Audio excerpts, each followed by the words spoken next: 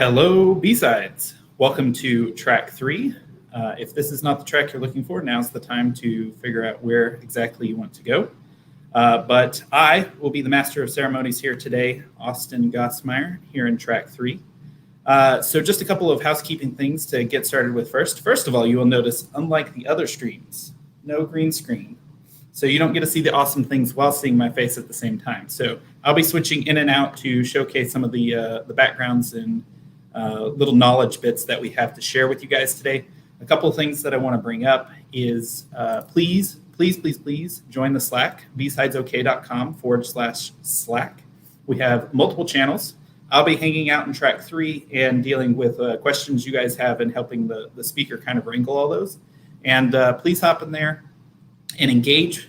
And for those who engage and that we really appreciate your questions and who really get involved, we have a special surprise for you all. You may have heard if you had listened to the beginning of track 1, talking about Tanya's book. We will be giving away copies to those who have high participation today, who ask good questions, who are really bringing the energy today to help us make today a really great day. Also, we have swag. Please go ahead and sign up and get yourself some awesome t-shirts. This is not this year's design, but something similar to this. And we will go ahead and ship that out to you. If you can, please donate. It's $10 to go ahead and do that. But if you can't, we totally understand and appreciate your time today and you guys joining us. Let's see. Oh, the other, of course, important thing that we have to go over today is we thank our sponsors.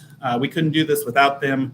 Those guys are amazing and really allow us to, put out this amazing content and to reach out to you guys and let you know how great it is. And so just real quickly, I want to thank Okta, Optiv, Fortinet, Secure Ideas, Pinnacle, Arctic Wolf, True Digital Security, Stackhawk, Alias, Go Security Pro.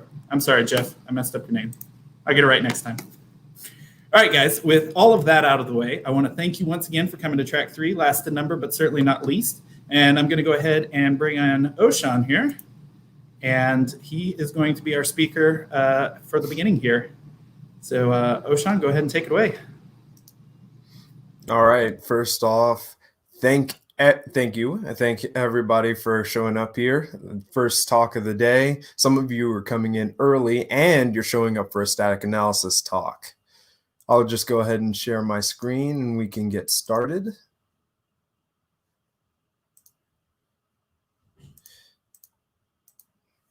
And of course, we're going to be doing live demos and things like that.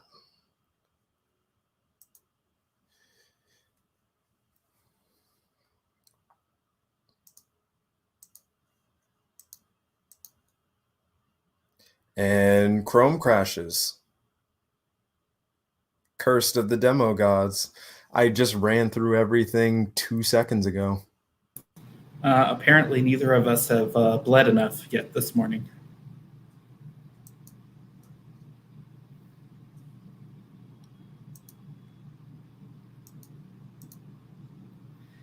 Well, what would be a virtual con without some technical difficulties, right?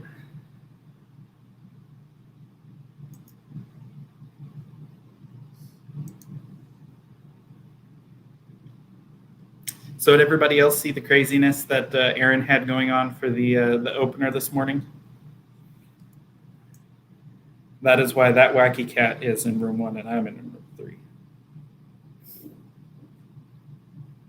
So yeah, once again, guys, hop in Slack. Come talk to me. I'm hanging out in the B-Sides track 3 Slack room. I'll be wrangling questions, accepting grief from all of you and moving forward there. Hey, you're back. So let's go ahead. We're going to try this again. All right. Hopefully this time. Yeah, I'm assuming we have to. Hey, there we go. So all good? All right, looks good. I'm going to drop out. All right. So welcome to my talk, A Shock to the System, Real Static Analysis for Real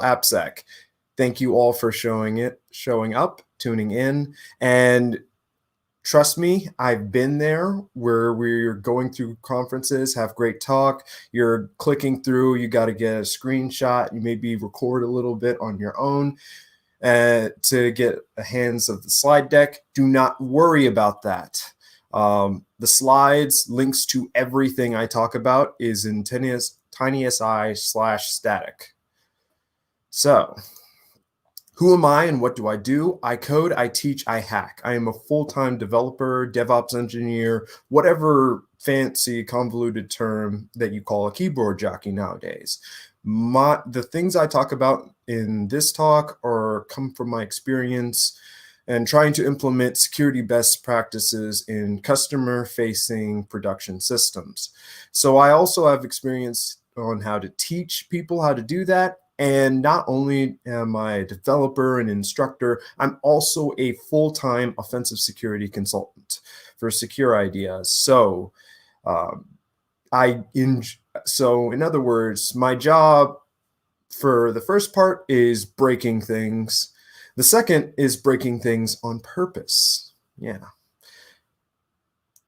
So the outline of this discussion is TTP. And like everything in this talk, we're going to be reimagining some definitions and some terms rather than the traditional information security TTP. We'll go over tools, the techniques, and people. Each one of these elements is essential for any good static analysis engagement. And if you ignore certain critical elements, like for example, the human element of those engagements, you don't have an effective simulation that will actually improve an organization's security posture. Just to make sure that we are all on the same page, what is static analysis? Essentially, we are using automated systems or we're just using manual review, but the whole point of this is to get as much information about source code without running it. And so what kind of information can we glean just from the structure itself? So in the security context, we're just looking for things that could compromise the confidentiality, integrity, or availability of the system. Now, stack analysis is wonderful. It's beautiful. I'm going to talk to you for an hour on it, but it is not perfect. But it's not perfect. It is not a replacement for a pen test. It's not a replacement for good quality assurance and manual review that we traditionally call dynamic analysis, but you can gain more information that will help further those sorts of engagements.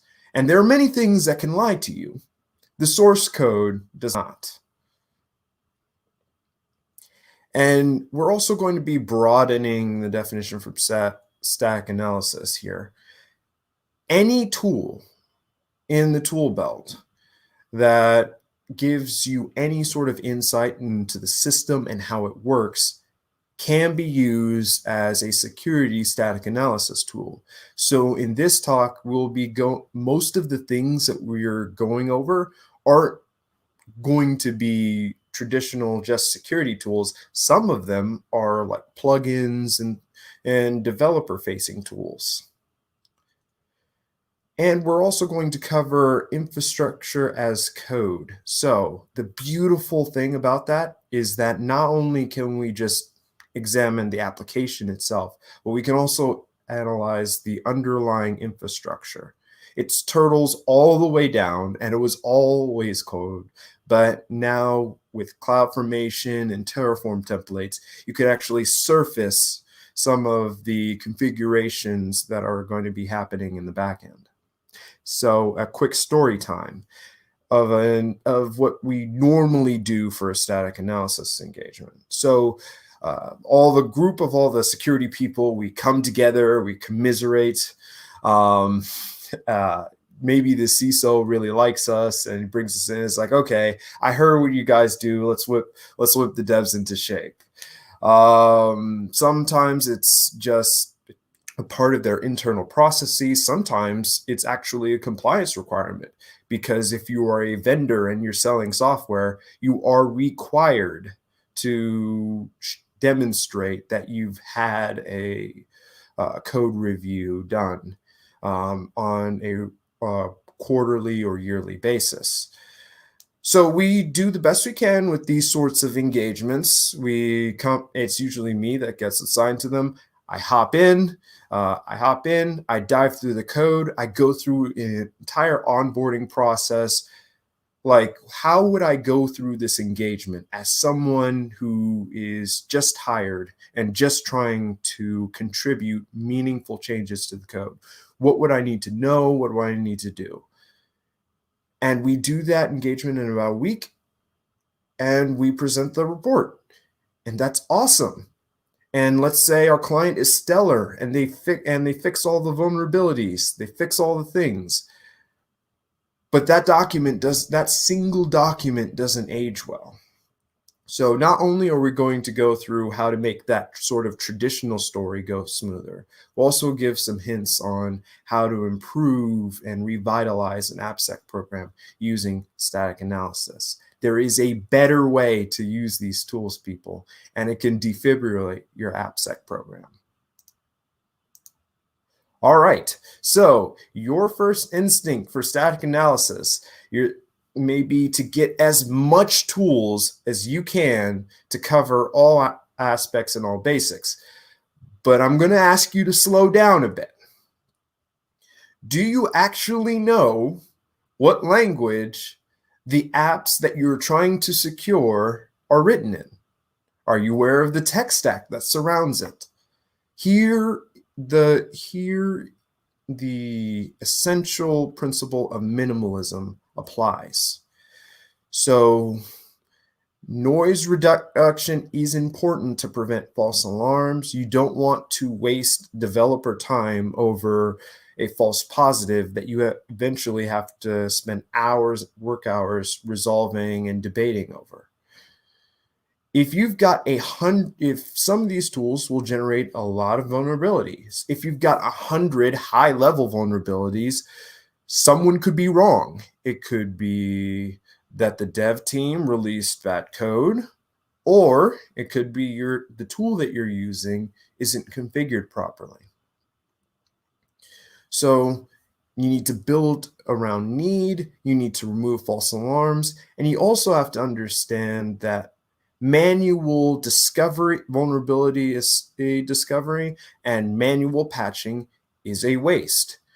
Spending thousands of dollars on a pen test for routine missing JavaScript, Python, Java libraries is a waste of time and money. We will report on this because we have to. Depending on how far you're behind in updating your software supply chain, that actually presents real risk to you and to your organization. But the yearly, quarterly pen test should never be the first and only time where you find out about these missing patches.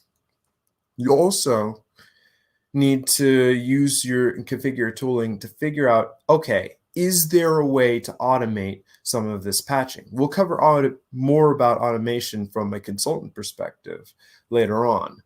But OWASP number 9 is not easy, especially in certain ecosystems like Node. When I last gave this talk in maybe February, the really big thing in the Node ecosystem was that the request package was being sent into maintenance mode and was heading towards deprecation.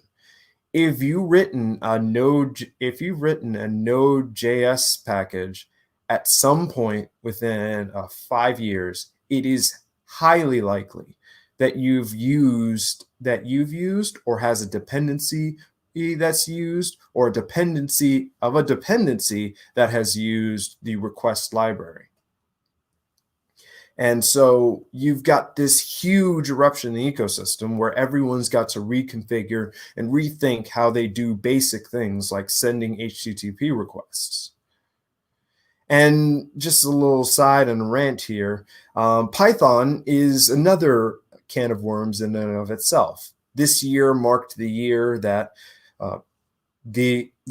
vendors and tool chains have actually started to enforce the fact and that Python 2.7 is end of life. But if you're using like foundational libraries like Jthon and others, they're still running on Python 2.7. So so if you're running Python scripts embedded within Java code, you're still running end of life software, possibly. Not only that, in order to keep up, you've really got to keep in mind, like, what are the dates that some of these major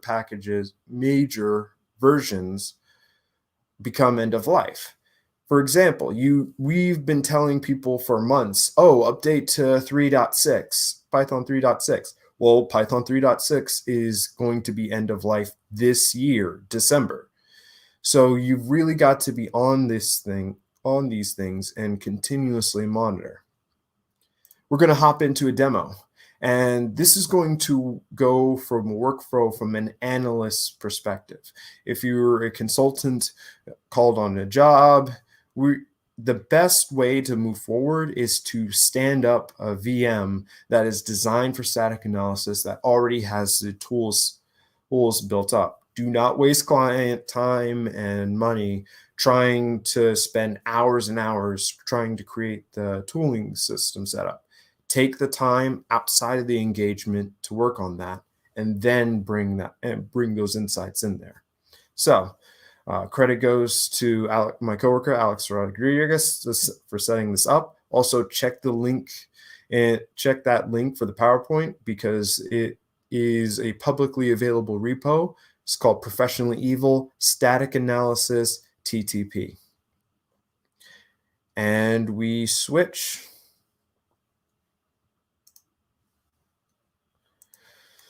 So I'm assuming you know how to get, clone, all of that sort of thing. So we're just going to ls show you the directory structure. So you've got the Ansible scripts that are doing the actual provisioning and installing of the tools for the VM and Prov tools. And the main files that any user would be concentrating on is the vagrant file and, of course, the README. TLDR, if you have not read that, if you aren't reading that README, let me go into the vagrant file. The vagrant file is essentially just where all of the Ansible playbooks are being provisioned, and also where you can set configurations for the provider. So in this case, you'll make some minor changes. One is maybe the hardware that you want to allot to this VM, as well as where is it? Yeah, also the sync folder. And so on a high level, these are the sorts of changes that I've made personally. So once you've cloned the repository and have that set up, all you have to do is vagrant up. And this will set up the VM with the VirtualBox provider. I gave this thing half my RAM, so hopefully we'll move fast. Take a sip in the meantime.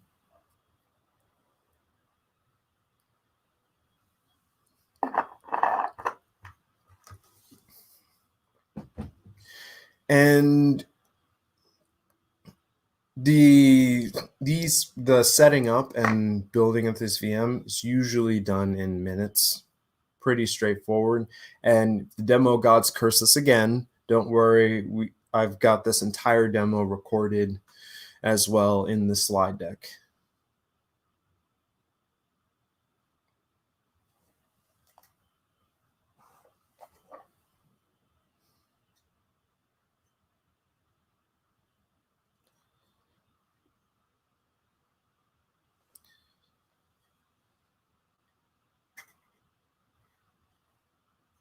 One step that we're also going to take place after all these scripts are running is where we're going to provision the different tools. So this will set up the sort of base VM, and then on top of that, we'll layer in the installs for the different tools. All of the Ansible scripts that are already that all come with the repo are also listed out and available in that README. So since we have a bit of a pause here, we do have a question from the Slack channel for you here. Awesome. Does the GitHub dependency security notice feature do a good enough job at staying on top of these issues? I use it for very small personal projects, but I assume it's not good enough to rely on for larger projects. From Michael G. Anything that will give you insight will be really helpful. So one good thing about that GitHub set and I'm assuming you're talking about just Dependabot that comes pre-installed with that comes pre-integrated with GitHub. I'm assuming that you haven't created like a GitHub action for like Sneak or any of these other providers. So I'm just going to make that general assumption. It's really useful. That's really useful to get the low-hanging fruit and notify developers immediately. So we use it for our production-facing systems. It's a good alerting tool, and it's if you get information from there and then patch immediately versus patching it in a more sophisticated CI/CD pipeline like we're doing later on, it works.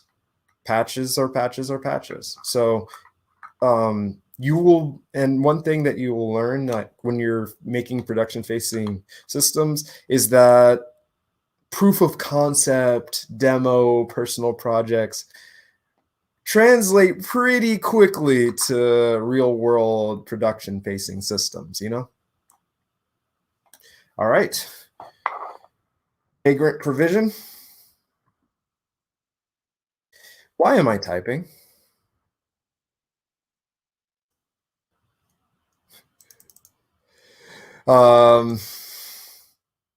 I've learned, this is a habit coming from, I used to teach programming in high school, and there will be times where I will have certain CMD scripts like pasted off to the side.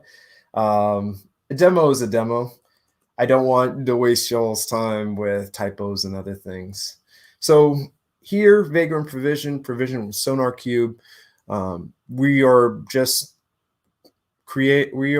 running the Ansible playbook scripts, and we will also have that. Once that happens, we will also be developing.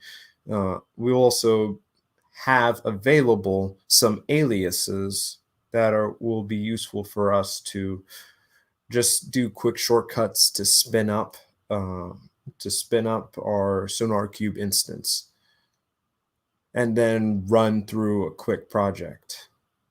So of course you're doing a reinstall of Ansible. After this, we're going to do Vagrant SSH and hop into the box in order to kick it off. But from there, we'll have that open on a local port on this system, so we can actually just use the web interface of SonarQube.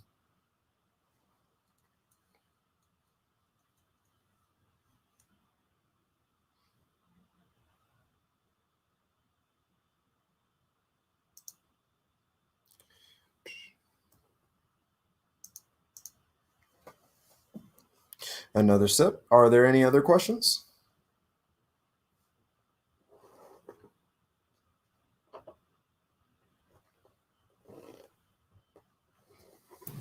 Not at the minute. Pretty quiet out in chat at the minute. All right. Good stuff. Good stuff. And I get different things every time I run through this. Give it another minute, and if it doesn't, I can just skip to this part in the recorded version.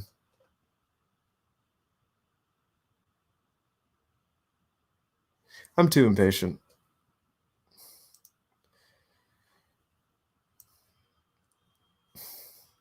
So From here,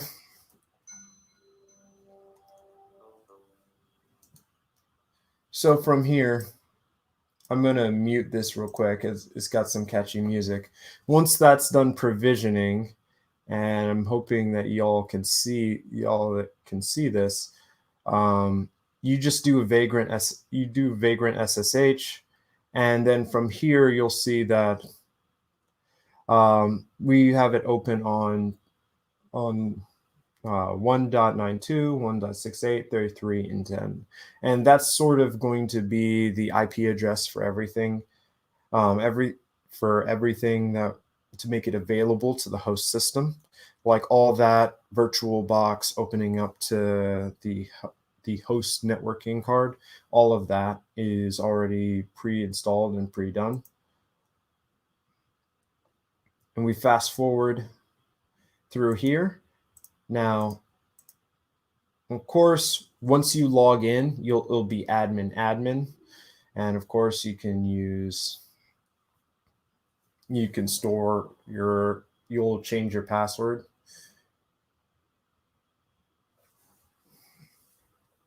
You're also going to hop into the project, create a static demo, and since we're going to be doing Python analysis, we're going to copy this sonar scanner for our project and then run it into the client code directory. Now I've got a few projects here. These are open source projects. They're the same sort of proof of concept demos, but the same insights apply.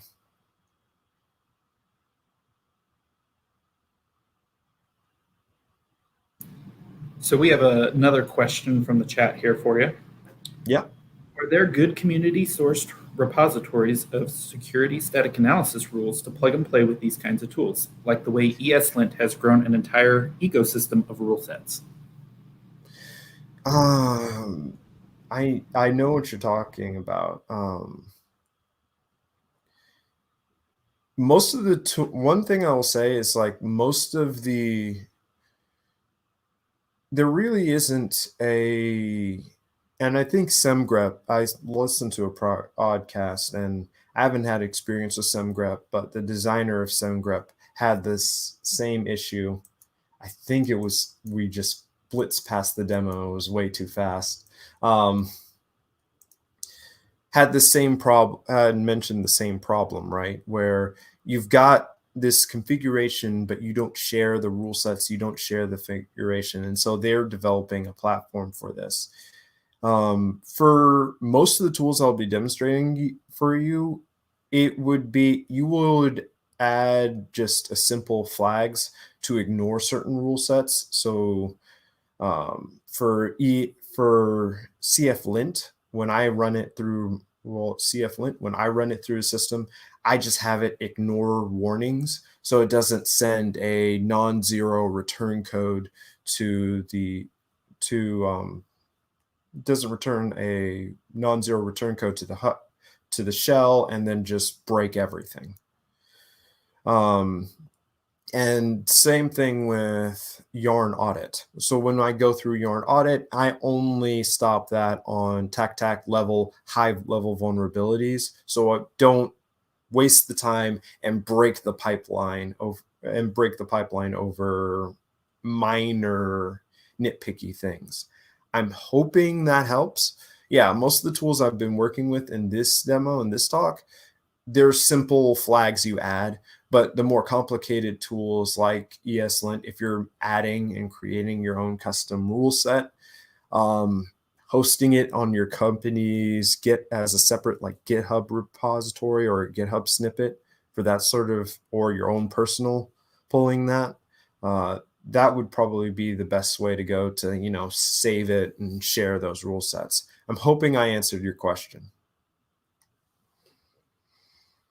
All right.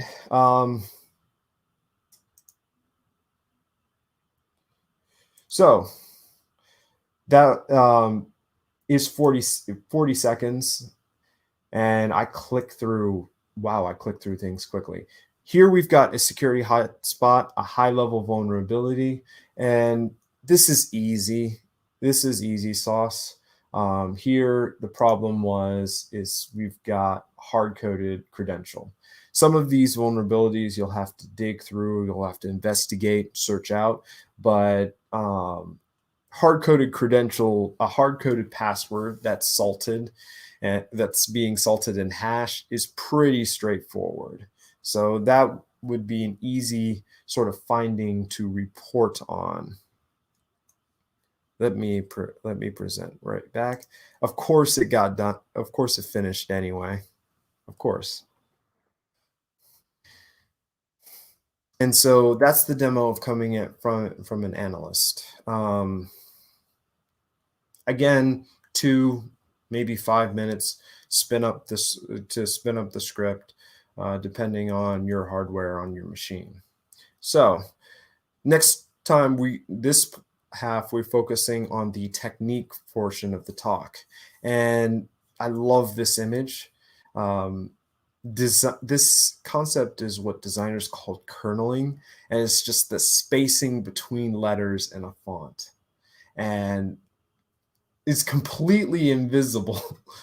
Like I would no way I would notice this at all.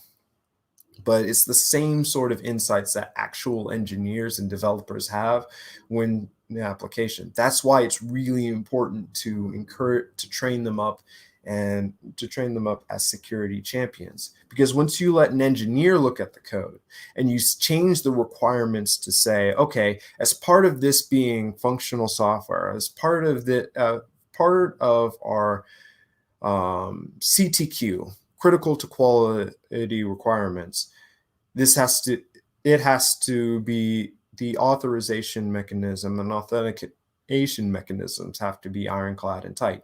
If you train up an engineer to have in security and have them look at it, they'll find things better than the traditional AppSec only person will, right? So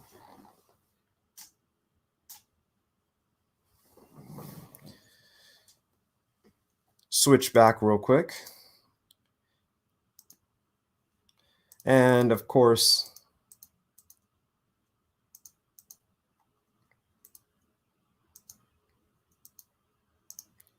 I think camera died, but all right.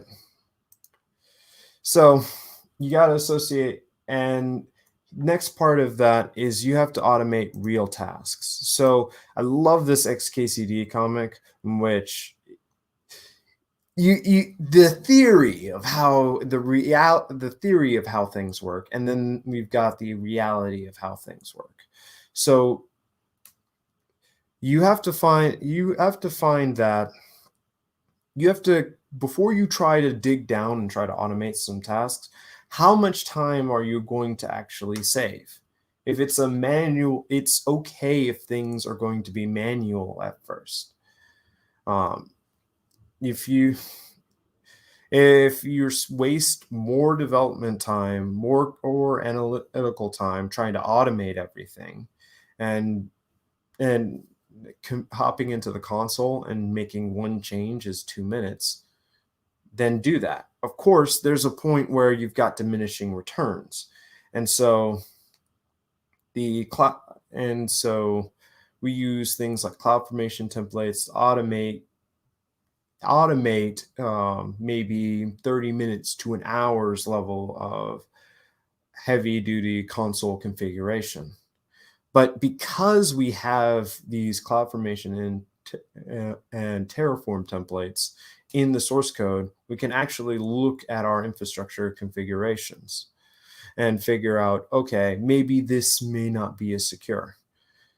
And second is we got to associate our existing this static analysis with the existing security models.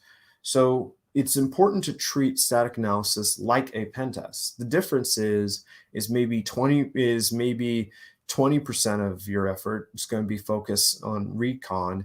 35% is going to be where you're mapping the application or mapping the system, really dive deep into it. 35% is going to be discovery. You're weeding out false positives and all of that.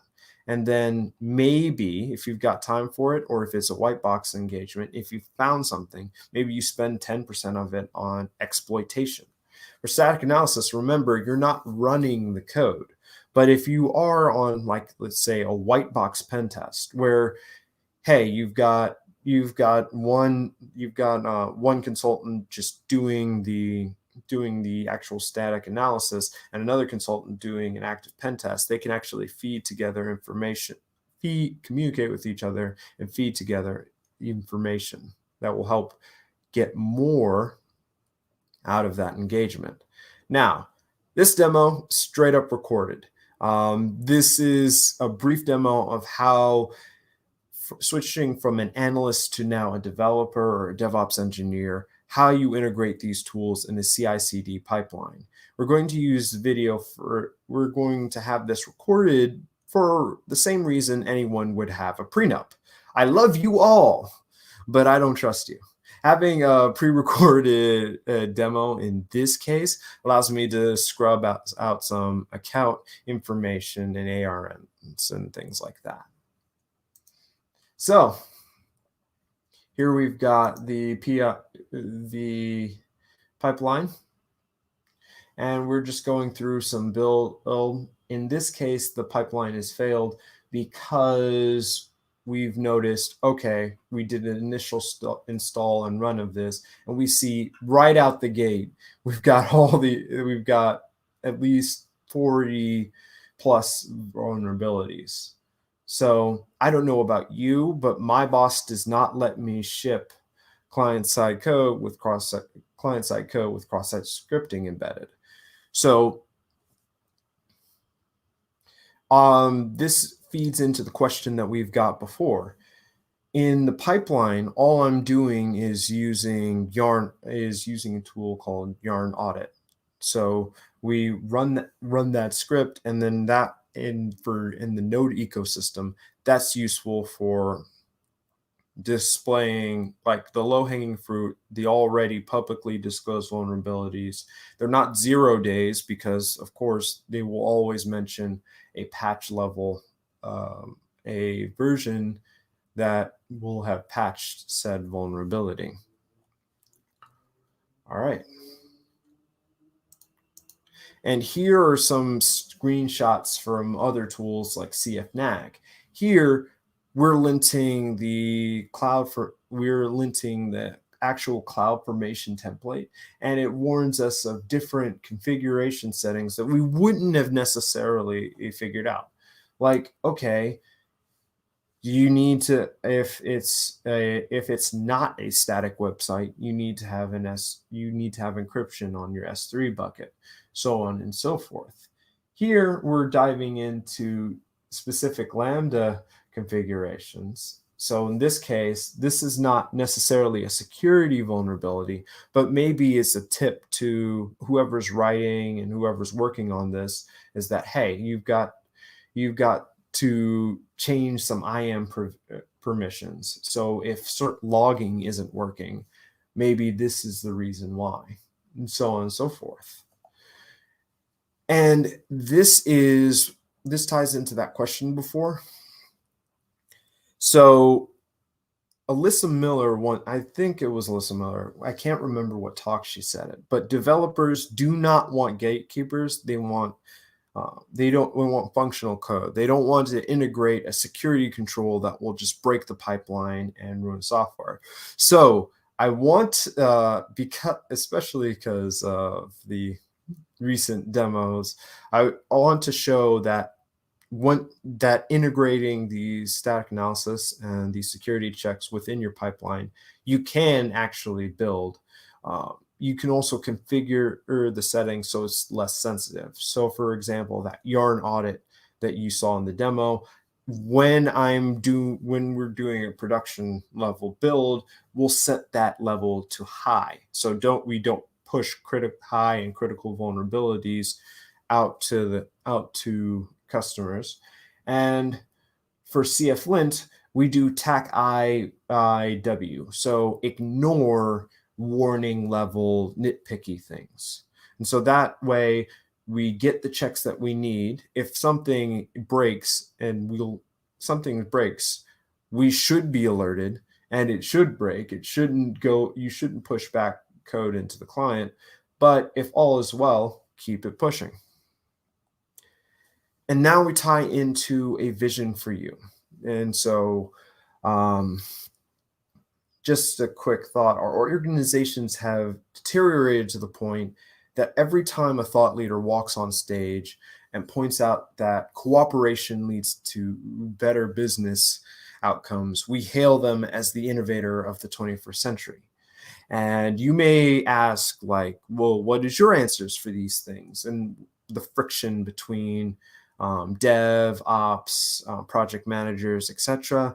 And dude, like, I'm 26. I don't have it all figured out.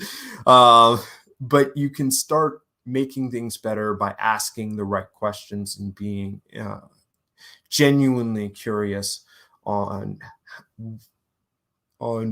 what you can, on how you as a security professional, as a security champion, can help make their jobs easier. So here's some questions that you probably should ask before the SAC analysis engagement, before you even sit down for the negotiating table or write out contracts. What is this application supposed to do? What are the standard use cases? And what should a user and admin be able to do? What is the happy path? These things we cover in both while we're setting up for the test, as well as the traditional kickoff call right before the engagement. But if you're doing these assessments internally, you need to ask those questions as well. You will get compliance if your security team collaborates with all other divisions within your organization. I don't bring static analysis up in this talk to create some holy war within your company. It's just a starting point. There will be false positives, and the only way to truly weed them out is to have experts on both sides look at the code and keep in communication and discussing. So dev, it's whether it's your organization's traditional dev, there's a dev team and an ops team, or DevOps. You need to bring the engineers to the table for the kickoff call. And genuine collaboration is what all of these new paradigms like DevOps and Agile is all about. In executive business jargon, managers call it synergy. And all right, so that we'll close. We began with the story. Let's close with the story. Let's change the previous engagement that we thought of before, and let's change it to, rather than the security team coming together to commiserate and figure out how to whip the devs in shape. How about we invite architects? We invite senior level developers to the kickoff call and the engagement. So that way, when we as consultants ask questions about how does the system work and how does it function, we can actually get a better understanding of what to look for during an engagement. How about this being a continuous and iterative collaborative effort rather than just being a one-off engagement? Instead of just doing a pen test and just producing a PDF, we are willing to just meet with you and consult with you. Some of our clients use Jira. Some of our clients actually, they are fine with us using our insights to create comments and GitHub issues. So rather than it just being a yearly one-off pen test that we throw down a PDF, how about we go where the engineers are actually building the code and they're actually walk you through that security journey. And so and we get to that place through removing waste, through analyzing, automating, and associating different parts of static analysis between dynamic analysis, and staying curious and collaborating. Static analysis, putting a shock to your system. Thank you for your time. Awesome. Thanks, though, Sean. We have a couple more questions here that popped up in Slack. Awesome. Matthew Moses wanted to know, so it sounds like you would recommend adding in yarn audit ... into a developer CI/CD pipeline. Have you seen success with that? Any pitfalls to watch out for? Yeah, the pitfalls, and I'm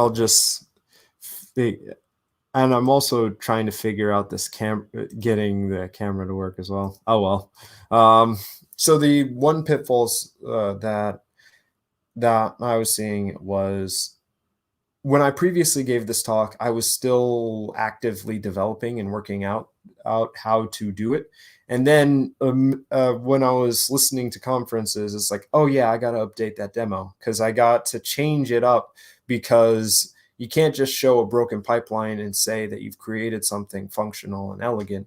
You also have to show like how to get the tool working for you. So yarn audit, for me, is just, what's been useful is setting it level to high so that it doesn't break and it doesn't trash the pipeline. Same thing with CFLint, ignoring warning, setting that to ignore warnings. That's really important. So fine tuning, and you only figure out like those sort of configurations and fine tuning that tool set once you actually run it locally, you test it, and then locally figure that out. Then you put in the pipeline, because at that point it's just running a command in a Docker container. So I'm hoping I answered that question. We'll see if he adds any follow-up, but we have another one here from Groove Coder. Do you find that devs get excited and curious about app security by using static analysis tools like this? Observatory.mozilla.org was my gateway drug into WebAppSec and really got me hooked on working to have top-notch secure coding practices. Awesome. I'm glad you drank the Kool-Aid. Yes and no. It depends on how it's presented and how it's done, because I can remember a client. Let's call them Nougat. Nougat, there is one security champion, and that's the person who reached out to us for an ARC review. And with Nougat, the problem is that they presented this static analysis tool to their development team and their engineers, and they didn't really provide context. It was like they didn't provide context on how it would benefit them and how it would actually help them release code and improve their lives and make things easier. So their security journey, their security transformation is just in its beginning stages, but you can't just drop tooling and just throw them at engineers. You also have to work and create that culture where we're not bashing you over the head with this. We are using this tool to help make it easier to knock out those bug issues that are already listed in GitHub. So there's a sort of cart with the horse, like having a culture where security and the development team collaborate and work together to the point where when someone from security shows them this cool tool that you've already got champions embedded that can get excited about it. It's not a gatekeeping sort of situation. All right. Any other questions? So I'm just checking the chat here one last time and not seeing anything else. So I guess that wraps it up here. Thank you very much, Oshan. Whoop, whoop. All right. Awesome. So I guess we will go ahead and give you guys some time here. Let me go ahead and run you through just a couple things. Please remember to sign up for Slack, join in, ask questions. Please do. We're excited to hear you guys interacting back with us, and it stops us from thinking we're just me and the speaker here in a lonely echo box by ourselves. So really appreciate that. Please do remember that those who have really great interaction with us today, you guys asking questions, stuff like that, you have a chance to win Tanya's book, Alice and Bob Learn Application Security. Have yourself a nice little copy here.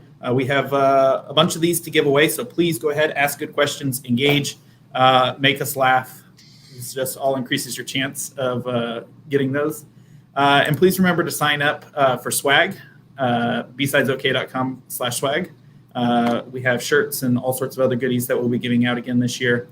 And once again, thank you to our sponsors. And I'm going to go ahead and put on a pause on the stream, and we'll be back at 11 a.m. with Andrew Lemon. So have a good one, guys.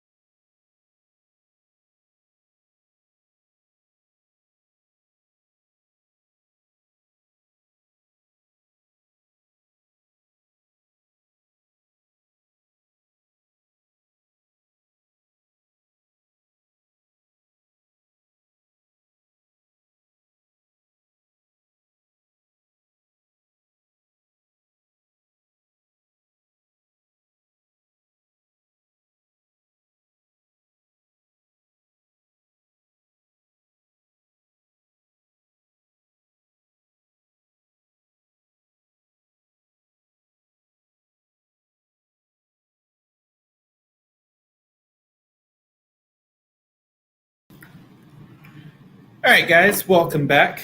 They finally let me get into the sugar, so feeling a little bit more lively now. So I hope you guys are still here hanging out. A couple of things to go over real quick before we introduce the next speaker. Once again, a big thank you to our sponsors. You can see the list of them here: Okta Optiv, Secure Ideas, Pinnacle, Arctic Wolf, Fortinet, True Digital Security, StackWolf, Alias Forensics, and Go Security Pro. We couldn't have done this without them, and we greatly appreciate it. It's also thanks to these guys that we have some pretty awesome swag, so don't forget to go and sign up for said thing. You can get that at BSidesOK.com/swag. You can see the picture here in the bottom right of a little bit that we had done last year. We had done these cool patches, some stickers, t-shirts. I have no idea what we're going to do this year, but I'm sure it's going to be great as usual. So without further ado, let me go ahead and bring in our next speaker, Andrew Lemon here. Hey, Andrew. Hey, everyone. Can you hear me? You're coming through great for me. Awesome. All right. So Andrew's going to be talking about B&E from A to Z, breaking and entering, a guide to physical pen testing. So I'm going to go ahead and set you loose, add your desktop here, and good to go. All right. So I originally started this talk thinking I only needed 25 minutes. It turns out I didn't really realize just how much information wasn't in the wild. So instead, I'll cover the techniques that I've used this year on engagements and what's made me successful. Literally so much you could actually even just give a day-long or 3-day-long class on all the different ways to break into a building and exploit a door. But starting off, who am I? So I'm the principal security engineer at Alias. I oversee all the other security engineers. I'm the lead over pen testing and incident response. I've got 10 years of professional pen testing experience and 20 years of unprofessional, unlicensed pen testing and IT experience. Started really early. So what is physical pen testing? Companies are going to spend millions of dollars on cybersecurity and completely forget about the physical layer. So why spend time trying to exploit an F5 firewall or try to find a 0-day when you can bypass all of that and plug into the unlocked Windows 7 machine in like the shipping department? And so this is one of my favorite XKCD comics. We have a tendency to overcomplicate things in our field. Let's use this multi-million-dollar computer to crack this 496-bit RSA key. What actually ends up happening is let's drug this guy and hit him with a $5 wrench until he tells us his password. So planning. If you guys are fans of the A-Team, you got some Murdoch there. We've got the recon phase, which is going to be the early set, creating an alias, and pre-texting. So these are kind of all the same thing in part of the planning phase, but also uniquely different. So the recon phase. This is going to be your most important tool in the recon phase. You're going to use the company's social media to determine the culture. So sites like DNS Dumpster will let you know what ISP they use. So if you're posing an ISP tech, you don't want to show up as the wrong guy. You want to collect as many pictures as possible, get as much information as possible. Use Google Maps and Street View to do a dry run where you can actually see the outside of the building without burning yourself. You can use the satellite image to actually view what the building looks like top down, view courtyards. Walk sister buildings. So a lot of buildings are laid out exactly the same. If one property management company manages the building you're trying to get into, find another building, reach out to property management, see if you can get a tour, and you can get all the details on who security is, where security, when access to the building is, access control, who their preferred vendors are. It goes on and on. You should know the names and faces and the players in the company, who you're there to meet, what you're there to see. And you should have a plan A, a plan B, and a plan C. So a specific example of that is on an engagement just this last week, rode up the elevator and hit a man trap. Well, plan A was to kind of sneak in behind an employee and tailgate. No luck, building's empty. So immediately went to plan B. I knew there was a door and a stairwell. I went to that door, no luck, couldn't get in. Plan C, I know there's another door and another ingress point. So I go there, hit it with my gate tool, and I'm in.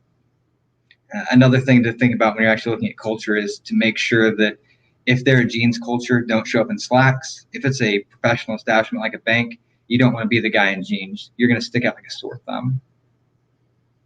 And so everyone always says we get lucky on pen test, you have the CIO or whoever will say, well, you guys just got lucky. We just patched that, or we just forgotten that. What I find is that we're lucky way more than we should be. And I like this quote from Seneca, where luck is what happens when preparation meets opportunity. If you've planned ahead, it turns out you're probably just going to be lucky. So creating an alias, who are you? So on this side, you've got a blue collar gas plant worker. On this side, you've got a Ford audio AV tech. This is really interesting. So I know a lot about being an AV tech. I can flub that. I know very little about the gas industry. At first glance, everything looks great, but what's wrong with this image? This is me going back and critiquing myself. So if we look in the back corner, we can see there's a white helmet. Yellow helmets, that's for the idiots that don't know what they're doing. So they put on yellow helmets. That way they know, look out for these guys because he'll probably walk into equipment. Look how fresh my helmet is. So no scuffs, no scrapes. It's brand new. I look like a newbie. If I would have been smarter, I would have grabbed this white helmet over here, rubbed it in the dirt a little bit. Glasses and specs are great. I've got fire-resistant clothing, but I'm also wearing a collared shirt with a lanyard underneath it. So make sure that in your recon phase you understand, and you should learn about that, whether that's watching people on YouTube, but you need to pay attention to mannerisms, clothes. You don't want to get into analysis paralysis, but you still need to be the person you're trying to be. And that's where pretexting comes in. So who are you? Why are you there? Who are you seeing? Who authorized you to be there? And what's your story? So create a story. You need to make sure that you know the names of the players when you're doing your recon. So if I'm there to meet the CIO, or I say that I'm there meeting the CIO, and the CIO is the person that confronts me, and I say, oh yeah, I'm here to meet Mark so-and-so. He said, well, I'm Mark so-and-so. I didn't authorize you. You're immediately caught. You're immediately burned. Thankfully, I've never had to use my get out of jail free card, which is the most important tool in your toolkit, but I don't want to use it. So if you're an RFID tech, make sure that you know the parts, how to be an RFID tech. ISP technician, make sure you show up with a bag, RJ45 cable. Don't show up empty-handed. If you're HVAC, have some filters in your hand and actually know how to describe a problem. The person that you're talking to could have been an HVAC tech in a former life, so don't try to BS someone on something that they may know. If you're there for an interview, or say you're there for an interview as a senior software developer, you better be able to sell it. So if you tell them that you're there to optimize their Hadoop cluster, or you're helping them program some things in R, like you better be able to talk about Hadoop and R at an engineer level if you're masquerading as a senior engineer. Here's an example where just a little bit of pre-work helped us get into a place. So I clearly don't work for Ford AV, but it describes what I'm doing. So I'm there to check all the access control system, including RFID functionality, inspect premises for proper door fitment. So this is pretexted me. While they're trying to get whoever on the phone to say who authorized this, I can say, hey, I'll go ahead and do my perimeter check. Just so you know, if you see a weird guy walking around checking all the doors, that's me. You pretexted them into making this odd behavior now seem normal. I've had to blank this out for security reasons, but we have the client's name. This is CEO. And then we have their signature that we were actually able to get as part of phishing. We pivoted to VPN, got onto a share, found a copy of their signature, and dropped it on this invoice as to prepare for our physical pen test. So our tools of the trade, it's not all lockpicks. It's a whole number of things. So as engineers, we tend to overcomplicate our problems. We want to show off that awesome tool we have, but we need to think in simple terms. So I'm always telling engineers, think more dumber, right? Less, I use this specialized tool that only locksmiths have access to, and more, I open this door with a fly swatter I found on the receptionist desks. So in the tools here, you've got the under door tool, borescope, so tiny camera, double door tool. These are your specialized tools. So double door tool is for gaps in double doors. This is a thumb turn tool for an actual thumb turn screw. This pivots. The gate tool, this is my go-to. One of my favorite tools, and honestly, regular contractor square for woodworking does the exact same thing. This one just looks nicer. And the shove tool. Airbags we'll get into later. They are a godsend. So EDC, the tools that are always in my bag.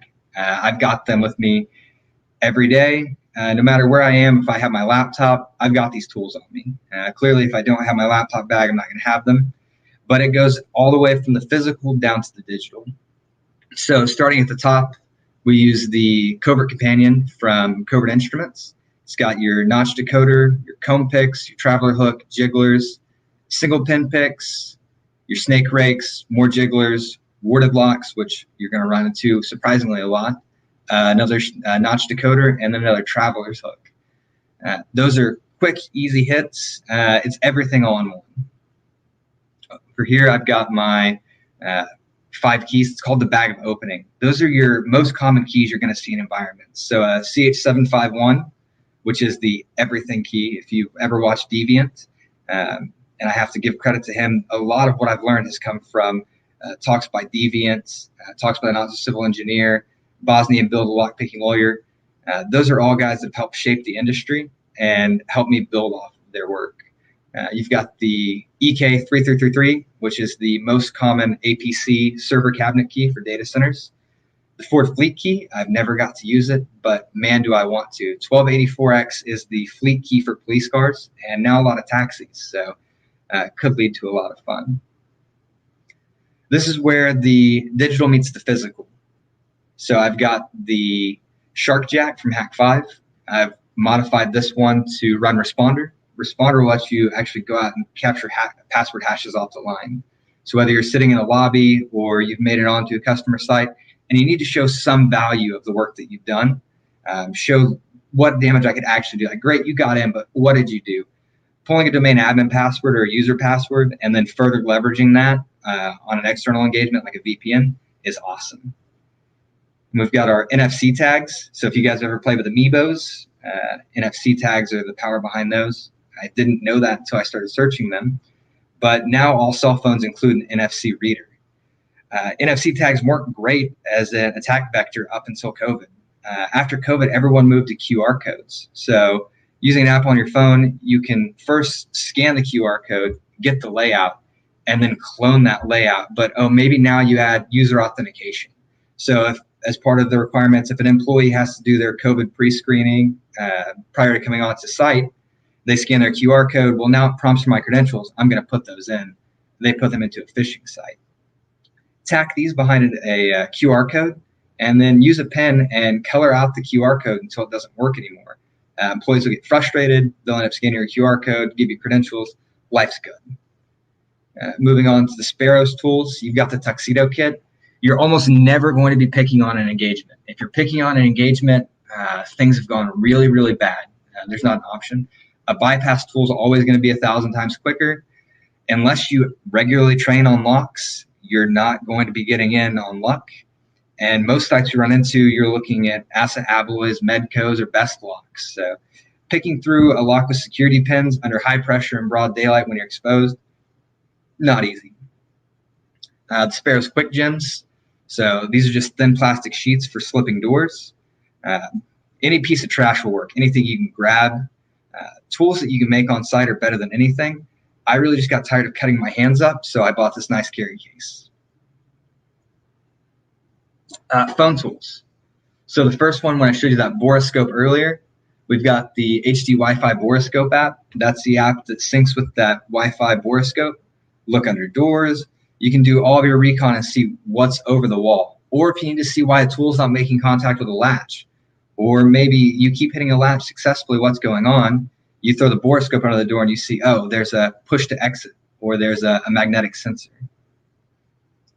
The burner and the spoof card app, highly recommend for when you're doing your social engineering. So an example of that is a data center trying to get on their approved list. You use the burner app to appear that I was calling from the approved company, and then say, hey, I'm so-and-so with approved company. I need to put Andrew Lemon on the list to show up tomorrow to do some work for us and do an audit. Now, audit's a great word because audit means they show you everything and roll out the red carpet. With that little bit of just pretexting, I'm able to show up the next day, show my real ID, and not only get into the data center, but have management walk me around. Instant Code Live. So this is an app for locksmiths. There's no vetting. So $10 a month, you get access to Instacode. We'll go into details on how that works later. NFC tools, that's on-the-fly programming for your NFC tags. Super quick, super easy. And I keep Wi-Fi hotspots just so if I ever need to look like that IT guy and avoid people, Wi-Fi sweet spots is going to show me a printout of the map. I can walk around looking like an idiot, have my phone up, and just say, oh, I'm inspecting Wi-Fi. So back to the phone apps. Here's Spoof Card. Here's an in-depth view of Instacode. So you can actually look up a manufacturer, you can look up a key, and then get the bidding. I didn't include calipers because I've just recently started carrying those in my EDC kit, but highly recommend. This gives you the key width, the key length, key profile. So what can you do with that? So if you have a key, you guys have probably seen cloning a key with lead or any number of things. This is the idiot way. So why try to make one out of metal when, crap, this is what I've got. If I need a key, I've got access to it for a second. Quick color key with a Sharpie, take my clear tape, stick it to the key, peel the tape off, stick it to a business card, and then cut it out with a razor blade or a pair of scissors. You're probably thinking, wow, that would probably never work. Well, that's a cheap wafer lock. Well, what's the use in that? Here's an example of a customer site. So this poor lockbox contains all the keys of the facility. They were, I think, ASA locks, ASA Abloy, security pins on a master system. I really didn't want to file and work out what the master key was, but we found this nice little box right behind the receptionist's desk. So we hit the front door, hit the rec sensor with some compressed air, popped that door. We got in. Okay, we don't have a physical key, but I've got a set of calipers. I could probably make a key, but well, how do I know? You could use your jigglers on this, but again, what looks better? I jiggled the lock, or I was able to get in using a key that I found. You can't see it, but actually on the lock body, it says JC31. So throw JC31 key into Google, you come up with the website Easy Keys. Like, I can buy this on the internet. So this is already a great thing that we can show to the customer, right? Like, here's a super lame thing that I can do. I can just buy this key and now I can unlock this. But what can we do that's super elite? Well, same thing with our business card. Went to lunch, used double-sided tape, cut out the key profile, walked in, unlocked the lockbox, had access to the entire site. Probably hundreds of thousands of dollars spent on building a master key system, all defeated by a simple debug lock. So here's an example of a happy little accident. We're looking for door fitment. I mentioned airbags earlier. I'm thinking, well, here's a push to exit sensor, right? All I got to do is trip this sensor. I'll be able to pop the door. I can get right in. So I get my airbags in the door. I start airing them up to make space. Go to get my tool ready, give it one last pump, and the door pops open. So imagine my surprise when that worked. No idea. Like, I've never seen that attack. I've never heard of anyone mention that. Well, what is this? I'm thinking, well, I hit another door. Surely lightning can't strike twice, right? So here I am creating space with the airbags. So we slide them up. That's the great thing about doors. So this is a mag lock. So you can get an inch of gap, if not more. So I lean into the door, push the bags into the space. And these are specialty airbags, but I mean, you buy them off Amazon. I think they're $15. So tighten them up, start getting some air in. In the actual video, you can hear us laughing and you can hear the door creaking, but we're almost there. We got one last push and then tap the bottom of the door with my foot, and customer data center is now wide open. Like I said, blown away. Could not believe that actually worked. Now it's a favorite technique of mine. RFID cloning. So got access to a badge, used the Keysy. That was a tool I mentioned earlier. It's a tiny little key fob. You could use, say, a Proxmark or the Chameleon, but again, think more dumber, right? Cloning a card using a hunt pad and sneaking up like you're Mr. Robot, while that looks awesome, makes you look elite. The customer can now say, well, he used a rocket launcher, right? That's not in our threat model. We're not ready for nation state actors. Versus Toby in accounting went and bought this Keysy offline and started cloning keys.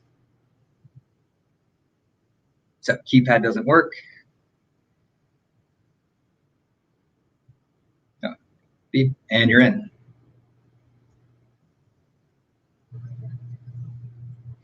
.35mm film. So there's a term in lockpicking called lloyding to actually slip latches. It's a super old technique, and it comes from celluloid or film. So you can see here, I've got a copy of the Smurfs 3D on 35mm film. Here we just ran to the store, but we use it more common than you would think.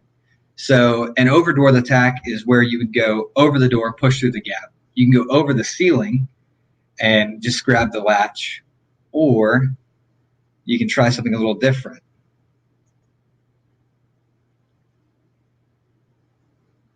So if you know roughly the shape, this is a tool that I use all the time now.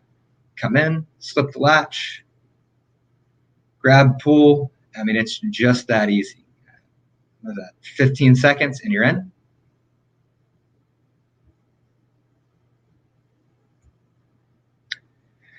Why bother finding it, or why bother trying to clone a key, steal a key, when you can find them? Literally, keys are left out everywhere. So here's a forgotten set of keys in the old building. If you zoom in on these, there's some places that you really don't want me, like extruders or main hoppers or controlled areas. Here's in a lab environment where, again, more keys just left out. So door keys, lab keys, anything you need, you just walk by, snag those. Lock picking. This is a best lock.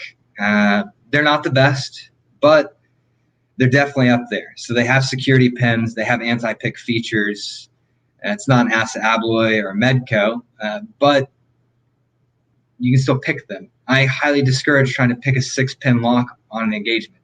You're literally never going to get in unless it's your last choice. Try that. So here's an example of us on a customer site. The magnetic lock had failed. They locked the door with the deadbolt. Here I am struggling with the best lock. The core would do a weird quarter turn, and then it would lock back, or it couldn't get the next actual pin. So some raking and a little bit of perseverance, and we were in.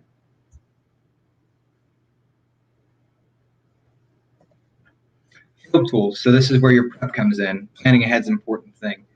I will never take a specialized tool on an engagement unless I absolutely know I've got a use for it.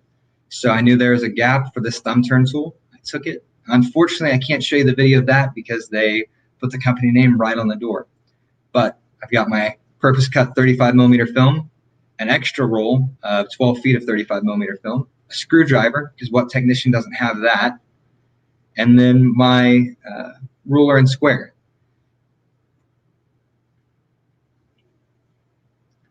And then I'll show you common keys. So here's an example of common keys at Door King.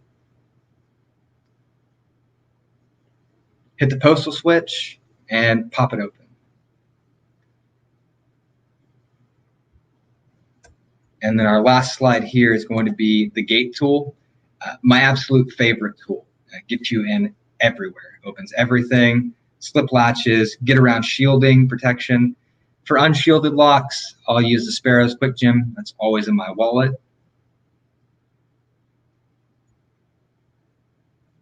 And then here's the gate tool.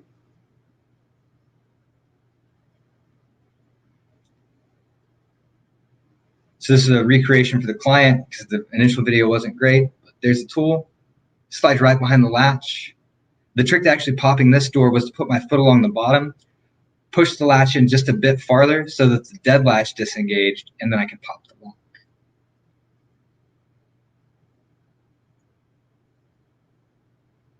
So that's everything. Any questions?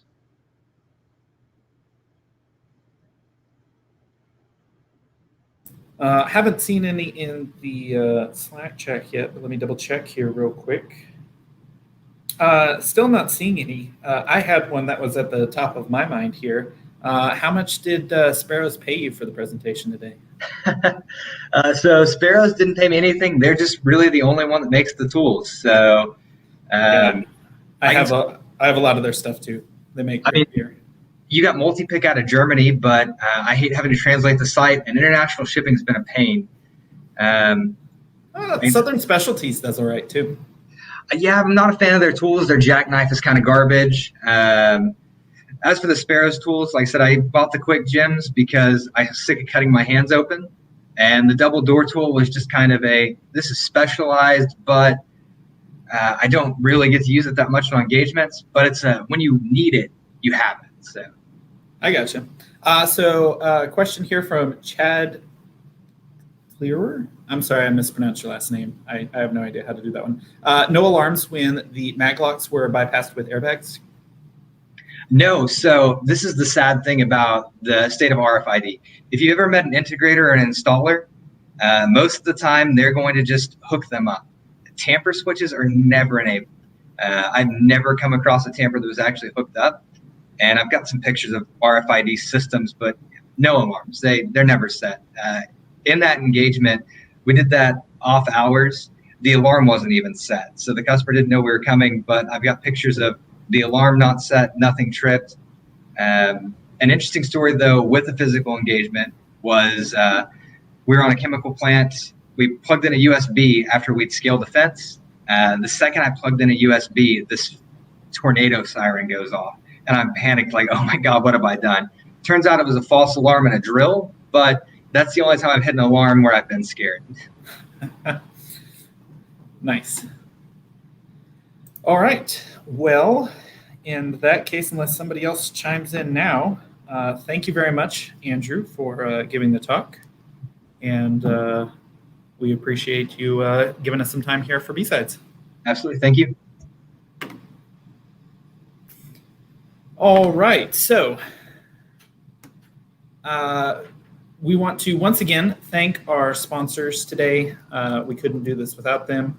We are here at the Alias Forensics site is where we're broadcasting from. So thanks very much to them for giving it in to us. And don't forget to sign up for swag and join in on the Slack channel. That's where you can ask questions, where you can interact with me. It's pretty quiet in there at the minute, so I'd appreciate you guys joining in and say hi. It's lonely. I'm sitting in this white room by myself, so love to hear from you guys. And that's where I will pass on questions to our next speaker, Philippe, who is talking about discovering CNC and malicious PDFs using deobfuscation, encoding, and other techniques. So let's go ahead and bring him in. Hey, how you doing today? Yeah, how's it going? Hey, it's going pretty good. Yeah, can you hear me well? Yes, you're coming through great. Okay. All right. So let's see. Do I have anything else? No? So yeah, I guess we will go ahead and let you loose. Yeah, okay. So let's go. So thank you for inviting me here. And the second talk today, we're going to talk about discovery and CNC and malicious PDF. The idea is to walk through during this, how this works related to our analysis, right? So first of all, who I am, the same joking. Yeah, it doesn't matter who I am, but here my contact in social medias if you'd like to send my questions and, wherever. I have some web page with my talks, with my articles, and, who I am and whatever. But if you'd like to send me whatever thing, I am available to talk to you. I'm a security research and security developer advocate at Zup Innovations. Zup Innovation is a Brazilian company responsible for creating many different, solutions, but not solution, actually, it's developer apps. And we have, 80 and 90% from the developers. And I'm responsible to, to talk about the security with these guys and to the community, right? And by the way, we have 4 open source projects, very, very interesting. All those informations are in my web page. And you can see after this presentation, if you'd like, one of these products is related to a SaaS project. It's a security project, right? And I am security advocate from the Hack is Not a Crime. This is awesome project here. And, now our idea is to talk about this kind of culture and mindset, because hacking is a creative mind, is discovery thing. It's not a crime, right? And I am part of the staff group of the São Paulo staff group, the DEFCON group, DCG 5511, right? And I am security research and instructor of the hacker security, right? And I am instructor of the malware analysis fundamental course. And I am a writer and a reviewer from these magazines. Fantastic, Hacker 99 Forensic. All those magazines is from Poland, right? And I lived Poland in 2019. I lived 1 year there, but now I'm talking from Brazil here in my small office, in my balcony. As you can see behind me, we have some apartments, right? And yeah, it's pandemic, we need to adaptate, right? So this is my summary or agenda. So first of all, we explain what is threat. I will explain few things about the malware analysis, some structure about the PDFs, and I will do the demo, right? So because we just have 30 minutes, when I submit this talk, I forgot completely that I need to 1 hour, but anyways, I will explain in 30 minutes, no worries, right? So what is threat? It's very simple.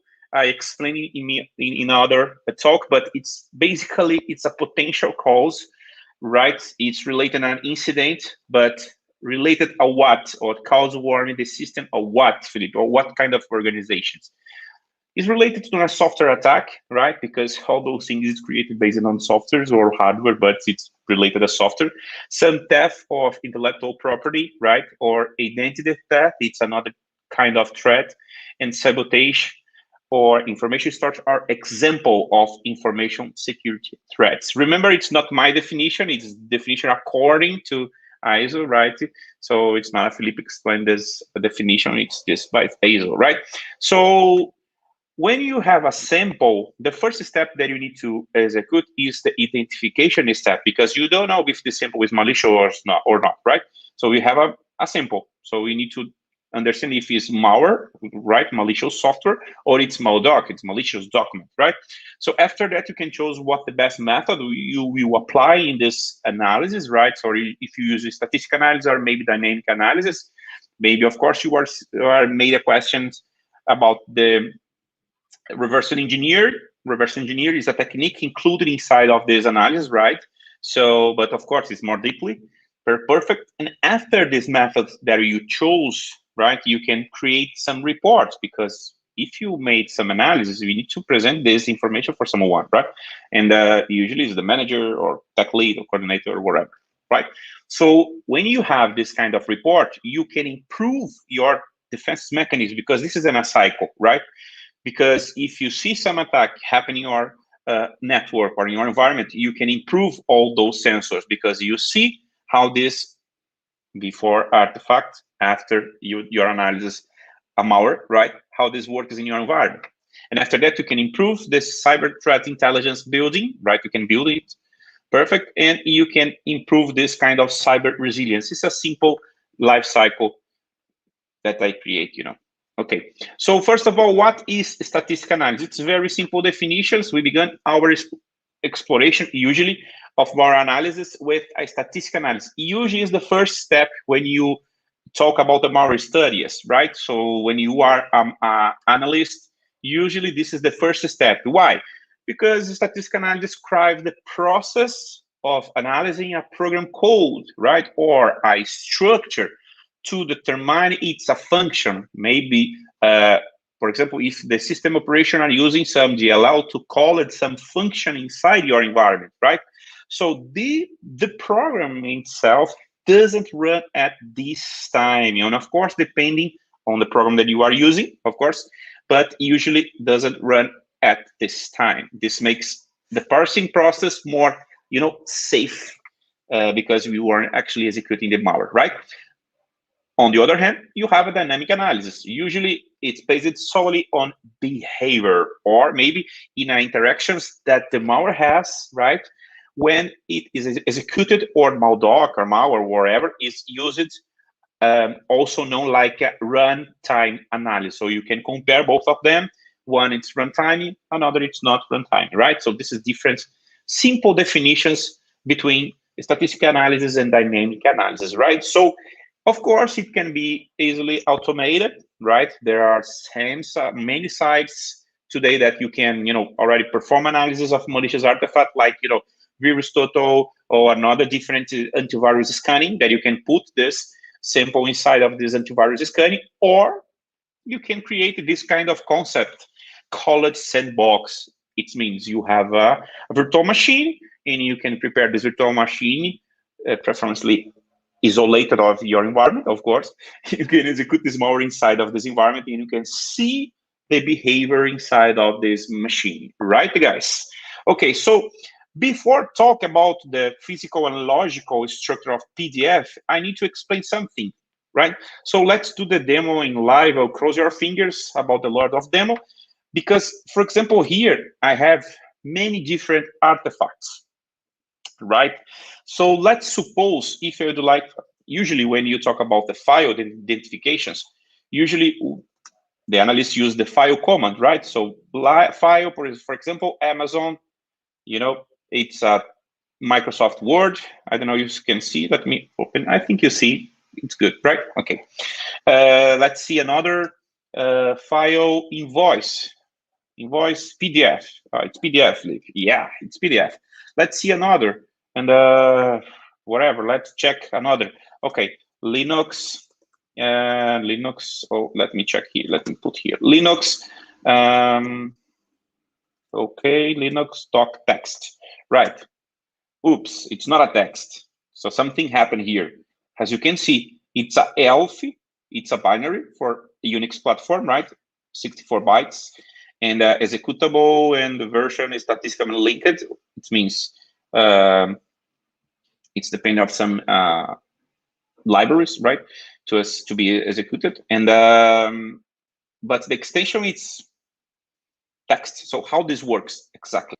Here is the first very, very important, guys, or everyone, or ladies, or whatever. You need to read how this file works. This is very important. I don't believe that I am here to see or to hear about the man. Yes, but this is the first step, very important, because file determine the file type. So here we can find very important informations, like this file have what? A magic number, right? Stored in particular place near the beginning, okay, on the file that tells the Unix operation system that the file is a binary executable. It means all those informations you can find when you use file commands in the magic number, right? So here we have another interesting information. I don't know if you see here, but take a look at this. Let's see what this explanation is here about. The magic tests are used to check for files with data in particular fixed format. Okay, the canonical example of this binary executable compiled program, of course, 8.doc.out file, whose format is defined in elf.h. So what this means exactly? You know what this means? Let me copy it here, and we'll open another terminal here. Let me just locate here. So, okay. User include. Let me read what this exactly is. Okay. I always do this. I don't know if you do, but I always do this. My finger, Okay. So let me read this file, elf.h. This file defines standard elf types. Take a look at this. Here, we can find the structure and types and macros of the elf file. Take a look at this. These informations I found now in the man of what? of file, right? And here, as you can see, if you see here, we can see the words and the words, the information, how many bytes you have in the structure of the PDF, the ELF, sorry. And here, take a look at this. The ELF file header, this appears at the start of every ELF file. It means you have the first array, the name, or call it identity. Then you have 16 bytes. It means the first, or in this array, we have a magic numbers. Or again, take a look at this magic number and others information. It means you have 16 bytes with many informations in this structure. Let's see below. Why here? Fields in the ident array, there I am talking now, right? We have many informations. The first byte that you have, file identifications byte is 0. Okay. The second file, the second byte, we have a letter E. The third letter L, and the fourth letter EF. 4 bytes, you have information about F structure. So you see how many important is you read all those informations, right? So why explain this? Because you need to understand about those bases. For example, let me return here, okay? Because here I download the file code. It means, are you looking more deeply inside this informations, right? So cdmagic and magic jigger. Okay, so here I download from, of course, the all those databases from the file number, because when you execute these tools, we need to read them up and you understand how these tools work in your environment, right? So of course, when you have this database, all those informations are compiled in the system operations, and of course, but here you can see, for example, if I read here JavaScript. Here you can find the JavaScript for some regex or some like a rules that you can find inside the file, or how this file analyze your file. And this file command analyze, these tools in this case analyze your command, right?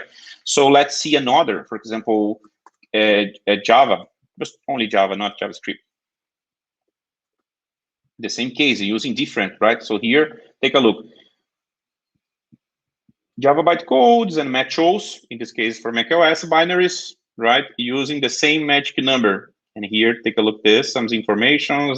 Okay, so let's think more about this. So let me create some malware.txt here. Malware, okay, let me save. Let me execute malware here. Is a text, perfect. Okay, let's manipulate of this, because rather, let me check before JavaScript. If I put here in the beginning, maybe I have something here. Let me change here. Take a look at this. I will manipulate this information, not here. I put here, I press, let me save. Yes, okay, let me put malware.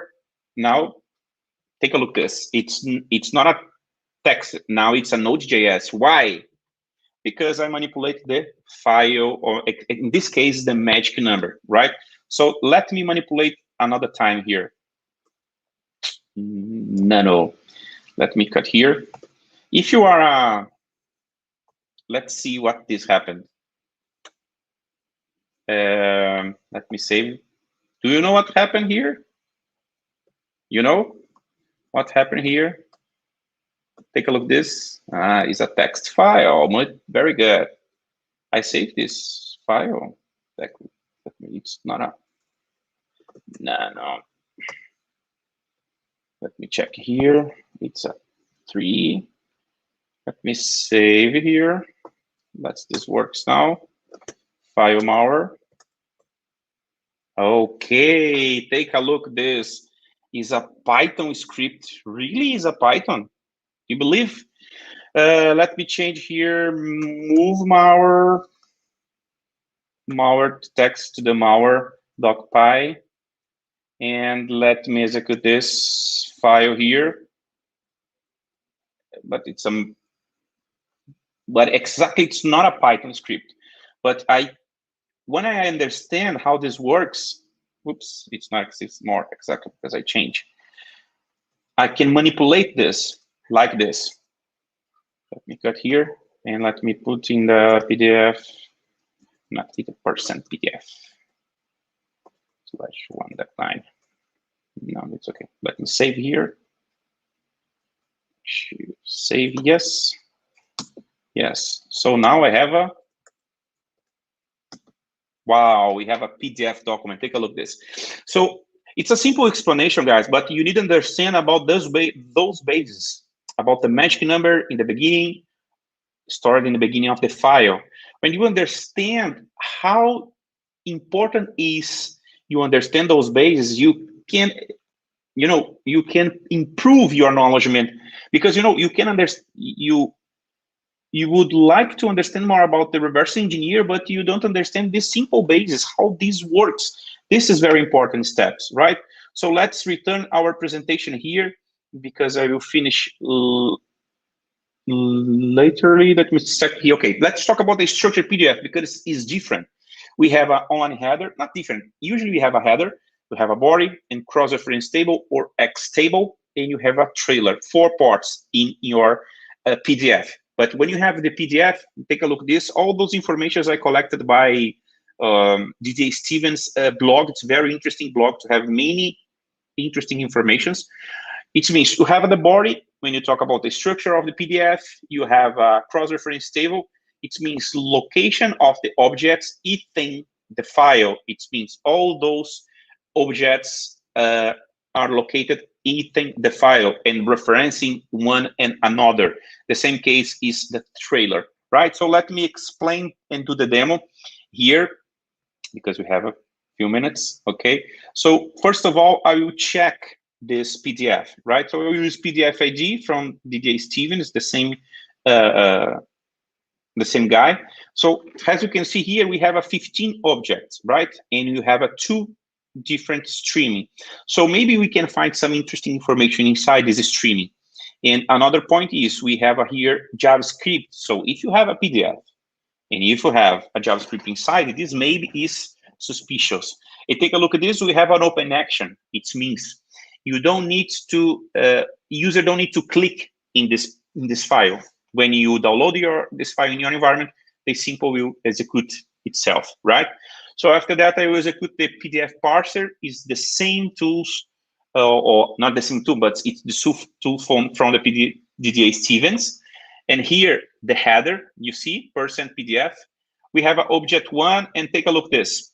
Object 1 is referencing different object here. Object 2, 3, 4, 5, 6, and 7. It means all those objects are connected in object 1. And here we have a JavaScript, right? And this JavaScript is related to this open action. It means when you click in this, right, in this, when you download this object, this open actions is executed at JavaScript. So where in object 13, we have a streaming, and this streaming is very high because the size is high, and is flat decode. It means you need to decode of these informations, right?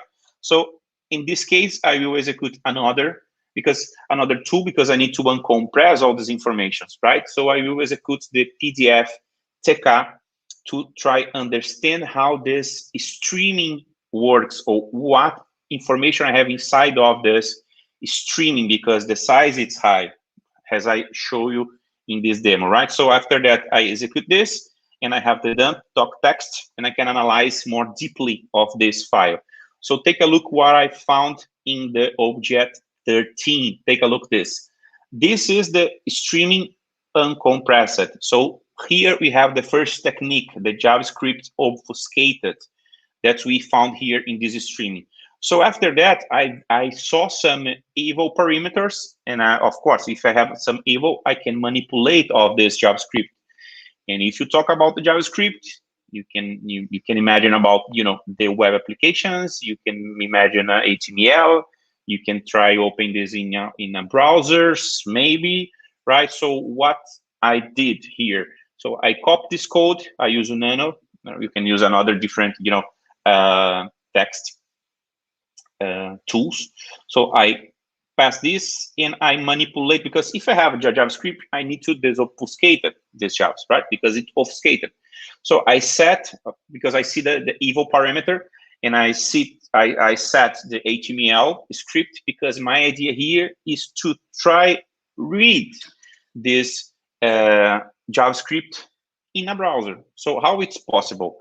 I changed the evil parameter, and I wrote the document right, because I will try to write this informations right in my web page, in my browser, in this demo, right?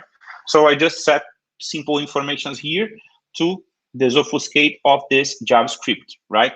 So let's see here, I have a payload.html. So now I can open this file, where I can open this file in the browser to see what information I have inside of this JavaScript obfuscated, that I disobfuscated, okay? And now I can look this. So when I open this, take a look what I found. I found a payload. You see?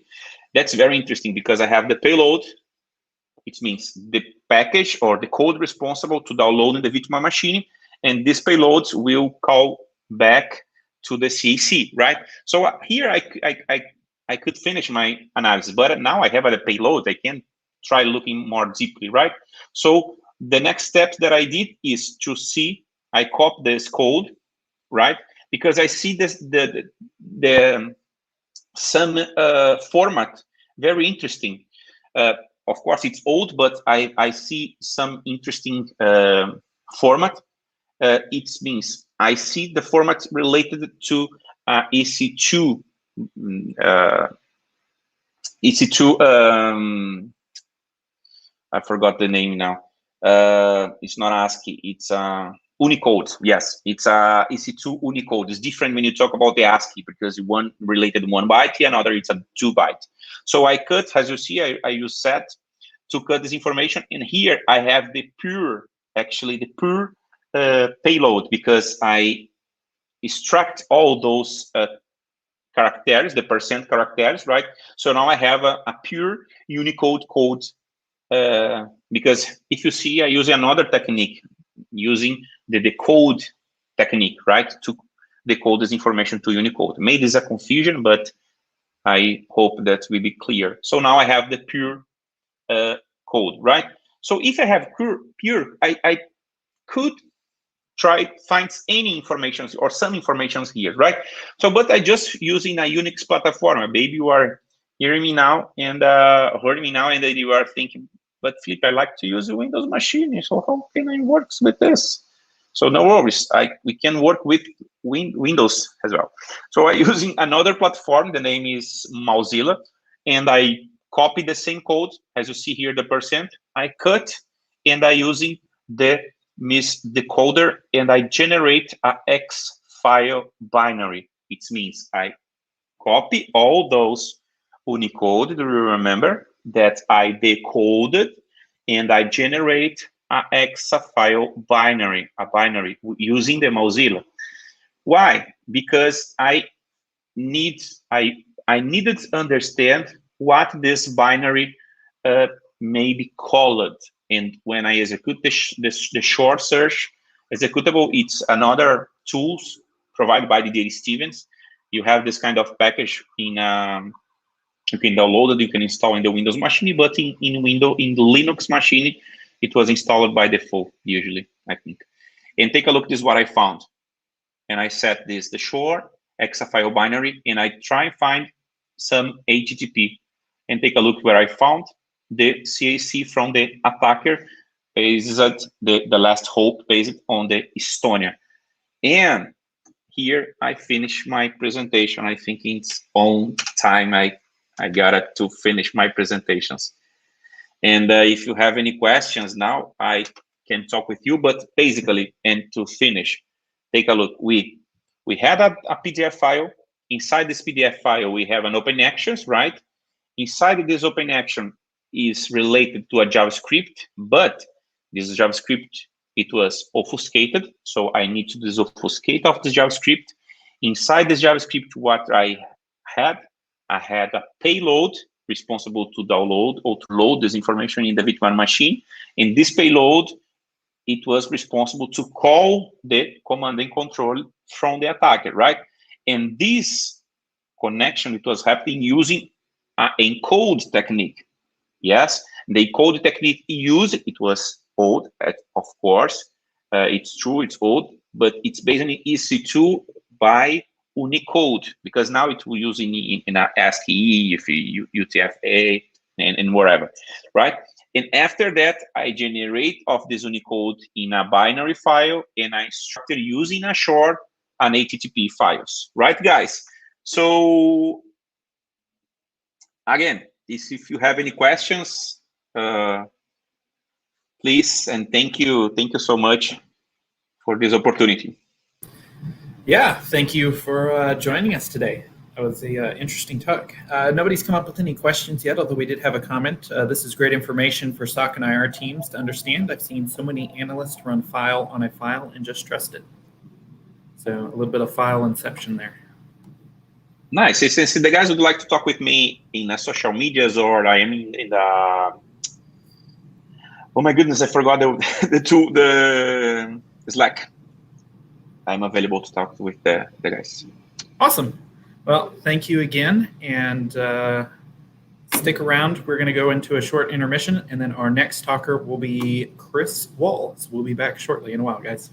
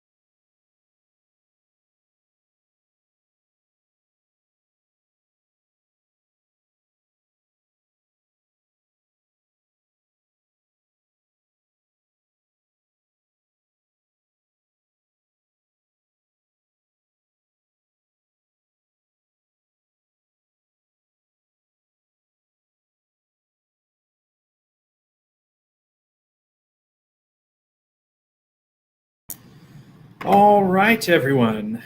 So just a couple things before we jump into our next speaker. Don't forget to go sign up for swag, BSidesOK/swag. We're going to send out t-shirts and some other goodies. And of course, satiate your sticker addiction, since all hackers seem to have that for some reason. Please don't forget to join the Slack. We have our own chat room. channel 3, join in, ask questions, give me some grief. I'm feeling kind of lonely. Don't you guys love me? Anyone? Also, Don't feel lonely. don't feel lonely. Yeah, this is what happens when you have an organizer who's a speaker. Too much power. Separations of duty. Shh. Don't listen to that guy.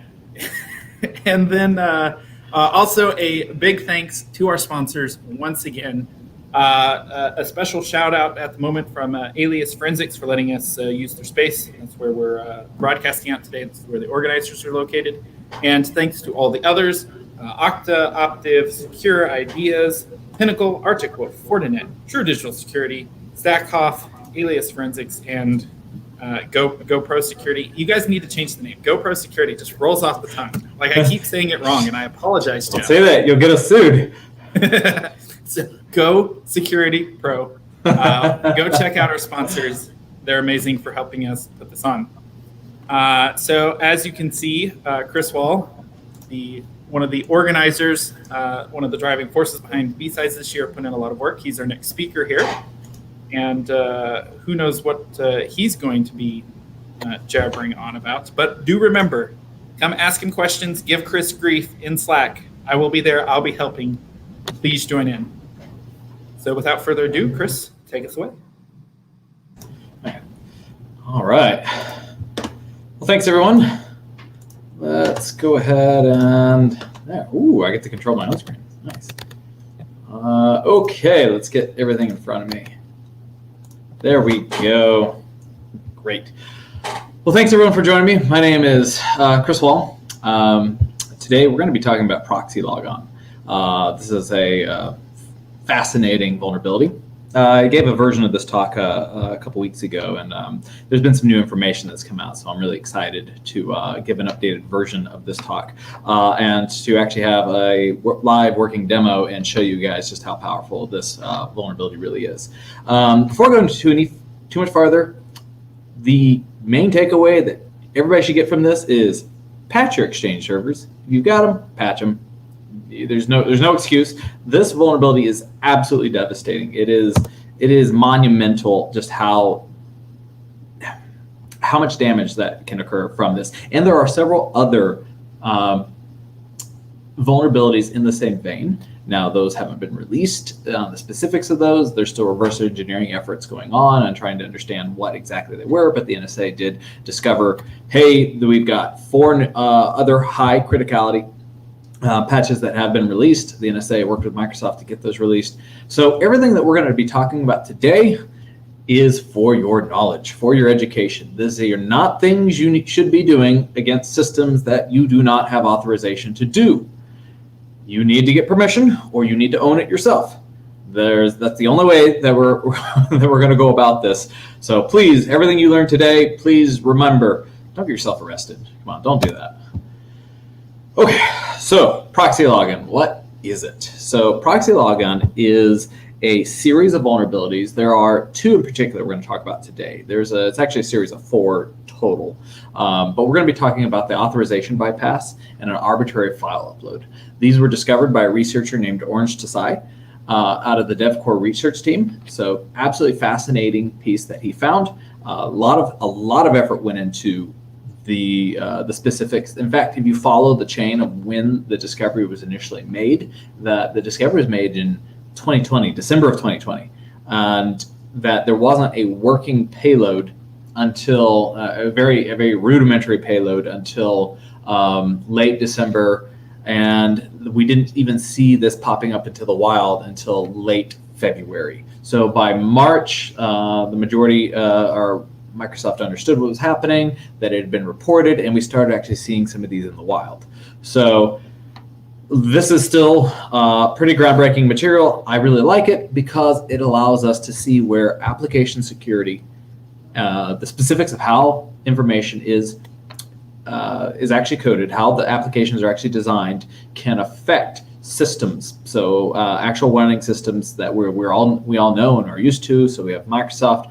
We have Windows servers, we have Exchange servers. These are things that affect that, and it is a remarkably, I don't want to say simple, intrusion. There was a lot of sophistication figuring out the pathway to get there, but the steps needed to actually execute it bring it back down to script kiddie level.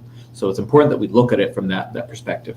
So again, if you have Exchange servers, patch them. If you have Exchange servers and you don't need OWA access, disable it. There's no reason to have it if you don't need it.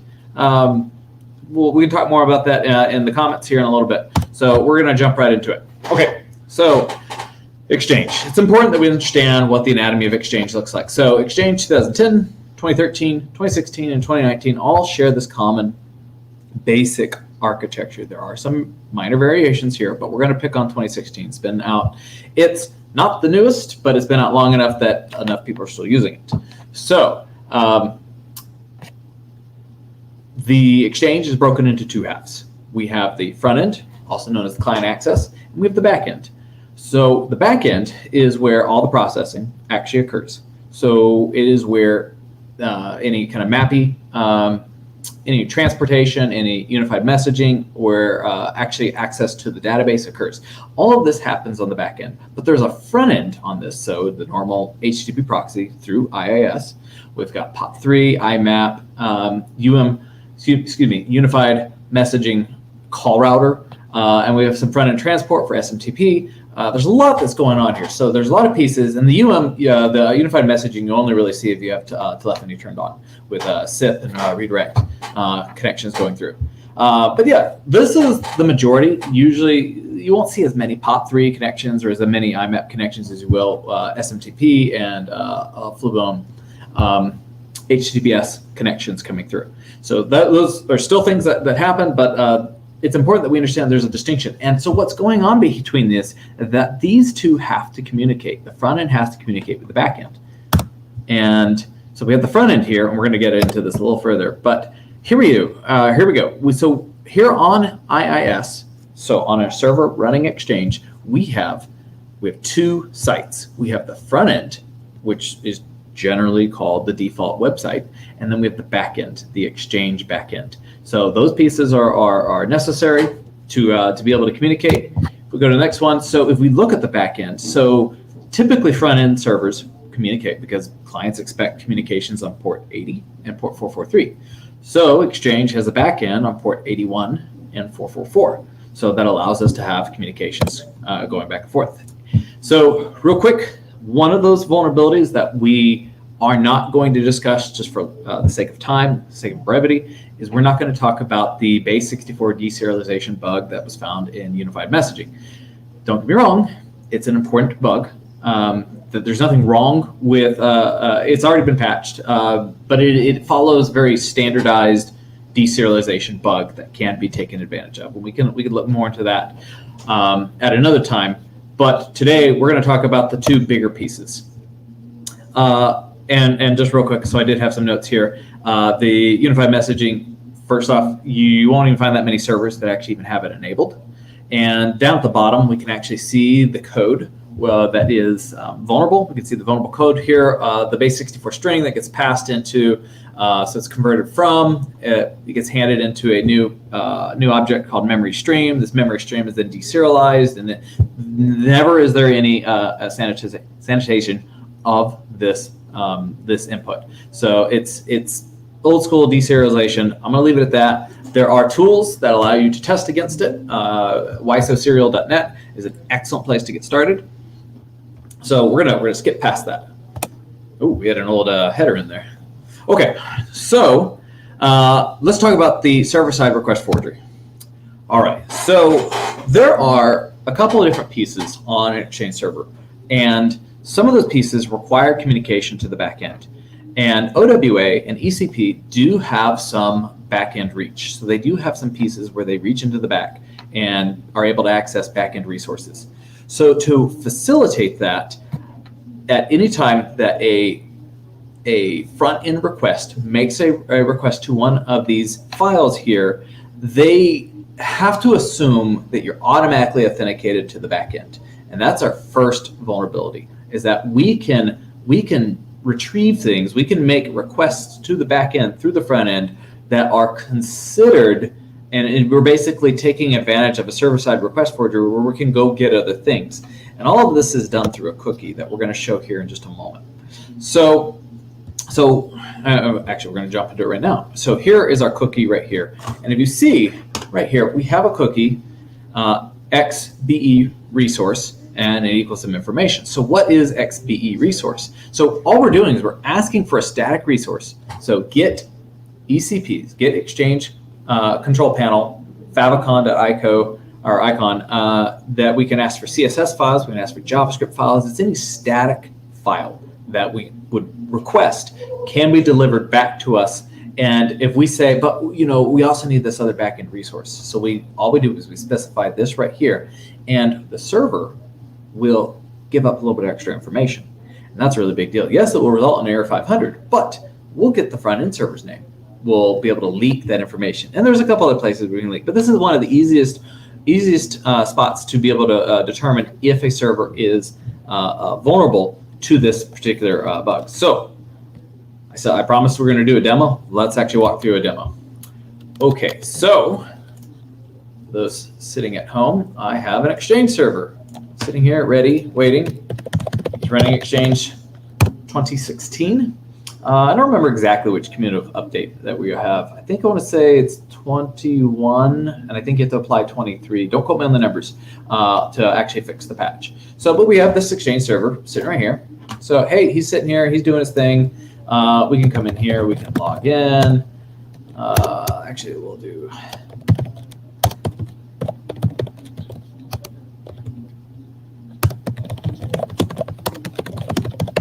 That should allow us in. Cool. Okay, so we have a working Exchange server. That's the important bits. We have some. Well, actually, don't have. They have any items here. We should have some. Well, that's fine. So we have everything here. We have a working Exchange server. He's disconnected for the demo purpose from the internet. That's fine. So, but we know that this is functioning. We can even send ourselves email if we really want. So, in fact, let's go ahead and do that.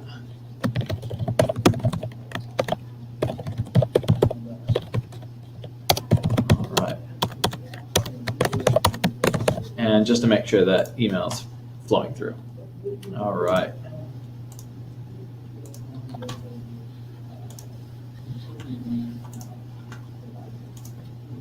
And that's not a big deal. We can see it in the sent items. We'll give it a moment to actually arrive. Okay, so we're going to move on from that. We do see that we have IIS running here. This is important. Remember how we talked about the default websites? So we've got the default websites, we've got the Exchange backend. This is important. So we will be looking at this, and we will be taking advantage of this here in a moment. Okay, so that's not the cool part. Let's talk about the actual cool part. All right, so here we have a Kali box. Okay, let's go to the login MD. Great. All right, so we have that same Exchange server. In fact, we can verify that it is the exact same server if I can type. We'll just put it.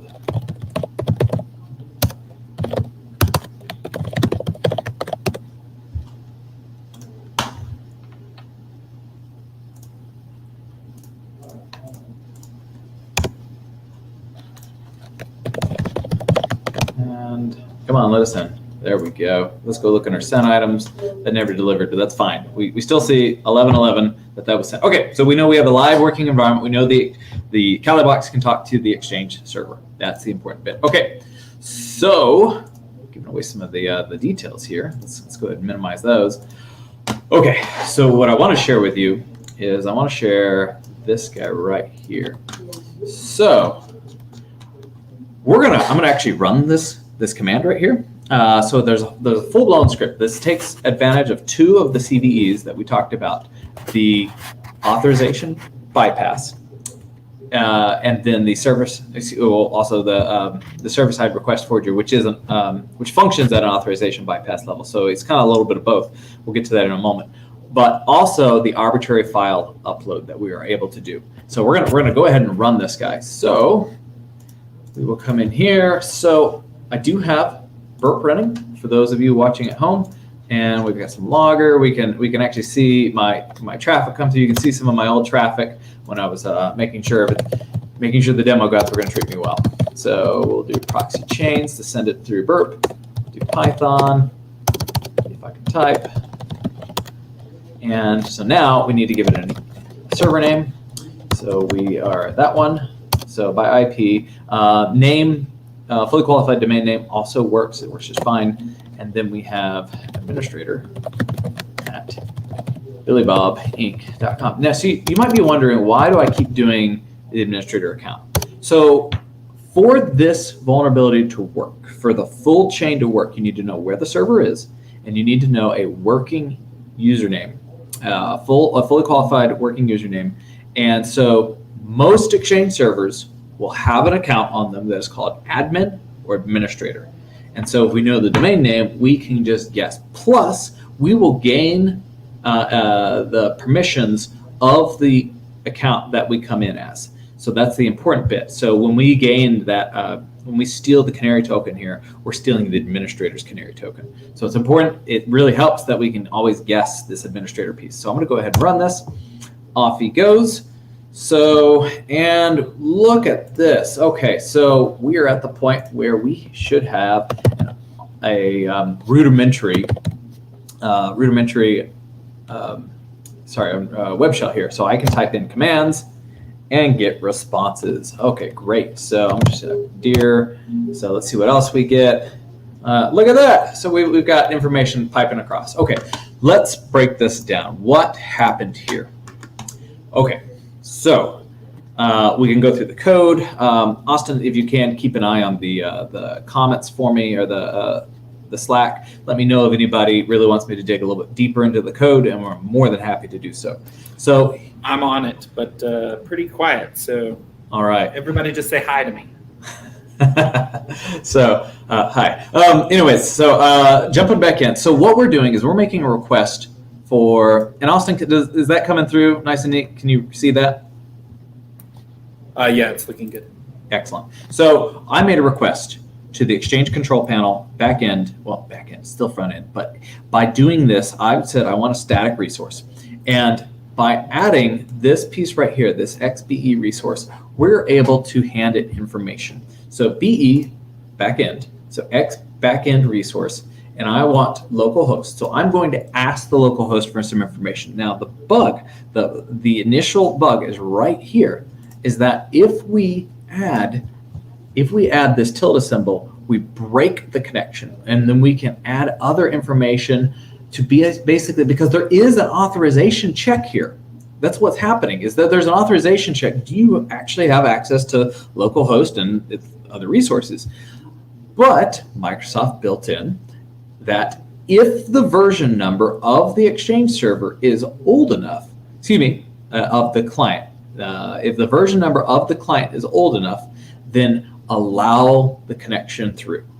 And that's what we're abusing here. So we're going to go ahead and specify our version number is this guy right here. There are other version numbers that you can use. There's not, you don't have to use this specific one, but this is a known to be working one.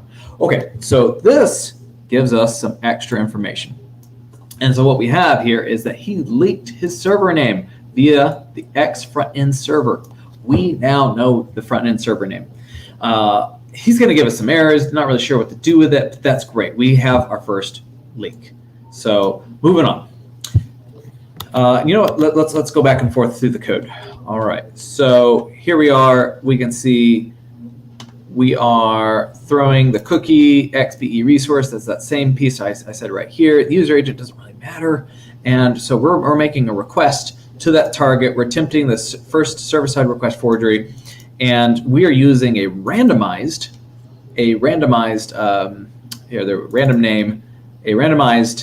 three-letter .js file. So that's what's happening. That's what the script does here. I just want to make sure everybody's understanding. Every time I run the script, you'll see another JavaScript file get created, and it doesn't have to be there. That's the cool part. This file does not exist. You don't have to know the name of a file for this to work. You're just asking for a resource, which triggers function calls on the back end to allow us to be able to also add in this BE resource cookie and be able to take advantage of that. So just for those folks following along to understand how this works. So let's go a little deeper. All right, so now I know the servers. Let's go back here. I know the server's information here. Okay, great. So here's the real spot. Okay, so now I want to make a request. I'm asking for a backend resource. So again, server-side request forgery. I am asking for backend resource, well, front end, but still doesn't matter, through the backend. So the backend will receive this request via this cookie and pass it to this server, and then, which is actually going to the front end, the autodiscover.xml. So let's see what the hell I'm talking about. So we look at autodiscover. Let's go look here. So I apologize. This is one of the files that gets created on the fly. I was hoping I could show you the actual files just sitting there. But that file is created dynamically when we are accessing, so I apologize that I led you guys down a slightly wrong path. But okay, so we make the request, it gets dynamically created, and we're going to go ahead and put together a fully developed auto discovery request here. It's XML, so we're handing it XML here. We know it's XML, and I'm going to say I want administrator at billybobby.local, and you use this regular standard schema, and it replies back with an HTTP 200. Okay, great. So now we know we have some other information. We know the front end, the back end server. We have all this information. We know who performed the calculations. All handy pieces. Okay, and so we get some interesting bits in here. So we get a cookie. It tells us to go set a cookie. That's great. But the real thing we're looking for here is this right here. So we are looking for, excuse me, this. All right. So we are getting the server distinguished name information. So the distinguished name information can be used to make better ideas. So we're getting Active Directory information by doing this. So there's a lot that we can do with the Active Directory information. All right, so stepping to the next request. So these are post requests coming through. Okay, so we got a ton of information from that last one. Now, I'm going to send another post request to that same does not exist file. I'm going to go ahead. I have to give it client info, so this can be these numbers right here can be used on all. It doesn't matter which version of Exchange you're connected to. You're just mimicking a version of Outlook. I did find that these IDs have to be here, but they can be static. They never change. So you can use it against any server that's vulnerable to this. Okay, so the XB's resource that we're asking for is administrator at, and then we have the server name 444. So that's the back end. We're going to talk to Mappy at this point, and we're going to ask for the mailbox. Now these numbers, this SID, it's everything. This is all made up. It doesn't matter. It doesn't matter. What matters here is that again we are piping in this tilde symbol, saying, "Oh, but I'm running an older version of Outlook." So that's great. Go ahead and just do your thing. So it processes, and we actually hand it the information right here. Now, I will tell you, there's a little weird little symbol sitting down here. So looks kind of funny, right? So it looks kind of funny. So what is that? What is that? So this, and I'm still trying to get to exactly the bottom of this. I would love to know exactly what is happening here. Microsoft is extremely tight-lipped about what this code is doing here. Keep in mind, everything we're going over today is for educational purposes, so please use it as such. But this particular hex code right here allows us, once it's applied to the legacy distinguished name information, so it's showing up right here, Burp doesn't know how to process it, so it just shows up as this. Once that's passed through, that allows us to go to the next step. So the server is going to give us a bunch of information, and it's going to send out its SID. Let's go find the SID. All right, so we've got the SID information. There it is. There's the longer string. That's what I was looking for. Okay, so we now have a known SID, so security identifier of the administrator group. Okay, what else can we do with this server-side request forgery? All right, let's send another post request to this not real file. And okay, so we are going to specify the mailbox here. So I have mixed and matched these. I can't get an exact answer on which ones are required. I find it's best to just throw them all in there. The server doesn't seem to care. Throw them all in there and have all these pieces in there. Okay, so we're requesting the backend resource, administrator of the server, 444, ECP, so Exchange Control Panel, proxy logon.ecp. So it's an Exchange Control Panel file. Okay, so this is where the next piece of the magic is occurring. So we are making a request, and we're going to bypass authentication by using the server-side request forgery to get here. Like I said, it's a bit of a long walk to explain how this works. Again, we're using the older version of Outlook as our information. Okay, so we're going to ask for this file, and we are going to give it some information. We're going to post, and we're going to send it in negotiation. So this proxy logon, remember how we talked about earlier, let's come back here, that the two halves of the server have to proxy information back and forth to each other. So what we have here is that this proxy logon, oops, I went to the wrong one. There we go. Oh, that's still the wrong one. Okay, so back here, we know that the proxy logon file exists all the way back here, and he accepts requests. And that we are basically saying, hey, I'm coming in as a user, and here's all my information. Here's my NTLM negotiation. I'm coming in, and I want to be able to access these resources. And we take advantage of that because the proxy logon's saying, oh, well, you're coming in from the front-end proxy, and you seem to already have the proper negotiation, the proper NTLM information. Let's just go ahead and authenticate you. Great. Well, we'll just go ahead and bring you straight on in. So the server, when we hand this information, there's that SID again.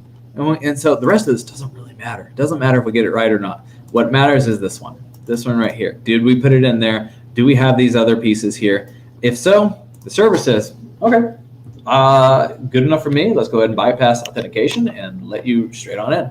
We get a valid ASP.NET session ID that sends this information here. Great. And then we also get an exchange control panel canary token. So this guy right here. So this token will change every single time. And we have to have this canary token to be able to do things.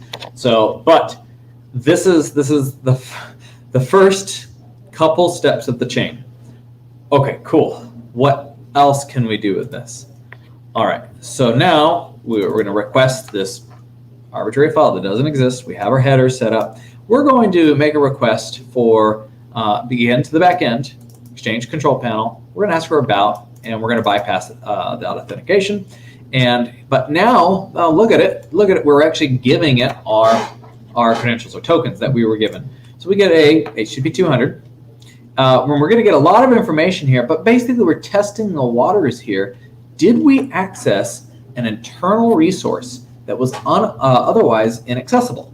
Were we able to get all the way down in there and see? We even have references to the Exchange Control Panel. We know that we were able to reach down deep using the server-side request forgery. We've got the about information. We've got all kinds of things. And actually what you see here kind of going on right here is some of the proxying going on. So we're starting at about.aspx, and we're handing it this ECP egr.js file that we created earlier. So we didn't actually create it. We faked it. It still doesn't exist. But here we are. We're proxying all this information back to the front because that's what, well, the proxy logon, that actual function will do. It will pass things up to the front. All right. What else can we do with it? So we know it works. Well, here's where the arbitrary file upload comes in. Okay, so we're going to jump back to our presentation. All right, so did a demo, arbitrary file, right? So or file upload, you pick. Okay, so there's two things that we can do, and this affects the virtual directory.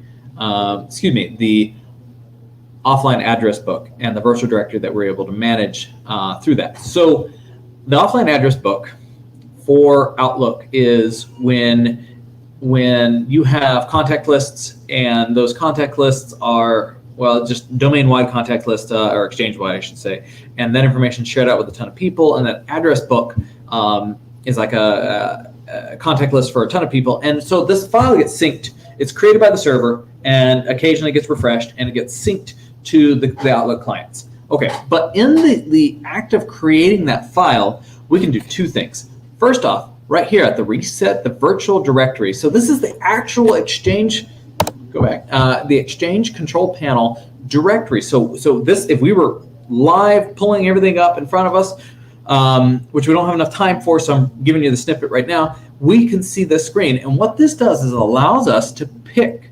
where the current settings for this file will be. What that really means is that we're setting where the reset is going to read a text file and where it's going to read from, and we can pick anywhere on the server. When you have this next vulnerability that we're talking about, specifically the arbitrary file upload vulnerability, you can pick anywhere you want this file to be on the server. So generally we go with the C drive. We try to keep it to known places that we can hopefully see and access. And for those of you that like to do a lot of pen testing or know anything about red teaming, this should be music to your ears, because this means we're in web shell territory. Okay, so we can pick where the file is going to go, but we need to go to the next step. We need to put things in the file. We need to say what's going to be in it. And so as the DevCore team was researching this, they found that by adding information here into the external URL, we are able to add whatever we want to the file that gets written. So here we go. So we have a reset offline address book virtual directory XAML file that gets created, and we can put this wherever we want. So this is the default one, but here, let's look very specifically right here. We have the internal URL, the value equals the fully qualified domain name, blah, blah, blah, blah, blah, quote, HTTPS, : / and then we have this little symbol right here, end quote, so offline address book. And then what this means is that we are inserting a parameter here, and the parameter is something we get to control. Okay, so we get to insert whatever information we want into a file that we also get to pick the location of the file. All right, so let's see it in action. Okay, so here it gets a little messy here. That's okay. So again, we're going to post to this this made up file. We have our headers ready. We're going to access the admin. And I found that you can have admin and administrator here. It doesn't seem to mind whichever one you use. Once you're at this level, especially as we're able to come in and access these resources, especially with the SID information that we've talked about. Okay, so the DDI service, and I apologize, I'm not that familiar with exactly what the DDI service does, but it does allow us to do some backend tooling, such as resetting the offline address book virtual directory. So it allows us to do this. So we are going to send this request. We're going to get object. Remember, all of this is being proxied through to that specific location. And here we're going to pass in our canary token. Let's make this a little bit easier to see. There's our canary token. Great. So let's go all the way down. We have a canary token, and we have our ASP.NET session. If we can make this work, ASP.NET session token. Now you will see the canary token appears again. I'm still trying to decide if that's absolutely necessary. If you have to have it in there twice, doesn't seem to hurt anything to have it in there twice. Like I said, this is the part where it starts to get a little messy. Okay, so I am telling this I'm sending a request to reset that guy. Okay, so, and I'm going to just test the waters here and send a little bit of information, see what we get. We get an HTTP 200. We get, hey, we went ahead and reset it. So effectively, it comes back, hey, we got it reset. We were able to do these things. The internal URL came back blank, but the rest of the fully qualified domain name that we looked at, that we looked at right here, so fully qualified domain name, so that does appear, gets populated into here, and there's an offline address book. So we know that we can drop information right here. Excuse me, right here. We can drop in whatever we want into this location, and because there's no sanitization and we have full control over what this file does or where it's located, we can put whatever we want in here. So, and there is, and I apologize, here I am talking about the internal URL. I meant the external URL the entire time. In fact, you can actually see the payload sitting right here from a previous occurrence. So we have yet to set that payload in this particular walkthrough, and we're about to do that. So we're actually, but you can see the old remnants of it here in the external URL for those following at home that I made the mistake there. Okay, so I'm going to send another request to the backend resource. So proxying it through admin, the server, 444, ECP. So I'm talking to that DDI service, and I'm going to set the object. So the schema, and I'm going to do an offline address book, virtual directory, hand in the canary token, do all these things, and I'm going to pass it some XML information now. Excuse me, JSON information. So it communicates with JSON, so I'm going to send it some JSON, give it some properties, the external URL, and I'm going to drop a payload right here. So if we can get this to actually, there we go. So for those of you familiar with this, on function page load, it will evaluate a request that comes in based on the data that is passed to it and evaluate this in an unsafe manner. So pretty simple payload. It allows us to execute information on the server and then pipe it back out via JavaScript. That was a part of the difficulty in trying to actually get this to function. Yeah, you can tell it to run things, but how do you see if it's actually functioning? And then we got the rest of the offline address book reset information. Okay, and we won't get too down into the weeds on that. Okay, so here we are. We have another request going out. So should be all the same details in here. Yep, so it's all the same. And so now we're going to set the location of the file. So we're going to go ahead and perform the reset. And we're going to say, I want you to set this file location to shell.aspx. So it's going to live in the OWA auth shell.aspx location. So I've set where I want that file. Go ahead and do the reset and set your new location there. Remember, all of this was possible because we control these variables, the location and the contents. That's how this happens. Okay, so now I can talk to him. So I have a living, breathing shell. Well, breathing is a funny way to put it. So let's go look at my, here we go. So I have in my shell content, here's that same script we were talking about. So it's JavaScript, run at server, function, page load, evaluate this unsafe data that gets passed to it via post request and the post parameter called data. So that's how we're going to communicate with it. In fact, here's all the pieces that we go through and we make sure, and all of this is available on the internet. That's the scary part. If you have an Exchange server, patch it. We're at script kiddie levels here. Now, previously, that a lot of the payloads hadn't worked, but I will be sharing a working payload with you today that I've seen in the wild, and it's important that we know because that we're walking this long path to have an understanding of how exactly this works. Okay, so and here is our really rudimentary web shell. So it opened the web shell. It's basically going to sit in here and it's going to post information here. It's going to read it back. So it's going to send the data. And so in the data will be data equals response, write new, active directory or ActiveX object. We're going to run a script, PowerShell command, and I'm going to pipe in whatever I want right here. Standard out, read all. Okay, great. So, and then if the command comes back as a 200, or it does not come back as a 200, it'll fail. But if it does come back, so if it passes this if command, it will output and put that information onto the screen.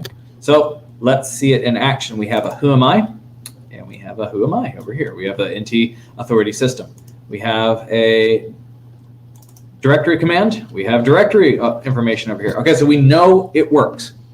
So now this rudimentary process of passing PowerShell commands, I have found easily breaks the server.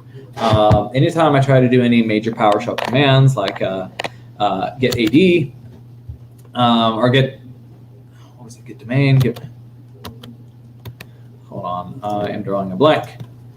So who am I? Am I still connected? I am. Get AD, I think it's AD domain. I'm drawing a blank on this one. Let's just do get users.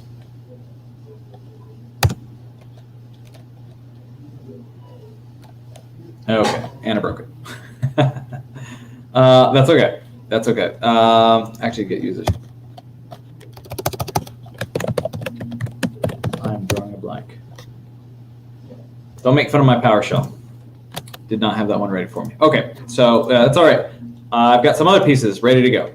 All right, so let's look at a better payload. So here instead of handing it the payload, this JavaScript run at page load eval, let's do this JavaScript run at server function page load eval, and then I'm going to do some encoding. So it tends to break if I hand it things that aren't base64 encoded. So here I am. So for those sitting at home who happen to recognize this is China Chopper. This is a basic and recently repopularized vulnerability called China Chopper. Hafnium Group, who was exploiting this in the wild, has been seen using this. So it's important. Now this key right here is the key of the data that we're going to be handing it. That way, not just anybody can hand information to this particular server. So it's in a way kind of password protecting what we have going on. And we're going to see this in action. So let's make it happen. So we will do a come back here, and it functions almost identical, except we have the rudimentary Python or the web shell removed. So we're going to do China Chopper. Send this guy over. He's doing the same thing. Let's go back and see. Oh, we have activity. Okay, so we have access to backend resource. We get the leak. We send it more information. We steal all kinds of information, and then finally we send this guy. So there's our payload. This is going to write into the offline address book file that we get to pick the location of, and the location will be OWA auth chopper.aspx. Okay, so this is what we're using here. So why do we know that this works? Because I have it set in here. All right. So again, where's my? There we go. So we're handing it Chopper. So we can name this whatever we want. It's going to create a file, an offline address book file here. So let's actually go and look at this. What does it look like? So I'm going to send a repeater. And you know what? Hold on.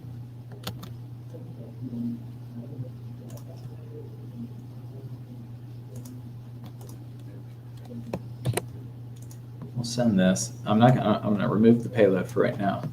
And I just want to do just a plain old get. Give me some information back. Uh-oh. Looks like we borked our Exchange server. That's okay. That's okay. Tends to break. All right, bear with me, folks. We will issue a reset right here. I did try IIS reset these two, and that doesn't seem to clear it. So quick reboot. He'll come back here in a moment, and then we'll be able to pass these commands along. Okay. So let's look a little bit closer while we're waiting on that. What is going on here? So we're going to hand this information right here. And so let's look at the payloads. Since we're starting to run a little short on time, let's look at the payloads. So I've got a bunch of payloads here that I am dying to show you. All right, so should be nice and big. Okay, so what is this? It's a bunch of base64. So let's go look at our decoder. Let's pass in some information. Let's decode as base64 text. Okay. I am here. I am asking it. So I'm going to set a variable named P, get some processes, and then so it's going to go get all the processes. Then it's going to walk its way through P, through every single item, and validate what processes are in there, and then write those as a response, all via JavaScript. Really cool that we can get to do this. Now that's ASP.NET code, if you're really wondering what kind of code this is. Okay, so is our server, he's almost back, so I apologize. So that's really cool, but now the important piece here, and so payload 2 has it here, that's fine. This one does not have that particular, remember the key we talked about earlier? So one has the key, one doesn't, but they both require the key. In fact, we will pull up burp here, go to my repeater, click on the right repeater, and we're going to get this guy to run. In fact, we can look at an old one while we're waiting. So here, it's the same information right here, and we use that same key, and I'm able to extract the running services. So I can extract running services, and the one I'm really interested in is the LSAS. So I can pull LSAS information. Okay, great. What else can I do with that? Is my server up and running? Hey, so we got a question from the Yeah. the crowd here. Is that version of Chopper sending the key in the function? So the key is a part of the payload, and so you'll see it. There's two payloads here. There is the web shell that gets uploaded, and the key is set there. And you can see that right here. So hold on, I say right here, and I'm not even ready for it. Okay, so I'm going to zoom out a little bit. Okay, so right here, we have the requirement that I'm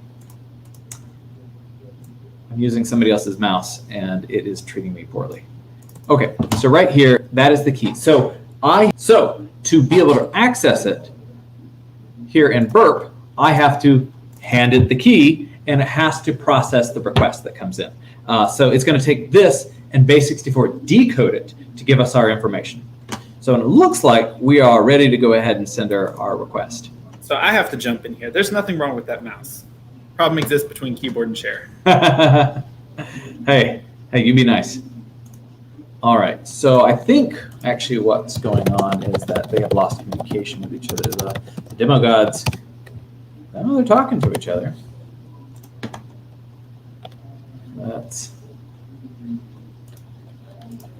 Don't make a fool of me today. That works.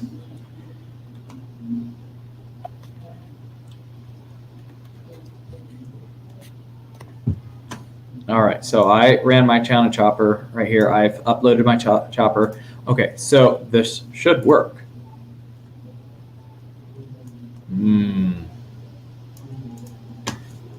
No, demo gods, be nice to me. No, you have not paid the toll. No, apparently I have not. Let's ask it for anything. Let's go get. Come on, demo gods. Be nice. Because we're getting no response when we send that.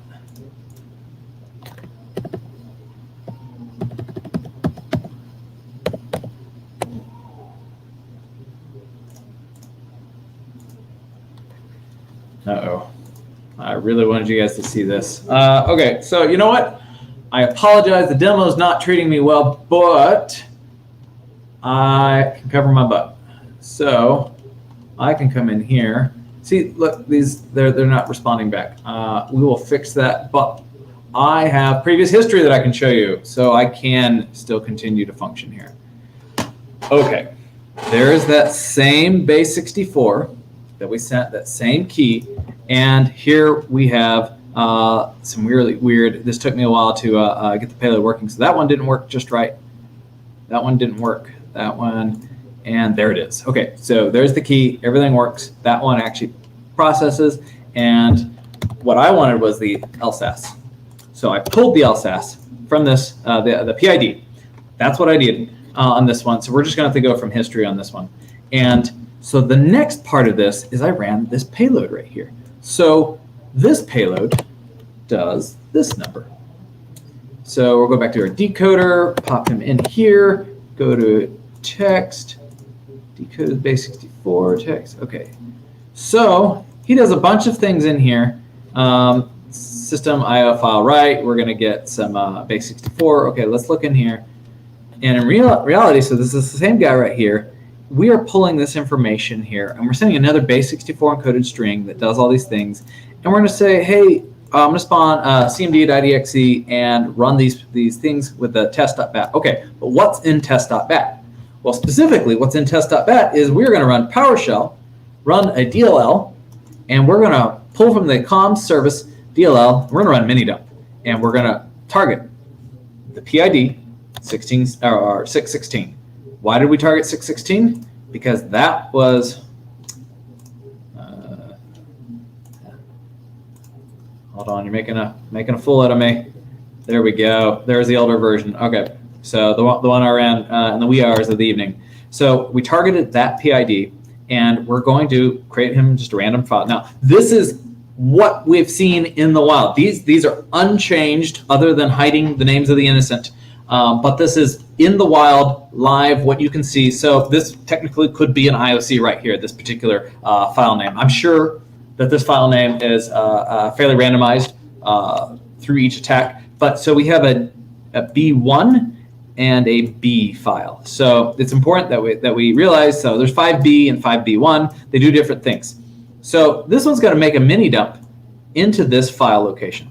This one's going to pull all Active Directory user information and dump it to a file called ending in 5B. So all Active Directory, it's just an old school DS query. So then we're going to make cab, and this is a live, a real world vulnerability that I have observed. It's going to make cab it, which compresses into cab file, and name it temp.dump. Dump.zip. It's not actually a zip file, it's a cab, but this is the way this one functions. And this one will do the same, dump.zip, and one is 5B1, the other one is 5B. So what all can we do with this? So all right, so I can use the curl commands to go get those files, and what pops out is, so let's actually look at my, let's go back to, hold on, I should have my file right here.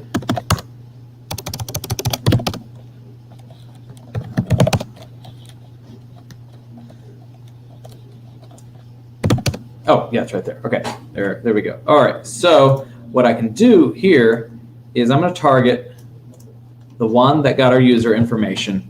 So this dump right here. So I'm going to target 5B1. And we are going to do a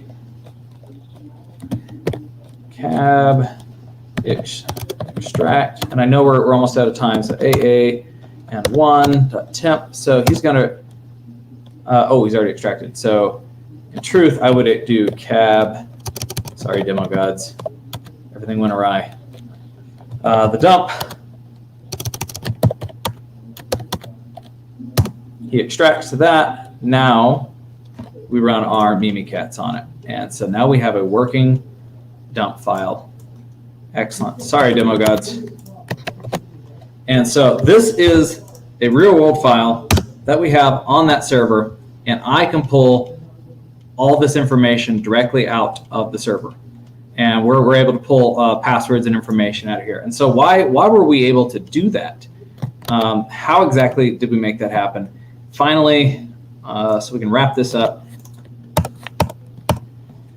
And what to do, like I said, patch everything because this is really bad. But more importantly, we want to see what it looks like. So here's the server. And we are going to go and find that location. Hold on, that's the wrong spot. Austin, I'm almost done, I promise. Do we have any questions while I'm doing this? I don't believe you. I believe in me. So the only comment so far was Defender killed the shell, and yeah, it's very likely that Defender. But I mean, we've had been able to disable. So I moved these files to here because that's my work at 2 a.m. But you can actually see as these same files were getting created. I'm really frustrated that the one piece of the puzzle is that this file creation is not working. So that should work, and I'm frustrated that it doesn't. And we will go back to repeater, and we'll hit. This is the universe balancing the scales for all the grief you give me for my demos failing. Yeah. All right. So my demo failure, I apologize, but I had a history to back it up. Like I said, I'm not crazy, but this totally works. And so we can list the processes. We can spawn shells. We can have reverse shells going on this. We can dump creds, and we can do all of this without ever knowing anybody's password, and we can steal the passwords directly out of an Exchange server. And I've seen this live, seen it happen. The moral of the story is either get rid of Exchange servers or upgrade them now. So any final questions?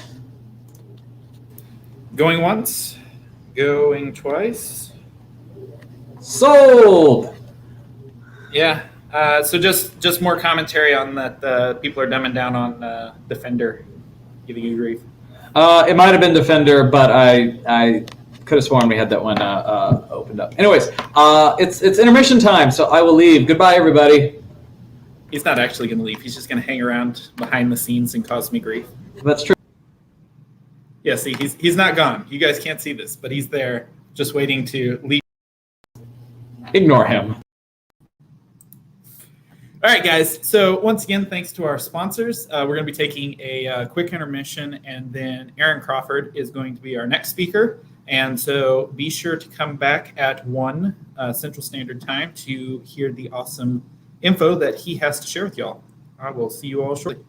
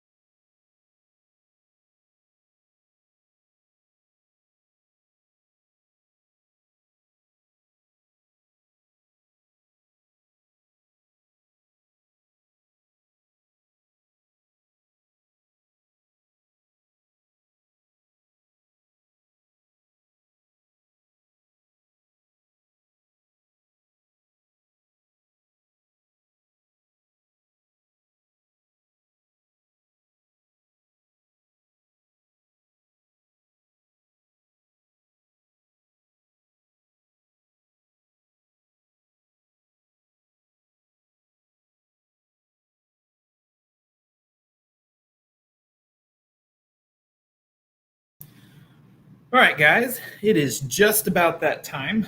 I will go ahead and do another shout out. Our sponsors are amazing. Sign up for swag, sign into Slack, come talk to me.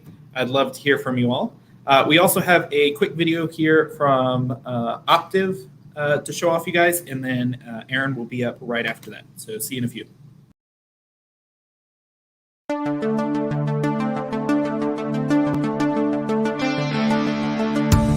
So within identity and data management at Optiv, we are able to assist organizations through mergers, acquisitions, digital transformations, really with the mission to secure their organization while also enabling a superb user experience. Digital transformation, or as I say, digital disruption, has brought great opportunity to many organizations, also has created a large amount of risk.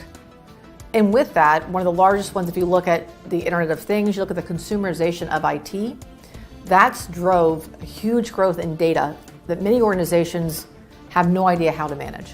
At Optiv, we work alongside our clients to really help identify, one, what are their crown jewels? What are their most critical data assets within that organization? What are the requirements to protect that data? We then take it a step further and from a policy perspective, put the right policies in place. And then we work with the customers and our customers and clients to put the proper protections, all with a mission to help organizations be able to secure and utilize and really maximize their data to grow their own business.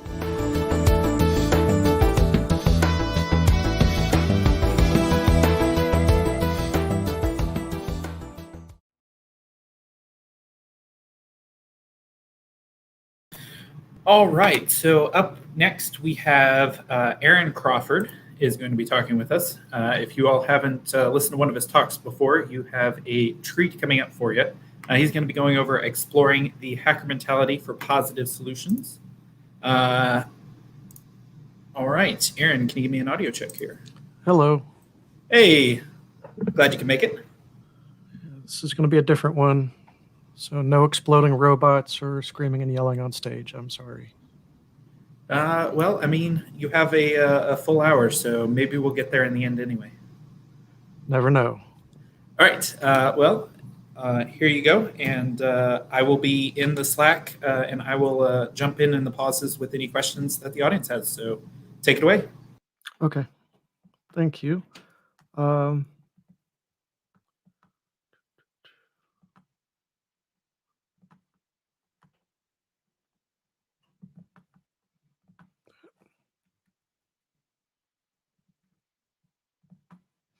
Okay. Everyone see the screen okay? Looking good here. Okay. My name is Aaron Crawford, and today I'm going to be doing something a bit out of the ordinary and different. We're going to be covering how to use the hacker mentality to create some positive solutions.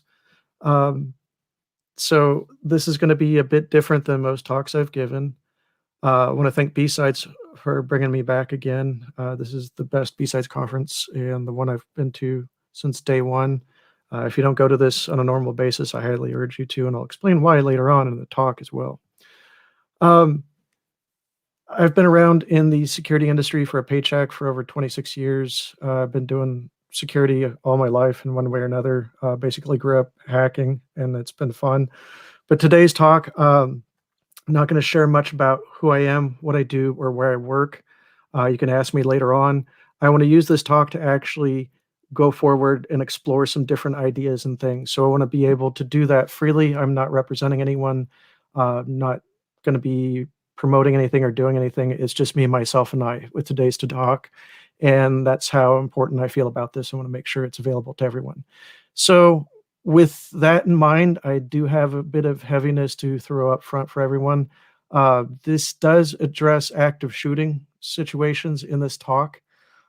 This is just a warning right now. If it's triggering, if it's problematic, no questions asked, don't care. Make sure that you walk away for the next 15 minutes. I'd like you to come back to see some of the solutions and things that are being built. But next 15 minutes, please walk away. In the same regards here, this talk is not a platform for politics, discussion, or beliefs at all. I just want to make sure people are taken care of and have the opportunity to participate with some different material. So with that, today I'm keeping things very simplified into groups of four for solutions and things. And basically what I want to cover is how do you take that mentality you have as a hacker for troubleshooting, creating solutions, finding things out that most people normally wouldn't. We as security professionals and hackers have an unfair advantage with the world around us because we don't accept it for what it is.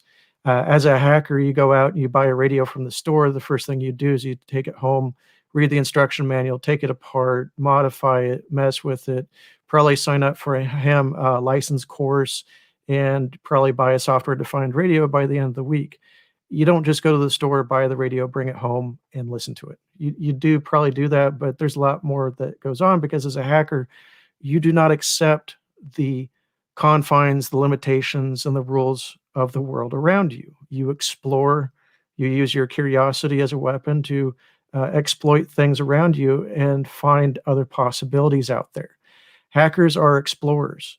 Hacking is a verb, and I would like that to get back into the way of things in the world, so that's why I'm giving you this talk.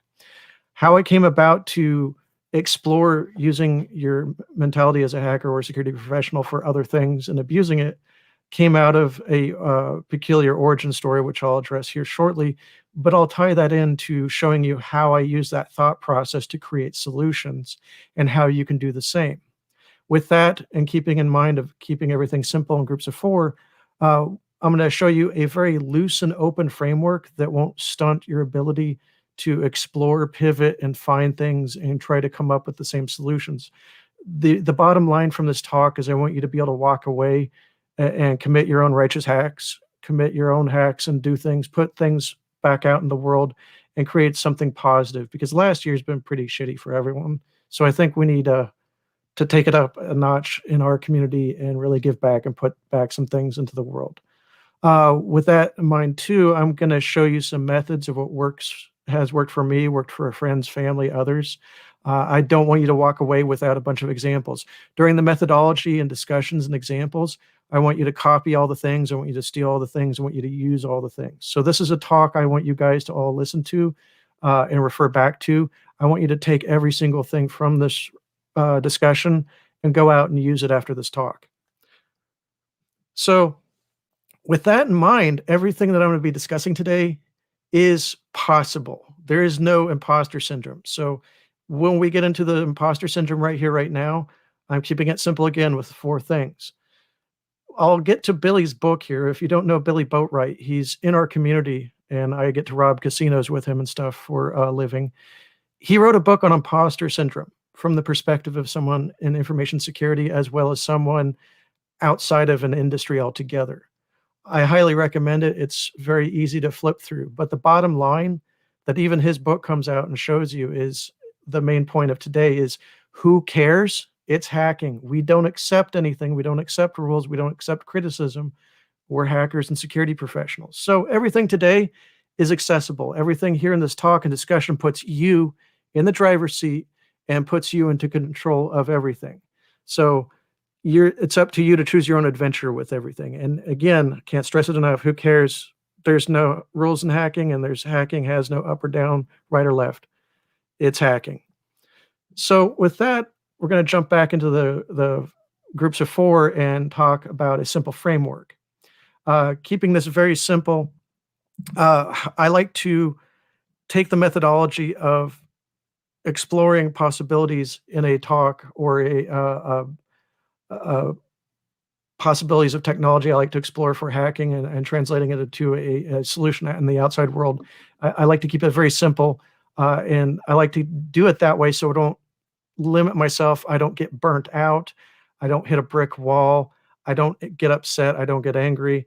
I like to keep this loose framework, and I'll discuss it here real quick with you, and then I'll follow it up with an example to make sure everyone sees how it can kind of work and how I would like you to take it away from this and use it on your own. So this is up to interpretation, so please feel free to change this. This is why I keep it simple. First thing I like to do when I go out and try to find a way of using hacking for something good to commit a righteous hack. And what I mean by a righteous hack is something that benefits yourself or others, but it's not something that you can monetize, you can capitalize. It's something that benefits everyone else and can be shared. In the early days of hacking, when someone figured something out, it spread like a virus. Everyone spread it out as fast as you could about things. Hey, I can do this. This is how you get free calls on a payphone, or this is how you protect Novell NetWare. It didn't matter. It was an idea was found and it was shared all over the place, and it was kept righteous by making sure no one got hurt, no one made money off of it. And when I like to come up with things like that I can translate and transform into something to help others, I start out with something that I know the best, something that I'm passionate about. If it's something I'm passionate about and I like to explore or that interests me, I'm not going to get burnt out. I'm going to stick with it. I'm going to find all sorts of new uses, abilities, and abuses of whatever I'm exploring or digging into. So start, just like with writing, start with what you know or are interested in. So begin exploring your passions and what you're passionate about. So in a coming example, I'll get into UAVs and how I'm into UAVs and drones and how I use that to create a solution. As soon as I figure out what I'm passionate about or what I want to dig into, I then start exploring the boundaries. So as a hacker, we don't accept what limitations are presented to us. We don't accept the fact that you should only use an iPhone one way. We don't accept the fact that you're supposed to use your Android phone a certain way, or that certain things are suggested. We don't accept that. And that's what happens in the boundary phase. I like to take the piece of technology or the concept that I'm passionate about and explore what are the boundaries. What are the perceived uses of this? What are the limitations? How is it suggested to be used? What's it supposed to be used? How do normal people use it? So on and so forth, so I fully understand it. This is one of those RTFM moments. Read the manual, please. After that, and I kind of see where everything goes and what the boundaries are, I like to move into what I call the alternatives phase. In the alternatives phase, I start exploring what are the actual alternative uses. This is the kind of phase where I put everything on the workbench, set it on fire, pull out the soldering iron and the hammers and things and see what happens. See what other uses or other interpretations can be found through a methodology or technology. Start voiding the warranties at this point. This is where the proof of concept occurs in the exploration process. After I have explored all the possibilities, seen what the alternative uses are, and proven that they can be used in the way that I want to or think they can be used to solve an issue or a solution or a problem, I bring it into the solutions phase. In the solutions phase, I put everything into action, make sure that it's documented, make sure that it can be replicated, reused, and done by others. Make sure my crazy things that I came up with can be beneficial and replicated and used by others is what happens at this point. So I like to keep things very simple, and this is something that you can change, and I encourage everyone listening and watching to take their own interpretation of this and change this. But I keep this very loose and open in 4 phases so I can go, okay, I got an idea. My idea is X. Well, let's go see what X is like and what I can do with X. Once I figured that out, I like to see, well, how far can I push the envelope? Can I put this into play? Will this do what I want it to? And then I complete and document, package it up, make sure that others can use it and share it with others so I can solve a problem or resolve an issue with it. So taking this kind of loose and open framework, I'll give you an example of how I used it and how this talk came to be. So I used to fly planes for a while. I can't anymore. So I got into drones and UAVs. I'll use those terms loosely and interchangeably throughout this talk. So I apologize to anyone who finds it offensive using one term over the other. I like using UAVs so much that I started seeing what I could do with them. To me, it wasn't a matter of escapism or a hobby. It wasn't just, hey, cool, this is an RC toy that I could play with and annoy people around me with. I started seeing that there was possibilities. The hacker in me started seeing things like, if you have something that's up in the air, you can see what's down below. And there are things you can put on the drone. The drone could probably carry things other than just a camera and do other things. And that started a whole avalanche of ideas. I started sitting there going, hey, as a red teamer, as a pen tester, as a security assessor, what can I use a UAV for? What can I do with a drone? How can I put that into my workflow? How can I do this so that I can expense my boss the fact that I bought a drone? Other fun stuff like that. I found out quickly that I could incorporate drones and UAVs. For people who've been to the past BSides conferences know that I've put it into place so you can do 3D mapping of wireless, you can do mapping of buildings, you can do wireless assessments with them, and you can also do assessments of guards. So one of the things I use UAVs for is I will help clients understand what the availability and the effectiveness of guards, physical human guards are. So I will throw a drone up, see everything from below, and see what the patrol patterns of human guards are, if they're worthwhile, if they endanger the guards in any way, if they're effective, things of that nature, because by putting a drone up in the air, you can see exactly what's happening in real time. It's your own Google Maps. As you can see on the screen, you can recognize this is the normal location for BSides Oklahoma when we're physically in person. Hold on here a sec, Aaron. I'm just seeing your slides inside of PowerPoint, and they're not, we're still on number 1. There we go. Dear. Oh, dear. Okay. Apologies for that, folks. Yell at me next time earlier, Austin. Dang it. My bad. Yeah, for some reason it's not showing. Can you all see that okay?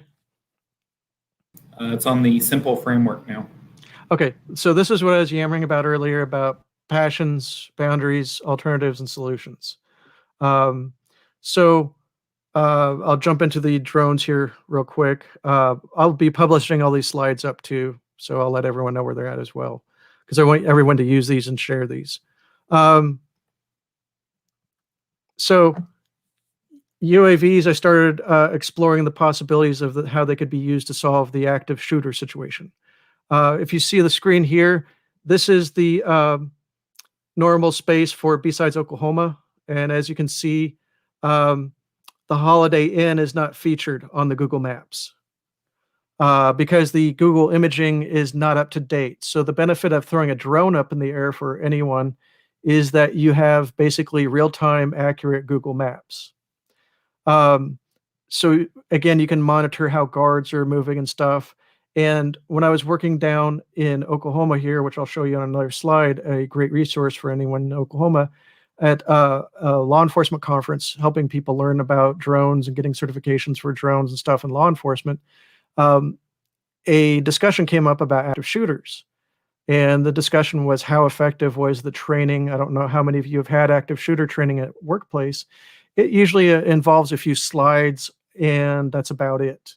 There's no like real drilling. There's nothing really tangible. To be fair, it's a very hard thing to train and help people understand and work through, because it's not something we can readily predict and treat like most other situations. So I was hearing how they were having issues with that, and I started showing people what I do with the drones for the guard placements and guard assessments. And so I then quickly merged the two together and created a framework, books and materials that allow law enforcement to reach out to businesses and schools and create a solution with drones and UAVs that allow them to prepare for active shooting scenarios. And what I mean by that is a law enforcement can build a bridge with a local community business or school, throw a drone up in the air, capture the image of the school or building or office building, and sit down with both parties, the law enforcement as well as the business owner, can sit down and map out possible scenarios such as, hey, if an attacker comes in from this exit or entrance, here's how we want people to exit the building. But more importantly, here's where law enforcement can become involved and advise people as to here's where we would station vehicles that arrive. Here's where we would cordon things off. Here's where we would quarantine family members and press and other things. Here's where we would set up first aid. It basically allowed law enforcement and the business to be better prepared, anticipate, and then conduct drills, because then that way, when they knew what scenarios would work best or what exits and entrances would work best to get people out of the building safely, businesses could start drilling on getting people out of the building just like you would with a fire drill. And more importantly, it helped law enforcement. So when they responded to that business, they knew exactly what the lay of the land was, what to expect. They had an accurate, up-to-date map, and they could deploy a response faster to help everyone rather than just someone who was unprepared. So by taking my love of drones and the hobbies and everything, I took that kind of the hacker mentality and security professional mentality and married them two together to allow for a solution to be created that others could use. Granted, it's not a fun topic, but in the security community, we're all in security because we like protecting and helping others. So Aaron? yeah. Let's do a quick troubleshooting session here real quick. So Okay. what we're seeing on the stream is we see your slides in edit view and not in presentation. Yeah. And let's see. Some of the guys think maybe you're sharing the wrong screen. Does that work? No, we're still just seeing the PowerPoint edit view. Okay, I see where you're at.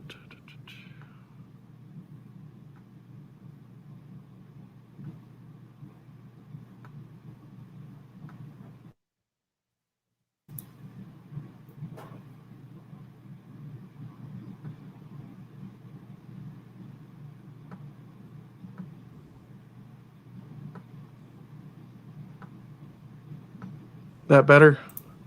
Much. Thank you, sir. Okay, so apologize for that, everyone. Again, I'll be putting up the slides for everyone to check out later anyways, because I want everyone to have these. So by creating the solution with these, putting these two things together, I was able to come up with something that I could pass out to others, help others with, and give on to others. And everyone in law enforcement was surprised as to how'd you come up with this? Where did this come from? How would you think of something like this? Because in most situations, people just see the drone as a tool or as a hobbyist toy. They didn't see a situation in which it could be used to help businesses and schools prepare and address active shooters. Since we're on the subject of UAVs and drones, in Oklahoma, you guys have Skyway 36, which is on the screen there, and I highly urge anyone in Oklahoma to go there. And if you're into UAVs and drones anywhere in the United States, this is the largest facility for drone exploration. They have a landing strip and everything, communications, a whole 9 yards set up like you've never seen. Definitely check it out. And if you don't have a drone and want to get into drones and UAVs, Oklahoma is a place for you to go check it out. So definitely go exploring down there. But with this in mind, I took a concept or a passion, I explored it, I saw what could be done with it and pushed it past its limits as a hacker would with anything else technology-wise.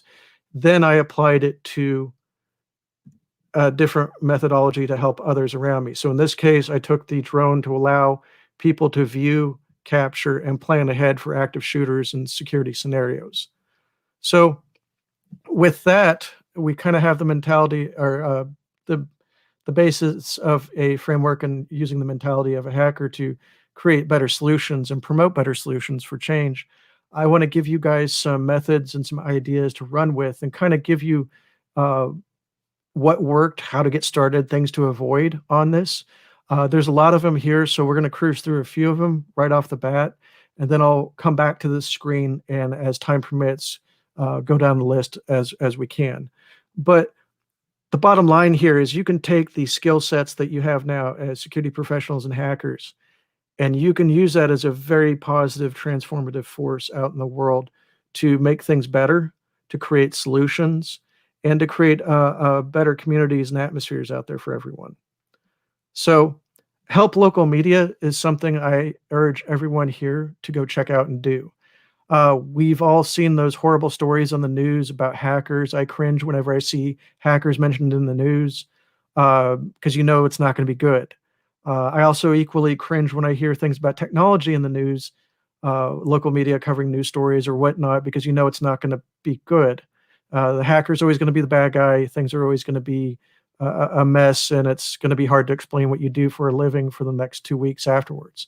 However, you can change this, and I highly urge everyone on here to do this.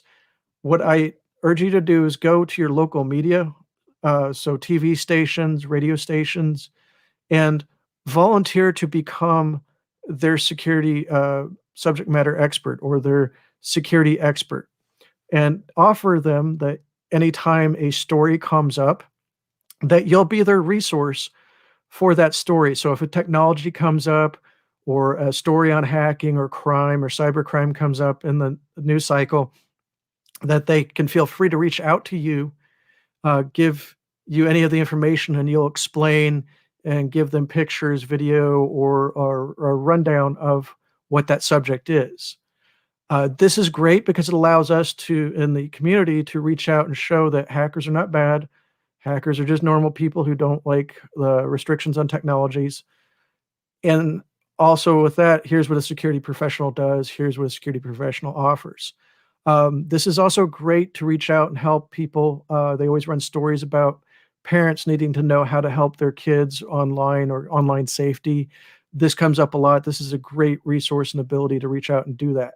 To get involved with this, what I urge you to do first is reach out, make a phone call to that group, whether it's a TV station or a radio station, talk to them, tell them who you are, what you do for a living, have business cards, a resume, a portfolio, if you will, or a review or references of past speaking engagements or anything of that nature. You want to basically have all the information preloaded up front that helps them to understand who you are and why you're a trustworthy source. The other thing you need to do is be very mindful and well-spoken. Be very mindful of what you say in the vernacular you use. You can't drop an F-bomb in the middle of a local news broadcast. So always be mindful of how you're speaking and what you're saying. But by reaching out and doing this, you can help local stations and eventually national stations as well with stories and help them to control the narrative, to show the positive side or to show possibilities that they normally might not have that opportunity. When you start this, I have to warn you up front that once you get started, it snowballs pretty quickly. You'll have people from local stations as well as national affiliates and places all over the place you've never heard of will reach out to you and start asking you for comments or input on things. And it's a lot of fun. And I urge you to do this because it can add a very positive spin on our community and what hackers actually do. The next one here is very important. Speak to students. I will warn you right now that this is probably the hardest thing you'll ever do in your life. You could speak at the opening ceremonies of Black Hat and DEF CON. It's a cakewalk compared to what this is. This is a very hard audience and crowd, but it is probably the most rewarding experience of your career you'll ever have. And speaking in front of students, what I'm getting at here is think about what you were like in the later days of high school, where you were trying to figure out what you wanted to do, where you wanted to go for college, what you were going to do for your career. Imagine if you now could step into the classroom and speak to your 16, 17-year-old self and show them the possibilities of, hey, you're not quite normal. You play too much Dungeons and Dragons. You drink way too much Jolt Cola. Guess what? You can make money and have a career in hacking and security or programming or IT. So it's absolutely amazing and invaluable to students out there. If you can go out there and share with kids what you do and how you do things. I like to talk to groups of students about what I do for a living, but more importantly, how I got there. Sharing with students how you got started into the security world, or what certifications you pursued first, or how you took certain tests, or what they can expect in stuff like hacking and pen testing is not always going to be crazy all the time. There's a lot of report writing, things of that nature that you can share with kids and students and show them that, hey, there's a whole nother career path out there that you probably haven't even considered, and it's probably not in your guidance counselor's office. This is single-handedly one of the most important things you can do in your life and career, is help a group of students out, show them what the possibilities are in our field.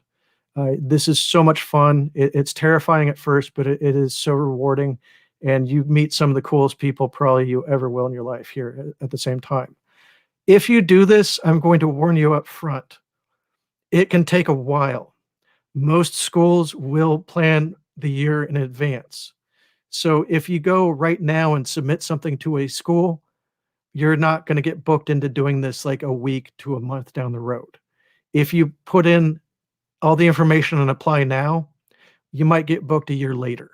And that can be kind of frustrating up front. More importantly than anything else, probably even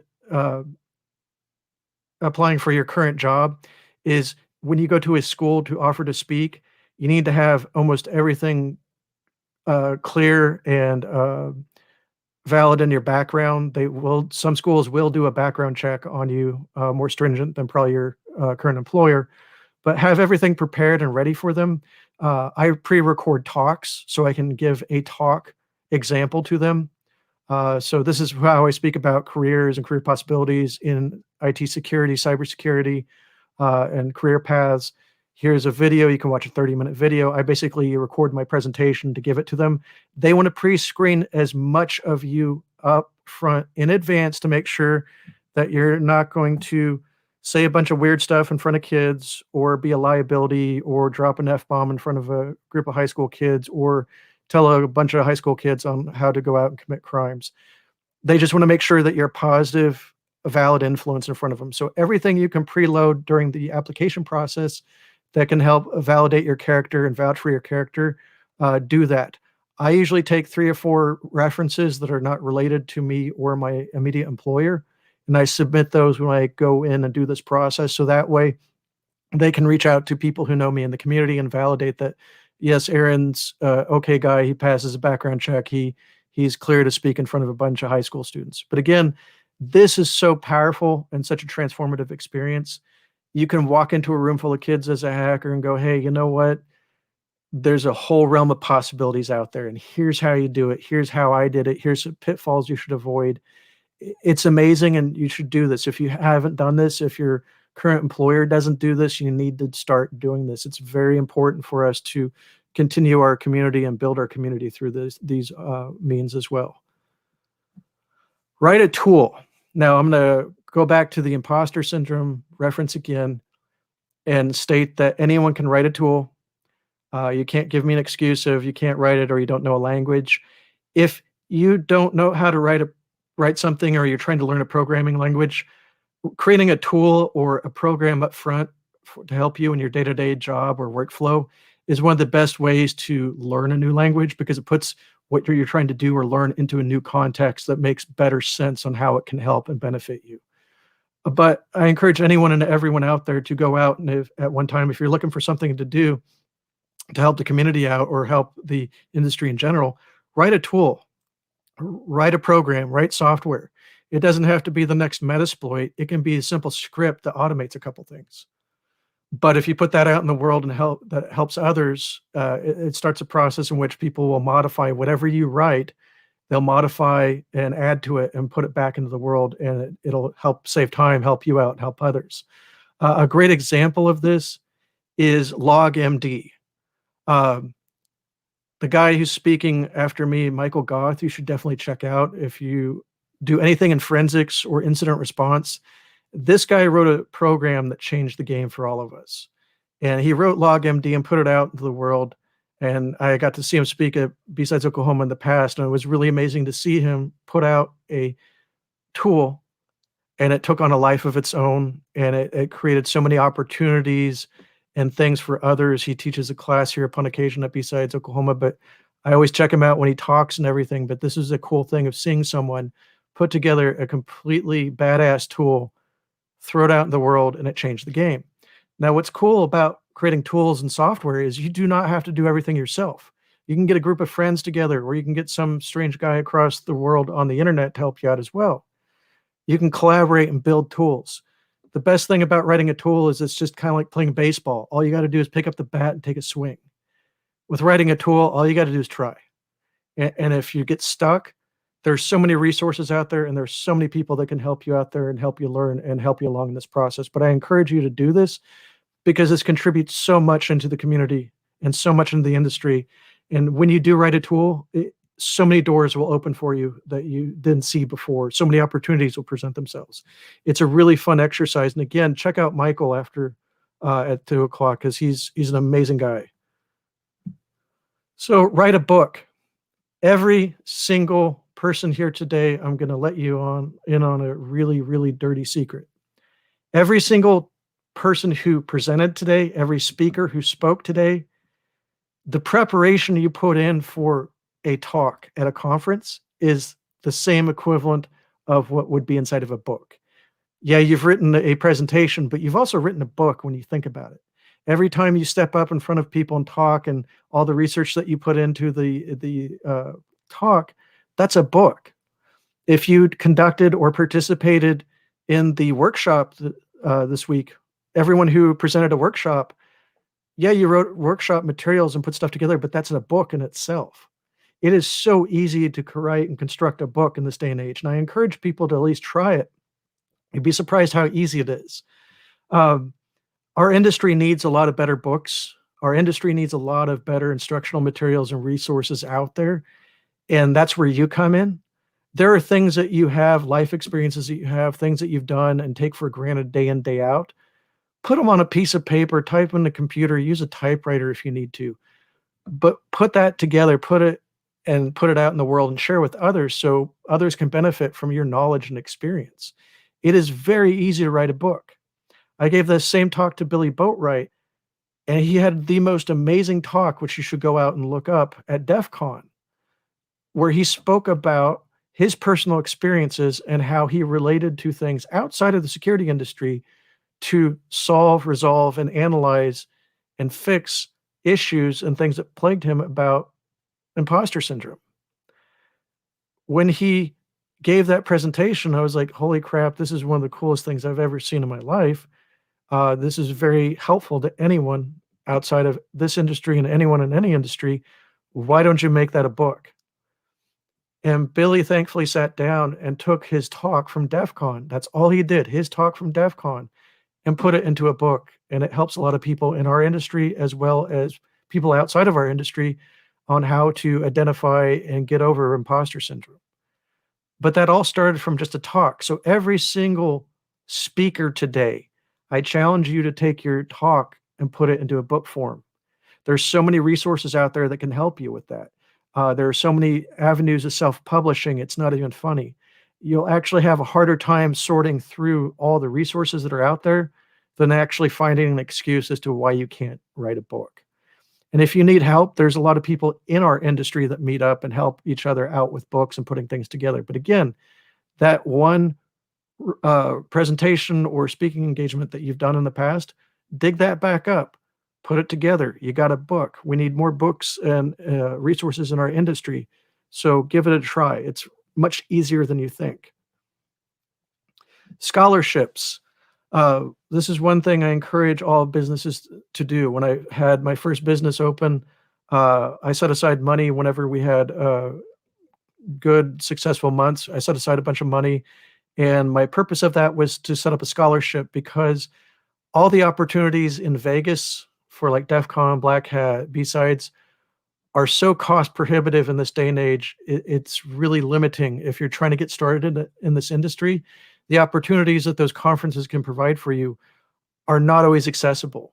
So what I did with my company is we set aside some money.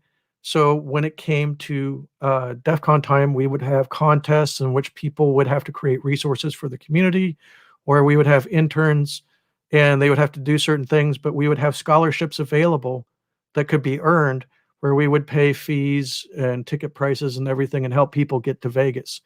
I encourage all businesses and all the sponsors here with BSides, if you can, start a scholarship program to help getting people into more events and into things. SANS courses are great, but they're cost prohibitive. You can set up a scholarship and send people to SANS classes. You can send them to other conferences.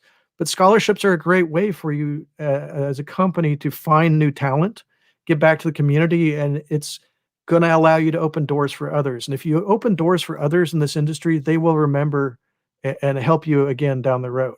So if you have the ability to, I encourage all the sponsors, businesses, and individuals here, start scholarships up for our industry, for industry-specific resources and conferences. You're going to find yourself the next big rock star for your company that way too. Fundraising. So this is from personal experience. SEC KC out of Kansas City. I approached them during the last federal shutdown that Harvesters Food Bank was needing money badly for families that needed food and resources during the federal shutdown. Kansas City thankfully came to the call And with a single meeting at SecKC, one meeting of a group full of hackers and security professionals, $2,000, over $2,000 was raised, and several pounds of food and other resources such as toiletries was raised as well. If you have a meeting, a meetup, a conference, or just anything once a month at work, at your place of employment, you have an avenue and framework to do fundraising. Go out and find a local food pantry, go out and find a local charity, and just ask everyone to pass the bucket around and put a buck or a quarter in, or make it so that the next B-Sides Oklahoma it's free admission, but you got to bring one canned item of food. If you do this with the mass numbers that we have of people at security conferences and hacker meetups, if just $1 or one can of food is brought in, it adds up very fast. And this is a great way to show the media and others that hackers are the good guys. Hackers do more than sit around in hoodies. We can organize and broadcast messages and do a lot of good for the world. And it's an amazing experience. And in Kansas City, we do this and keep this going where we can simply have a meetup and we designate it. We put the word out. Everyone just brings cans of food in. If you can't bring cans of food, there's toiletries you can bring in, like sanitation napkins, toilet paper, toothpaste, things of that nature. Or just bring a couple bucks and donate it through the resources that we have set up. And that way you can help benefit a local charity or group in the name of hacking and help bridge a lot of people together. But if you got a meeting, if you have a conference, you have a fundraising vehicle. And I encourage everyone to do that because it's amazing how fast it adds up. Think of how many people are in person at B-Sides Oklahoma the last time we had that in person. If every single one of us brought in a can of food, we would need a couple trucks to deliver that. So always think of what you can do with what you have as a hacker. So with that in mind, I've got a few minutes left here. And I wanted to kind of go over this list real quick with others. Again, sorry about the technical difficulties. I will be putting this slide deck out for everyone to take and use. And I want you to use this. I want you to use these ideas and move forward. Other things you can do with hacking and security mindset to help out and put things out in the world is volunteer. You can organize a group of volunteers to go help at a local blood drive or a food bank. Or you can volunteer for B-Sides Oklahoma or your local security conferences. And it's a lot of fun. It gets you into a conference, but you also meet a lot of new people and fun people and cool things that you wouldn't have normally. Volunteering in this industry is one of the few industries where even if you're volunteering, you're going to be opening up some crazy doors and possibilities you wouldn't anywhere else. You cannot pay for the experiences or possibilities that open up if you volunteer in the security industry. The other thing you can do is if you're just getting started and you don't have much, you can't write a program, you're just getting started in the industry, you can start blogging about what you're doing. And I encourage people to do this that go to workshops all the time is if you're just getting started with certifications or in the security industry, write and blog about what you're doing, how you did it, and share it with others. It may seem silly and benign, but your path on how you got your Security Plus or your A Plus, how you took the exam, studied for it, things of that nature, that's very beneficial to others coming up. And you can help someone else out that way, no matter where you are in your security path. On the other end of the spectrum, if you already have a certification, you can go out and organize meetups, groups, school groups, or meet up at conferences and help people with certifications. Help create study groups, do lecture groups, help people learn how to go through things so that they don't have to go to an expensive course or class. Help them with those resources and help them to move and advance in their careers. Again, creating blogs is great for that if you can't meet up in person. And even if you're getting started, please share your experiences with all of us. It's very helpful. You can create a podcast. Yes, there's a million of them out there, but you have a unique perspective. Each of us has a unique perspective and outlook on life. And don't be afraid to share that with others. You might just be getting started in this industry. You have a lot of possibilities you could share. You have maybe you've been a veteran around for a long time. There's all sorts of things you could share and talk about and discuss, so many different formats. Again, simply put something out there and share it. Set up a conference or a meetup. Yes, right now everyone here is at the BSides Oklahoma conference, but if you always want to set up smaller meetups or conferences, I encourage you to do that. Or more importantly, look for them around there. Oklahoma has Techlahoma and several other meetups and security and technology meetups that are amazing and next to none around here. It's amazing, and Oklahoma is very lucky to have all these meetups. But go out and look up for meetups and conferences other than just BSides here. Check out what's out there and share with others. You can always set up or participate in a capture the flag, a CTF.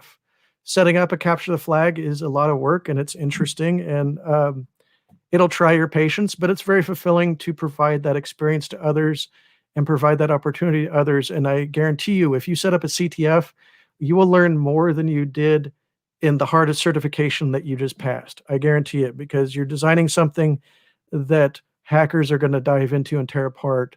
It's an experience. On the other hand, participating in a CTF, I encourage.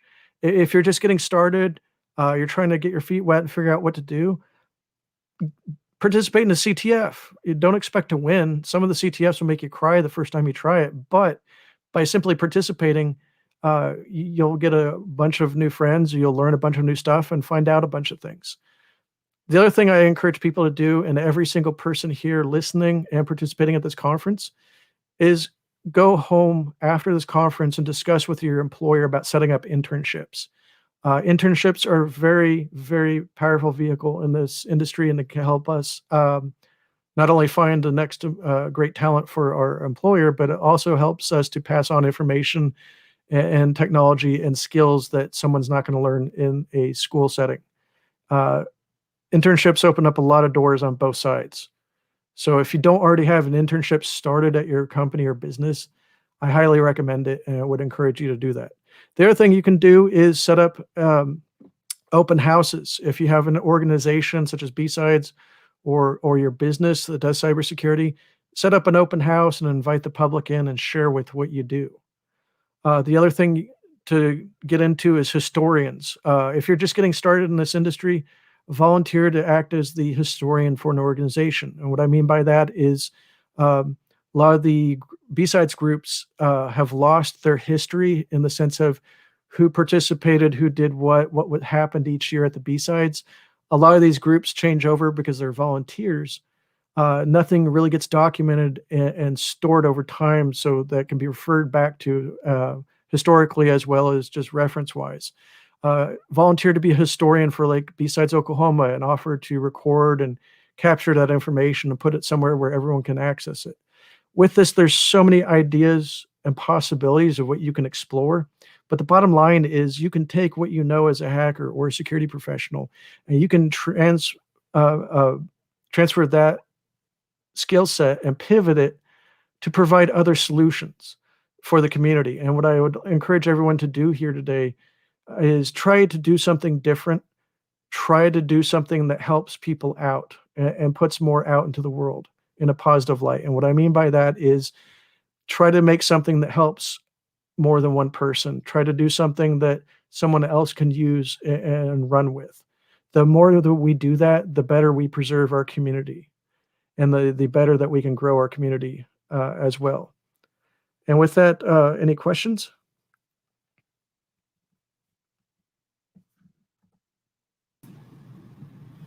Hey, Aaron. Hey, it's Chris. I'm taking over for Austin. So I am having a look here at the questions here. Just a second. Sorry. Just a brief moment on the handover. I think so, because we have lots of updates. Mark's talking about he has an intern. Okay, so he's an internship coordinator here at the IT department of OSU IT in Okmulgee, and would love to hear advice about setting up internships. This was just a couple of minutes ago. Okay. So internships start with policies. Write down what you want to do. Write down how that person's going to report to people in your current chain of command, and get that kind of the nitty-gritty policies written down first. And I can't stress that enough, because that will then help you to guide that person along inside your company. So say, for example, Chris is bored. He's your intern and he's bored and he doesn't have anything to do today and you don't have any projects for him. If you have a hierarchy and a structure built out through policies, you can go, you know what, Chris, why don't you go talk to Austin? Austin's group will have you do the following. And they're only going to ask you to do the following or participate in the following. But if you set up a structure and policies first, you can then start integrating that person into day-to-day operations slowly. But it also depends upon the person who you're bringing in and their talent. So a lot of times you're bringing someone in who has raw talent that's unrefined, and you can't just throw them in the mix of things, but you don't want to bore them. So you need to look at each person coming in and see how they can integrate with your current workplace. But I can't stress enough, policies first so that you have guidance and then you can help them move about faster and easier. Taking a look to see if there are any other questions. Guys, feel free to ask it away. We've still got a few more minutes with Aaron.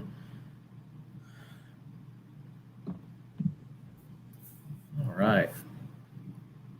Well, Aaron, I'm not seeing any more questions. Any last tidbits you want to add to that, or you good? I'll throw up the slide deck online so people can view it since we had some Okay. technical issues up front. So Okay. If you have access to Slack, that's probably the best place to drop it. okay, I'll do that later. Or you can send it to me, and I could attach it to the YouTube link. That'll be available to everybody after this. Okay, I'll do that as well.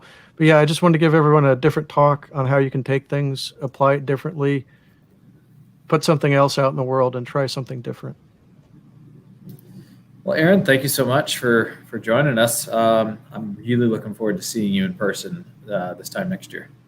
We'll do the blowing up of robots when I'm in person next time. So. Well, some of us may or may not be going to DEF CON, so if we do, we'll let you know, and hopefully we'll see you there, unless COVID goes nuts again. Yeah, it'll be interesting, but yeah, looking forward to next time in Oklahoma. So. Right. All right. Well, Aaron, thanks so much. We've got a few more minutes before Michael Goff comes on. He's got some pretty cool stuff to talk about today. We're gonna leave it there for a moment. I do want to remind everybody that we do have swag that is available not for purchase. I mean, if you're going to pay, that's fine. You can pay through your Eventbrite ticket, but it's available to everybody, regardless if you can or want to afford it. That's fine. So go to BSidesOK.com/swag. If you have not joined the chat, you can do so by going to BSidesOK.com/Slack, and then we'll give you the opportunity to go ahead and join us on the Slack channel and join the conversation. I think that's everything for now. Don't forget that those that participate the best in the chat, we're giving out free books. So we have several books. From our keynote speaker, the Alice and Bob Learn Application Security. We have these books available for you. You know, the way you win them is by engaging in the chat, ask good questions, have good conversations with people, be a helpful member of the community, really anything like that. And we are more than happy to get you some of these books. We said Slack, we said swag, and don't forget about our sponsors. These are the people that helped us make this happen. Big thanks, especially big thanks goes to Alias Forensics for hosting us here today and helping us make this all happen. All right, so we're going to be bringing Michael Goff on here in just a moment. Michael is going to be talking about, let's get my incident response fails, what we see with our clients and their fails in preparation that will save you a ton of money, heartache, and maybe some sanity and your job. So we're going to be coming back here in just a moment. So go ahead, sit tight. We'll be back, and we'll see you shortly.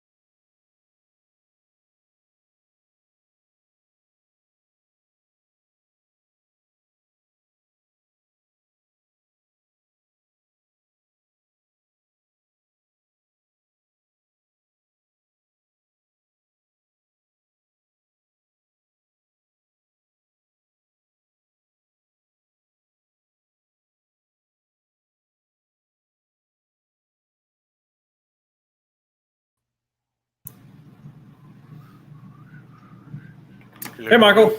How's it going? It's going all right. You can hear me okay? You can see me okay? Sure can. I see. I think I saw a volcano there for a moment. Oh yeah, it's Brim. There's Jar Jar Jimmy the James right there over my shoulder. Is my conscience since he can't be here this year. Right He there. really does embody that image. The image embodies either way. If only he knew how many stories have been told about him.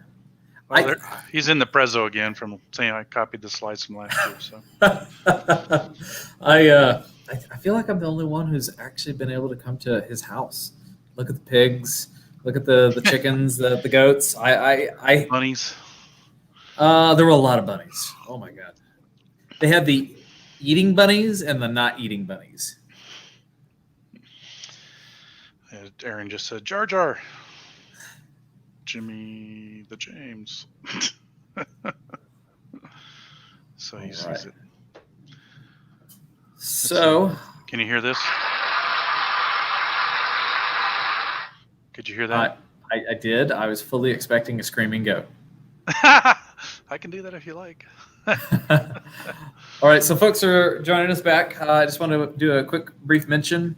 Hey, we are giving away books. So to those that would like a copy of Alice and Bob Learn Application Security from our keynote, we are giving away. We've got several of them ready to give away. The way you earn them is that you participate on Slack. You ask good questions. We see good feedback, and we send you a book. So that we'll go ahead and add you to that. We have swag.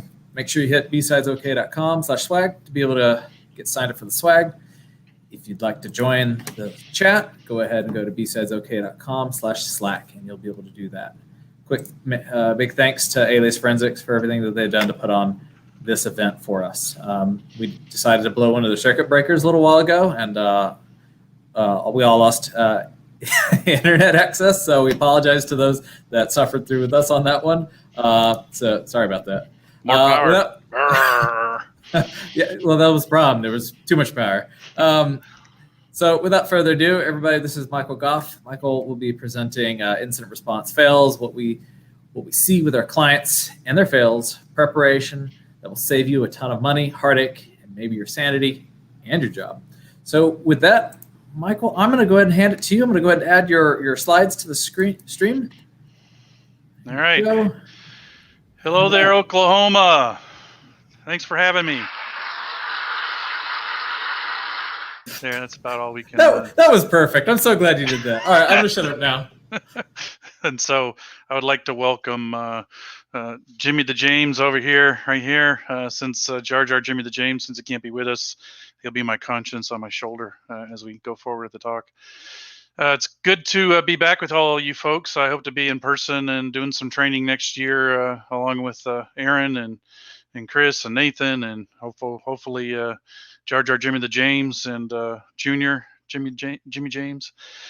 But this talk is going to be about some of the things we've learned in our fails of being an incident responder, right? So this is the kinds of things we see with our clients, to the point of so much so that what is it that we can share with the public that can help you prepare, save you obviously money, time is money, heartache, the stress, your sanity, because again, incident response is difficult, and hopefully if you do a good job, then you won't be the scapegoat there and get fired because they gotta make an example out of somebody.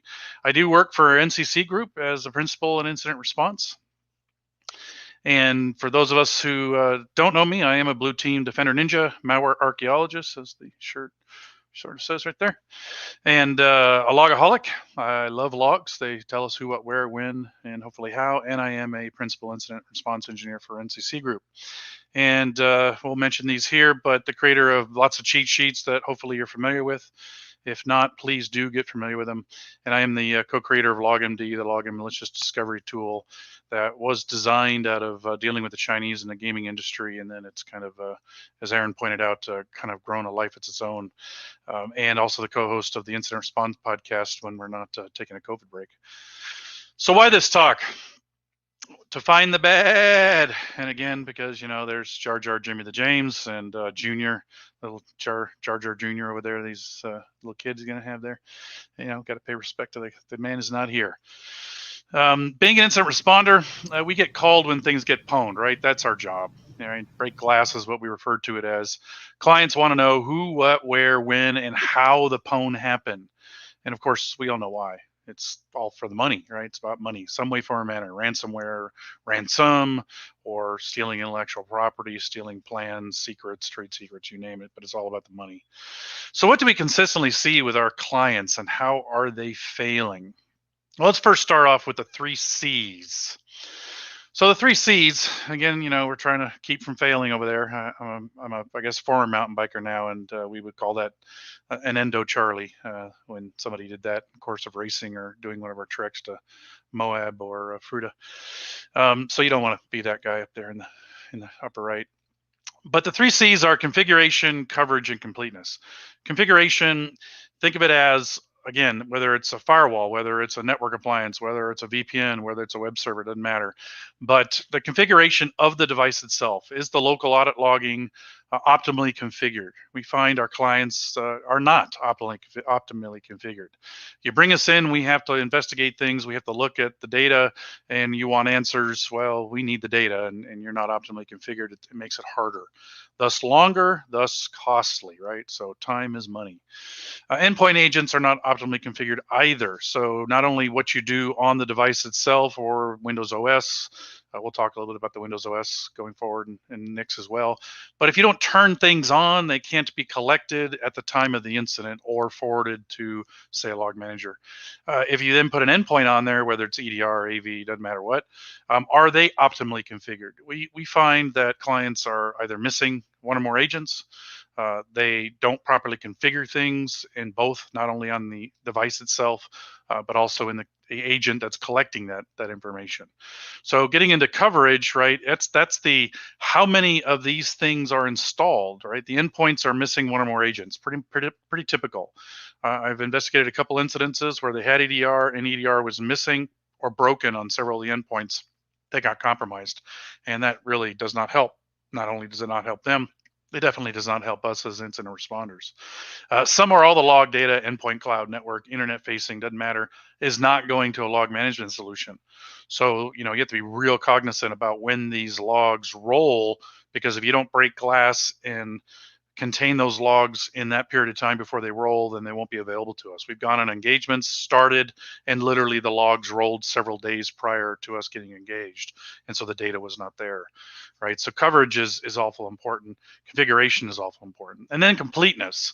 And this is where, great, I've configured my endpoints, I've pushed them out everywhere, I'm satisfied, I'm in the 96th percentile Six Sigma, I've deployed it, but now we've got reimages that occur, new deployments that occur, replacement of hardware that occur. So do you have a process to validate and verify the configuration and coverage is indeed complete and continues to be complete? I've seen way too many times, prior gig as well, where we push things out, the people say, okay, we're deployed, we're seeing 90+%. Months later, it drops all the way down to 70, 60% because there was a rollout of new desktops, for example, and nobody thought to verify the completeness. So the 3 C's are something we see our clients failing pretty consistently across the board. And so you definitely want to take these into account as a security individual and what is going on in your environment. So completeness, right? When you roll out an agent, there's the questions to you to answer in the course of any rollout. Again, don't ask a question you don't already know the answer to. Do you validate the agent was properly installed? How do you know that your EDR was installed, your AV was installed? What's the litmus test to determine that it's running properly, that you can see the data where you can see it, right?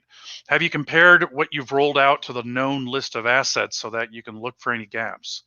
Have you verified the data is collecting properly, either into console A or console B, or all 2 or 3 of them? Or maybe you're doing it, using LogMD and running it on the endpoint and collecting it that way. Have you verified that? That's real important. We find people turn stuff on, never verify.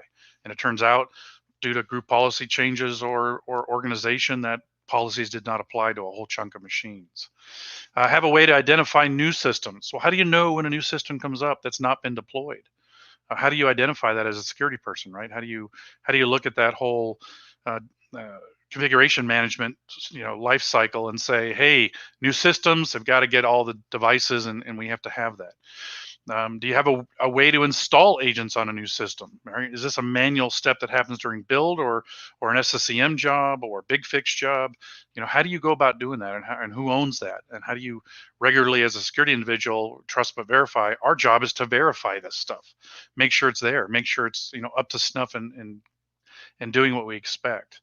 And of course, verify the endpoint configuration is showing up in the consoles regularly. Are you testing that endpoints 1 through 1,000, or Macs, Windows, Linux boxes, servers, AD, network devices, firewalls, cloud, AWS flow logs? How do you go about verifying this? These are things that you have to look at and consider for a completeness check, because this is something we see our clients fail pretty consistently. All right, it's all about lather, rinse, repeat. You got to get good at that. It is a cycle. So why are the 3 C's important? Well, incident responders need data to discuss what happened to the detail level that we can be sure. So we need the details. We need the data. If you want us to answer who, what, where, when, we know why. It's all about the money. We need that information. If not, it takes a lot longer, right? And I point out here in the next last bullet, 2 to 4 times longer. People ask, hey, why is this going to take you 4 weeks? Well, because you didn't do all these recommendations we made 6 months ago. And if you had, then I probably could do it in 1 to 2 weeks. But because you didn't have that, it's going to take us much longer. We're going to have to do much more forensics. We're going to have to do much more disk collection, memory collection, more analysis, more digging, more diving, more scraping and squirreling around. It just takes longer. And, this is a real cost to firms when they have an incident, small, medium to large, that the better prepared you are and the more data you have for us, the faster we can come to our conclusion. And that is a real dollar amount you can save to your firm, as well as if you're the one leading that charge to reduce these things, that makes you look good, thus the stress, thus saving your job. Right? The goal is to reduce the cost and time of an incident response investigation is always the goal in any recommendations we try to make for our clients. But also, we want you to improve and close the gaps of why the pwnage initially occurred or was not detected to begin with. And I have to say that most of the stuff we come across, the detections are happening too late, meaning in these engagements we're called into, something triggered the alert and the event got started. In many cases, lots of other things occurred they did not detect. And so if those could have been detected sooner, they could have responded quicker, they could have cut off the adversary faster, thus saving time, thus exposure to data, thus money, and obviously the whole breach notification we don't want to do. Right? You could be way ahead if you prepare. You don't have to spend money to improve procedures and processes or tweak some settings, group policy, etc. Yes, people time is a cost, but not an external spend, right? The big dollars that our CISOs and executives really are concerned about is that external cost. It's going to cost, how many weeks to do an incident response investigation? We hear that a lot, right? So what can you do in less time, and etc. Well, we're not going to be able to determine this. We can give you a general idea of what we think occurred. But it's not necessarily going to be based on 100% fact. It may, we may have to interpolate the data. So again, spend some time in preparation. It is the P in the Pickerel model. If you're a SANS fan, definitely the P and the L are involved in this presentation. So preparation is key, and we definitely see our clients are and many of the people we do work for are failing at this, just not doing a good lather, rinse, repeat model and making sure this stuff is doing what it's supposed to. Many of our clients have incomplete or broken agent installs. Our endpoint configuration is not optimal, pretty typical. Again, set and forget, push and deploy, and nobody goes back and verifies. So I would definitely say this is a fail that needs to be addressed across the board. This means incomplete coverage and configuration at this cycle, this improvement cycle and verification cycle does not happen, and thus missing details and potentially the initial compromise. One of my clients actually didn't, when they finally got around to looking at the data, it turned out once they saw the event in the EDR console, the bad guys, the bad actors, threat actors, had actually finished the recon and left. Had actually had no activity for 3 days. So they actually detected it after the bad guys had left, after they'd been there for about a week and a half. So that's, again, something we're trying to do, is get the detection to happen sooner, triggering something that might get you started in the event and locking things down. So again, time is money. We'll save you time. Prevention. Soapbox. There's my footsteps on the soapbox. I guess somebody there in Oklahoma is standing next to me. Oh yeah, Jimmy Jar Jar Jimmy James is standing next to me on the soapbox. If prevention works so well, then why are we having more ponage than ever before? So can we change the term to something more realistic? Let's consider it reduction. So people ask this, hey, can this prevent? I'm like, I don't use the P word. I use the R word, reduction. You will reduce this, you will reduce that, right? So now we can look at it and how we can reduce the likelihood. It's not prevent the likelihood, it's reduce the likelihood. Reduce the effort that it's going to take to investigate. Reduce the time it takes to investigate.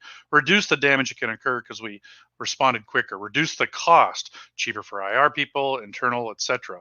Right? So reduction is the big key term here. We're trying to help you reduce all the things that are involved in your incidents and your events that occur, so you don't have to do the big bad B word and deal with legal attorneys and public disclosures and all that stuff. Threat hunting, well, it's all the rage. Before you can do threat hunting and expect to actually find anything, you need to solve the 3 C's and have one or more methods or solutions to hunt with. A fancy EDR threat hunting solution, for example, or better yet, log management, my favorite by far. That collects all the right things, right? So the 3 C's are important because another thing we're asked to do for clients is threat hunt. Hey, can you do a threat hunt for us? And so we do these threat hunt capability assessments before we start threat hunts, because there's nothing worse than going into a client, spending a month working on a threat hunt, coming in and say, hey, we didn't find anything. And they're like, oh, great. No, you don't understand. We didn't find anything because you don't have enough data for us to see if something was there to begin with. And so we do these capability assessments because we know we're going to run into this. We know our clients consistently fail at this. Clearly, places I've worked before have failed at this. So it's not just unique to our clients. It's across the board. And so the 3 C's not only fit to IR, but also threat hunting. They're very synonymous here. That you've got to have the data collecting so that I can go looking for the data, whether it's endpoint to endpoint to endpoint using something like LogMD and Arthur, using WinRM to get through it, or I'm using EDR console, or better yet, sucking in log management, right? So even threat hunting needs the 3 C's. If you want to go down that path or you're starting that program, the 3 C's is critical. Our clients want to do it, but the data is not enabled or being collected that is needed to perform any decent hunting. This is something we find pretty consistently. So same goes for performing incident response, right? You need the data or we can't do the best job as fast as we would like. Again, back to time is money. The longer it takes us to do the job, the much more money is going to cost you. And we're not cheap when you break glass. So anything you can do ahead of time is going to save you and your company lots of money and potentially make you look good in the process. So what are we seeing out there? Let's take a look. Lack of process details. This is why EDR is better than antivirus. For one thing, it looks at the parameters and associations of an execution. I'm going to give you an example of a process execution here in a minute. Right? It's not so much the command that executes that I'm interested in. It's all the parameters that the threat actor or the good guy executed as a part of that initial command, that process execution, that tells me the details I need. Right, it allows me to exclude the known good or the things I can assume are good in the course of looking for the bad, and it tells me the details of exactly what the bad actors are actually doing. So we see this information is lacking in a lot of our clients. They're failing at this. EDR, depending on the solution and the way that collects, EDR tends to work on process execution. Once something executes, you can see the details. EDR works after you put it on the box. You can't deploy EDR after an event and expect to find any data. It doesn't work that way, right? So again, it falls short on the details as it tends to be execution based. Some comms are in there as well, but everything before it occurred, it isn't necessarily there. Something must have executed for EDR tending to pick it up. Some network communications sometimes, known bads. It depends on what your solution, what you have and what you bought and what features you have, right? But it is one of the reasons EDR is good is basically think of it as standard process execution with a lot more details over AV. And then, what called what? Word called PowerShell called command.exe, called WMI. All those associations are things that EDR does a good job at. Those details are crucial to triggering an event. Some clients do have an EDR. Is it stopping the attacks? No. Does it see part of the attack? Yes. Will I get all the details I need to investigate? Probably not. Depends on the solution or solutions or components of that solution you purchased. Authentication is not common in EDR solutions, meaning when Jimmy Jar Jar logs onto one box and goes to 20 other workstations, EDR doesn't care, right? This is where your logging comes into play. And if you're sending that to SIM or Active Directory logs to a SIM or log management solution that we can trigger or do alerts on, and look, search, hunt, etc., that tends to be a great thing because, again, they know what EDR triggers on, so they're going to do a lot of the non-process executions until they get fully out there and reconned and look at all the things. So lateral movement is not detected until execution of something occurs over that lateral movement. Is pretty typical. Antivirus is not being used well. Man, I can't tell you how many times I've seen clients with 3, 4, even 5 AV remnants on the system. So they've switched AVs, they've acquired somebody who used a different AV, and so now they had one, and then that acquisition had 2 over the history, now there's 4, and so these pieces and parts are still running. And thus process executions are going to your logs and or your EDR, and it's making noise I don't want to see. So, again, this is not a good solution unless you're purposely doing it. And again, we're not getting the alert details that we would like. And so one of the things I know that I like to tell our clients is, look, Windows Defender or Microsoft Defender now, I got to call it Microsoft Defender now because they have it on more than just Windows. We see Defender alerts in the local logs that are part of the attack, but no one's looking at it because they're using Sophos or Kaspersky or whatever. And so seriously consider your AV architecture and what you're looking at and where those alerts are triggering and where you're collecting those or who's acting on those alerts. I can tell you that the Defender stuff in the logs in the Microsoft Windows Defender logs, which I'll show you in a second, they will collect some component of something executing that's known, or let's say a week or 2 weeks later when that signature gets updated, it will trigger a box letting you know something occurred. But please pay close attention to your AV. Remove all the legacy AVs, stop them running. I don't want that data to be sent to the log eating up licensing. I don't want AVs competing with one another. A lot of people turn off Defender and use Sophos or whatever. Seriously take a look at it and say, how do I get an alert from AV in front of everybody's face? So when it does go off, you pay attention because it generally doesn't go off that often. Maybe potentially in one of programs probably triggers more than anything, but it's something that should be seriously considered because, again, known knowns of AV signatures, even after a week or 2 of an infection, sometimes can be the first detection of an event, which we have seen with our clients. So please clean up your AV stuff. One AV or one AV and Defender. Keep the Defender stuff collecting, but we'll talk more about that in a second. If the local log is available, use it, right? So Defender logs are in a event ID. It's a Microsoft Windows. It's still the Windows Defender log, operational log. But these following event IDs, 1006, 1009, 11, 16, 17, and 19, are going to trigger when Defender gets some known bad signature hit. These aren't the updates. These aren't all the noise of the thing being updated. These are actually, I found something and I'm taking this action and I'm taking this and there's the final result. That's what these 5 event IDs are. So please get this into your process and collect these things. I think you'll be surprised how much you might find if you just start looking at your local Windows Defender logs and collecting them into SIM, and then enabling these on certain servers where it makes sense. Windows, obviously. You can play with the Defender on other OSs. Good luck with that. And again, it only created when it finds something, so it's low noise, high return if you collect them. Right? We find one or more systems see a piece of an attack in the Defender logs, but no one looked, so it was missed. We collect it with LogMD when we do local triage in a box, and lo and behold, we find some trigger. And sometimes it's the only trigger on that box, right? We're looking at all these different components of a box to try to figure out, did the bad actor crawl over here, push something out? And maybe just that pushing thing out of a strange, unwanted program that EDR doesn't care about or hasn't been configured to care about. AV says, hey, that's a pup. I think that's kind of funky. you might have been alerted to that lateral movement push of a payload, and it could alert you to an event. But the devil is in the details. So let's talk about the lateral movement part.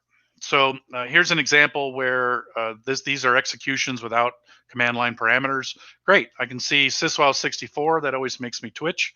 Net.exe, net.exe, net.exe, net.exe, right? All right, I know what net.exe is. You can look at users. You can also do connection of a remote share to a server or another workstation, right?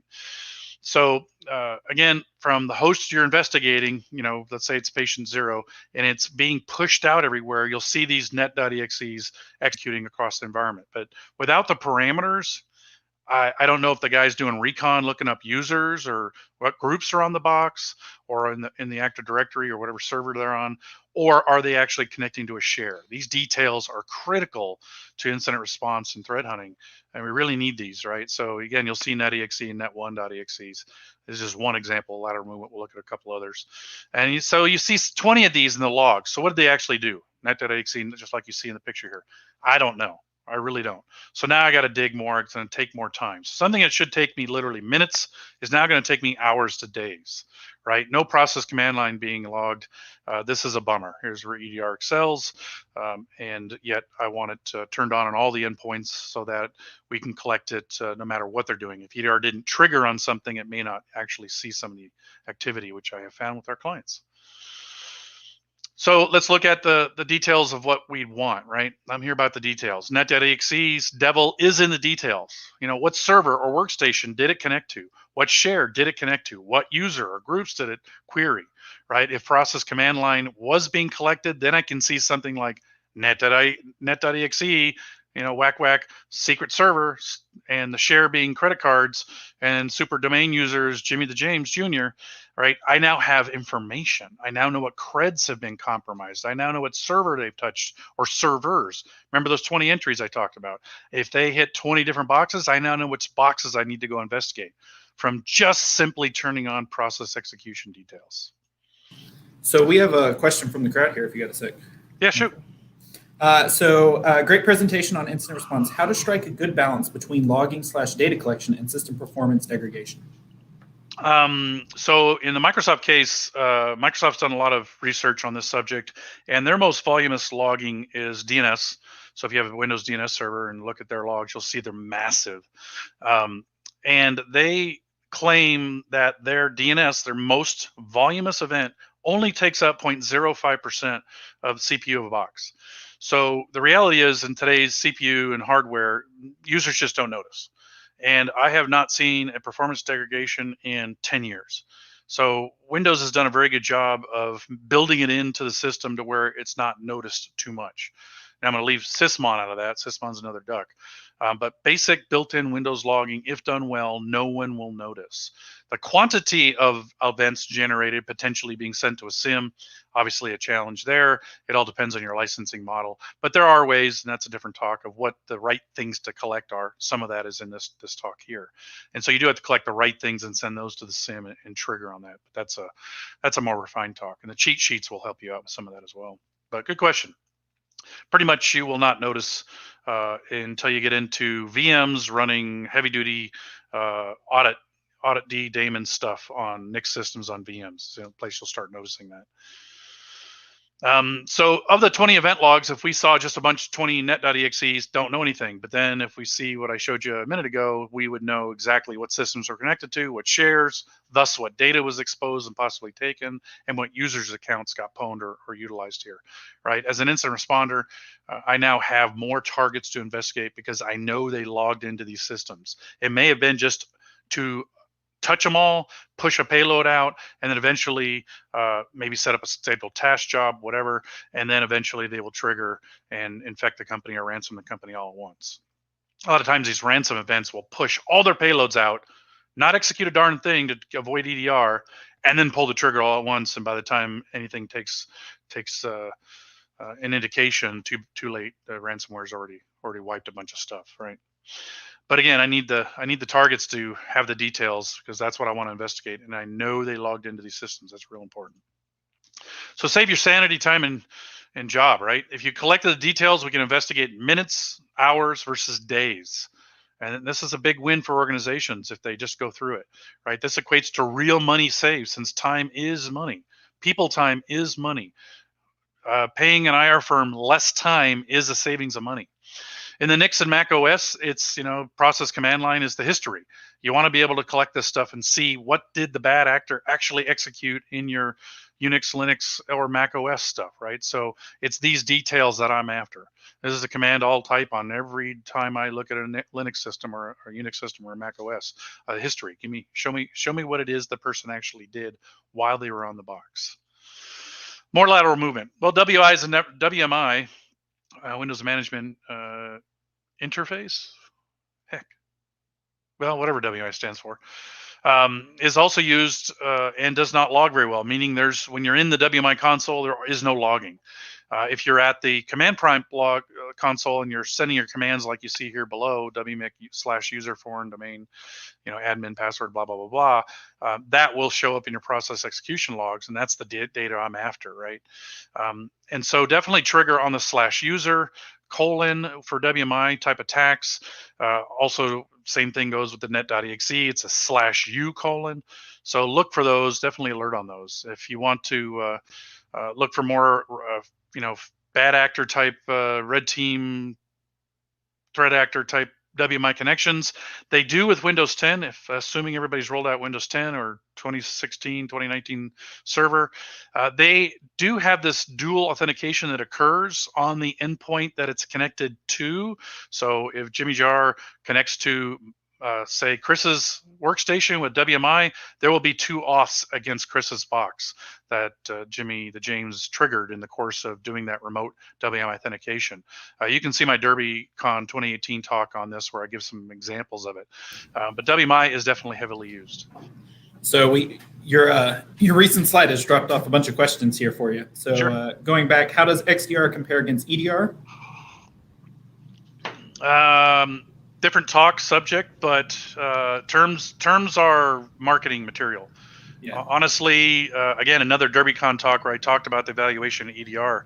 I think 2017 talk is probably that one. Take a look at that DerbyCon talk as well. Iron Geek has it.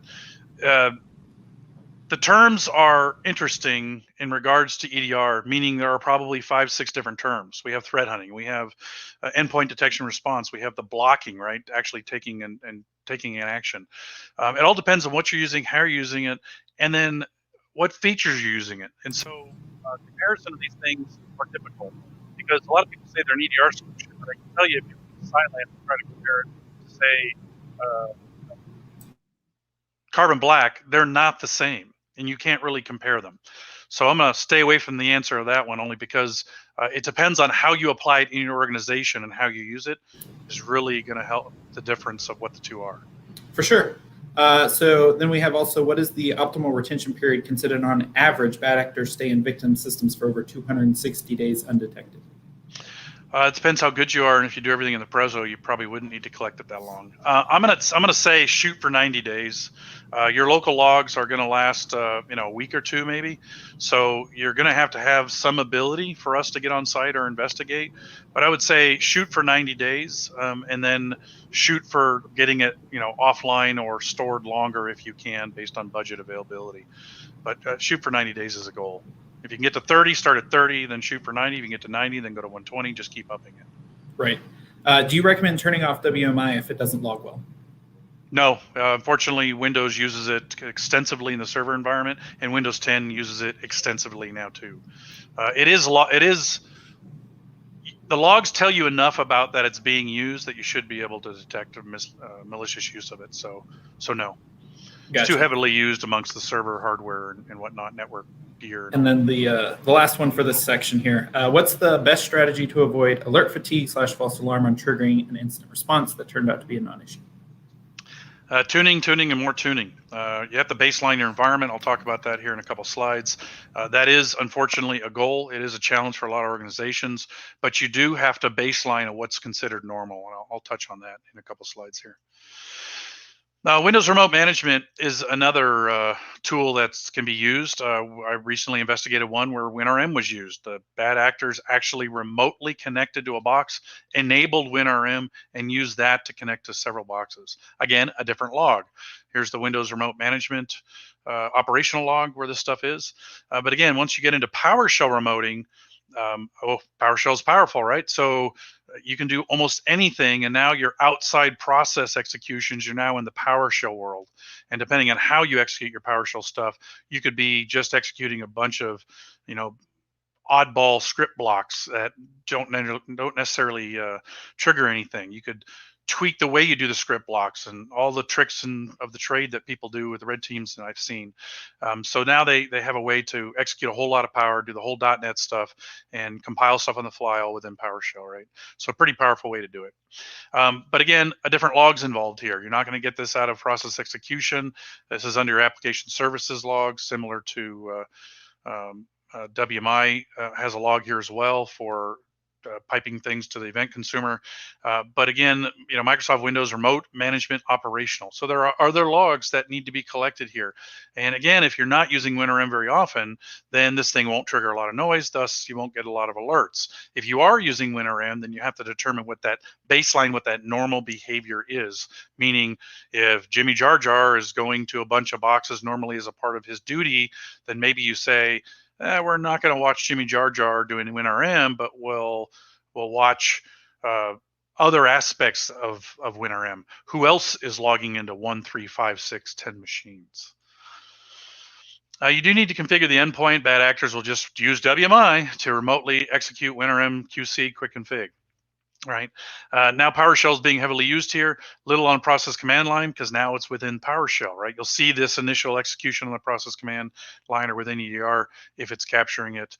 It may not necessarily be bad at that point. Again, this is just IT functions at this point, and then they'll drop into PowerShell and hopefully hide from a lot of things. But again, there's not very much detail on the process command line, so you need the WinRM logs. So again, WinRM is PowerShell, so you have WinRM logs and PowerShell logs. So here's an example of me connecting from a test system to another system. And again, what you can see with the event ID 6 and 91, 6 is the host attacker. So Jar Jar Jimmy the James is our attacker, and we're going to use Chris as the target. And so on Jar Jar Jimmy's system, if it is a corporate system, you're going to see the account he used, the system name he used, and then you'll see on a 91 what's the remote system that was connected to. And these are cool because if this is widely used, it tells you the name of the systems they connected to. So again, a great way to laterally move, drop into use PowerShell. This is what Arthur uses, right? This is just WinRM, PowerShell remoting. And these logs, again, don't have a lot of data if it's not being used. You can secure WinRM, but you have to use the Windows firewall.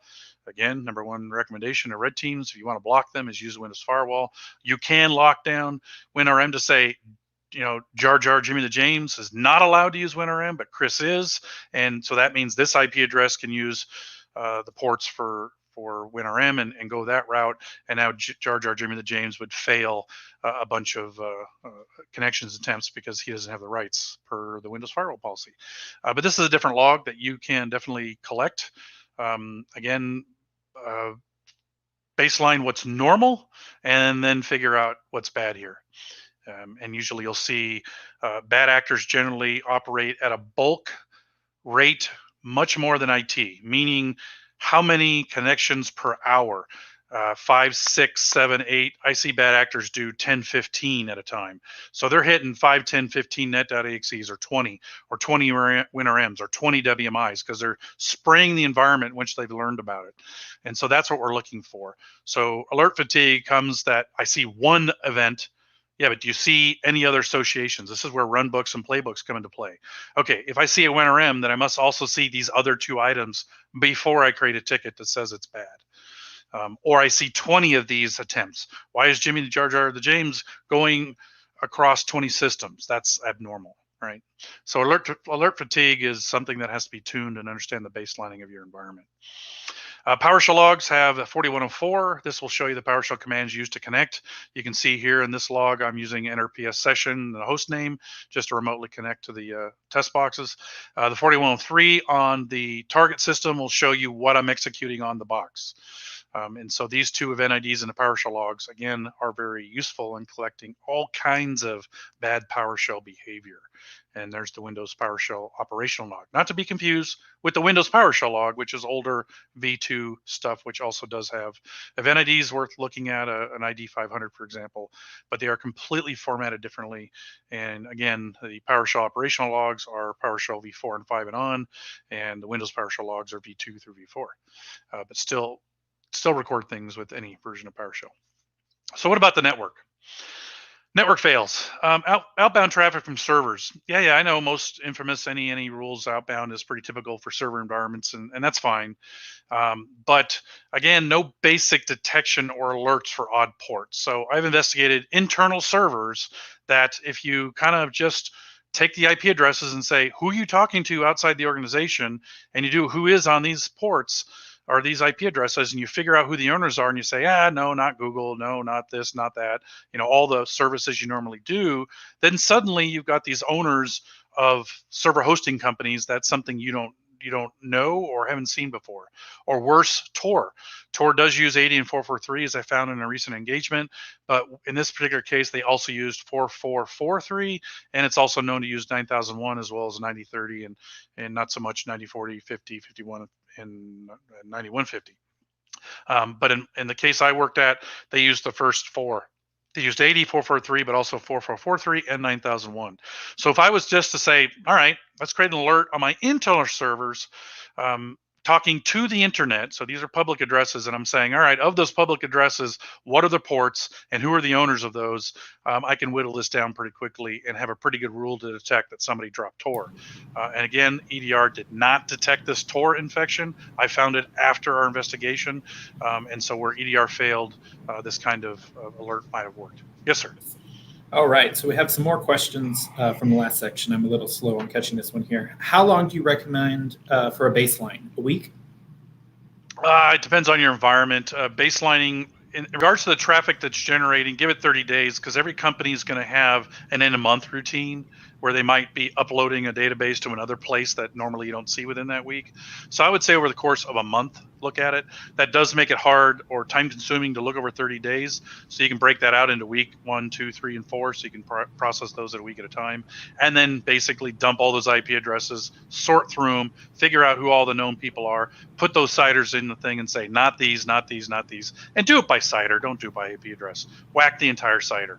So that way, as stuff bounces around Akamai or Google, you're not going to get a new trigger on a new IP address. The whole CIDR's gone.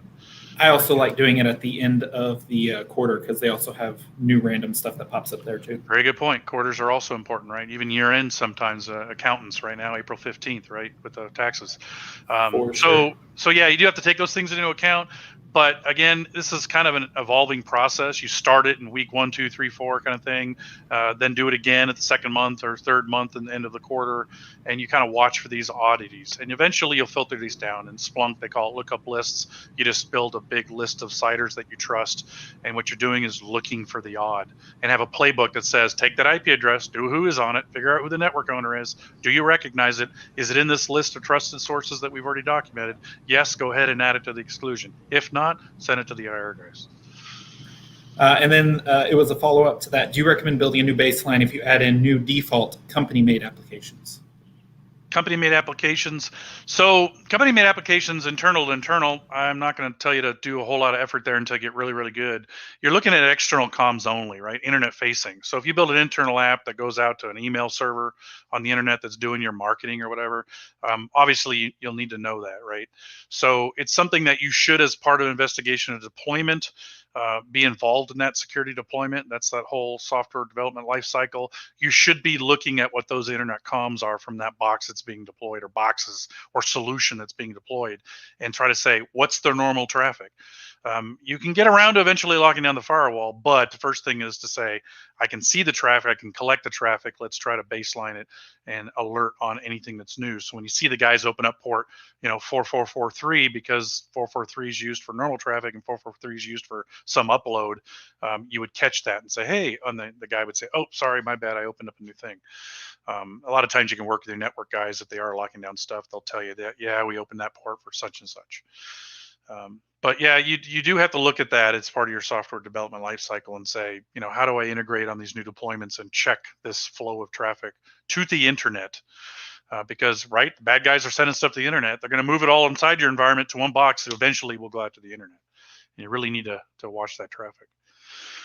What about countries or network owners of the outbound IPs, right? So looking at that's real important. Who is that data? Now, unfortunately, in the log management solutions, they will tell you, it's country origin and whatnot, which is sometimes great. But I've investigated a lot of these bad actors who are using US cheap server hosting companies, OVH or any of the others. Even GoDaddy was involved once. So they're using US servers. You can look at US, you say, I can't look at that. That's why the network owner is important, not just what country of origin these IPs are, but who's the owner of that, and try to create a matrix of these things, of these servers, right? And of course, it's about the data. So where's your valuable data? Watch those servers first and grow your procedure and process out from there, right? And our clients fail because they don't baseline what's normal. And I've investigated several where I just do this who is lookups against all these IPs of these servers, and 5 minutes I've thrown out a whole bunch of CIDRs, and what's left, I have to spot check a handful. And it took me, I'm telling you, an hour to baseline these servers because they're internal servers. They're not normally talking to the internet except Microsoft, et cetera, Google. You're not surfing from them, so you don't have all that surf traffic, hopefully. And I was able to identify these Tor nodes very quickly from this kind of activity. And again, I had to do it manually because it was not all sucked up into SIM. So it cost them more money. Actually, this caused a change request that extended the engagement a week. So yeah, please try to come up with something here. Build a playbook to do so. So where do you start? Well, SANS pick roll model lessons learned is the big one, right? So every time you have an event, you should do a postmortem. Well, a capability assessment is basically a pre-mortem. Kudos to my old manager, Phil, who called it a pre-mortem. It's been called a pre-mortem in the past. So I threw that in here just for him. He just left Austin here, or is leaving Austin this weekend to start a new life and a new company on the East Coast. And so we call this a capability assessment. So start here. What is my incident response capability to detect and attack and respond quickly? Am I collecting the right things? All the stuff I talked about before up to now.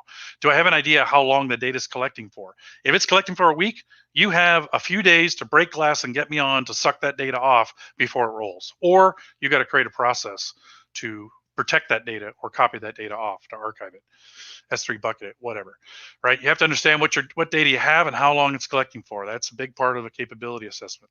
You need to know if you do break glass and you're going to get a higher firm, you need to get us involved before the data rolls, right? Typical 1 gig security log in Windows on a workstation will get about a week. On a domain controller, even less than that. So if you're not sending it to a SIM or have a way to archive that off, data is going to roll real fast. And that's the information we need to do a good job quickly and inexpensively for you. You need a process to evaluate this data and the length you have for it. So again, you need to go out and check this. You can even incorporate this into a threat hunting component, right? I'm going to go threat hunting, but one of the threat hunt components is to do the 3 C's to make sure we have the data. So you can even build that into a kind of a prerequisite of your threat hunting program if you want to go down that route. You may also need a process to collect or protect the data from rolling out of the logs. Archive it, suck it off to a syslog server, whatever, send it to SIM. By doing a capability assessment, you can determine if the log data you have is adequate for incident response and also threat hunting. They're synonymous here. You can use well-known framework to map what you have or should detect well-known items used by the bad actor. You can track the progress of what you are collecting and create playbooks or runbooks to verify the sources. And of course, everything you should do should be mapped to MITRE ATT&CK, because here's an example: T1021, remote service WinRM, 1047 is WMI, 1059 is the command scripting interpreter, in this case PowerShell, .001, 1218 signed binary proxy execution are the lull bins or lull LBAS items, right? So you can map all these for detection purposes, SOC purposes, threat hunting purposes, all to MITRE ATT&CK to start chipping away at it. And you can do your capability assessment based on those. Are we collecting the WinRM logs, right? Let's go look at the capability there. Malicious code has to be downloaded. Advanced attackers, red teams will use the lulbins and lulbass stuff. Again, I've seen this not trigger in EDRs. That's why it's popular. When's a run DLO32 good and when is it bad? When it's going out to the internet, pretty much always bad. And so these things should be alerted upon. Again, you need to baseline the normal. There will be many normal items, and so you have to look again at the parameters of what's there. So watch these executions closely, and obviously the command line parameters are key. Here's a short list of them. Cisco Talos said here's the ones they see the most being misused that talk to the internet. So that'll help you get some of your alerts created and reduce some of that fatigue. Right, process command line is key. It's not so much they executed, but what did they execute after the command, and map all these to MITRE ATT&CK. So watch your traffic. It's time to set up some basic network monitoring as part of Security 101, right? Alert on all non-8443 ports from internal servers. Of course, 53, right? DNS, SSH, mail, etc. Database stuff will be normal too. It all depends what your server's doing. Every org will have other ports, so you got to figure that out again by server or whatnot. And again, look at the network owner of these IPs and exclude the CIDRs of the known trusted owners to reduce that fatigue and alert fatigue that was asked earlier. Servers, again, do not generally are overly complicated in what they talk about outbound. They have services, they were installed, they run. If you filter those out, somebody drops Tor in that box, you should be able to detect it in a heartbeat. Obviously, if it's using 80 and 443, then you're going to struggle a little bit, but we're looking for something outside the norm. Watch your traffic. Of course, internet-facing servers are a bit different. Create a procedure to look up country and network owner and build a pattern, normal pattern if you can. Create a way to validate IPs. We will do this in the course of an event, and we will process lots of IP addresses, flow logs from AWS, for example.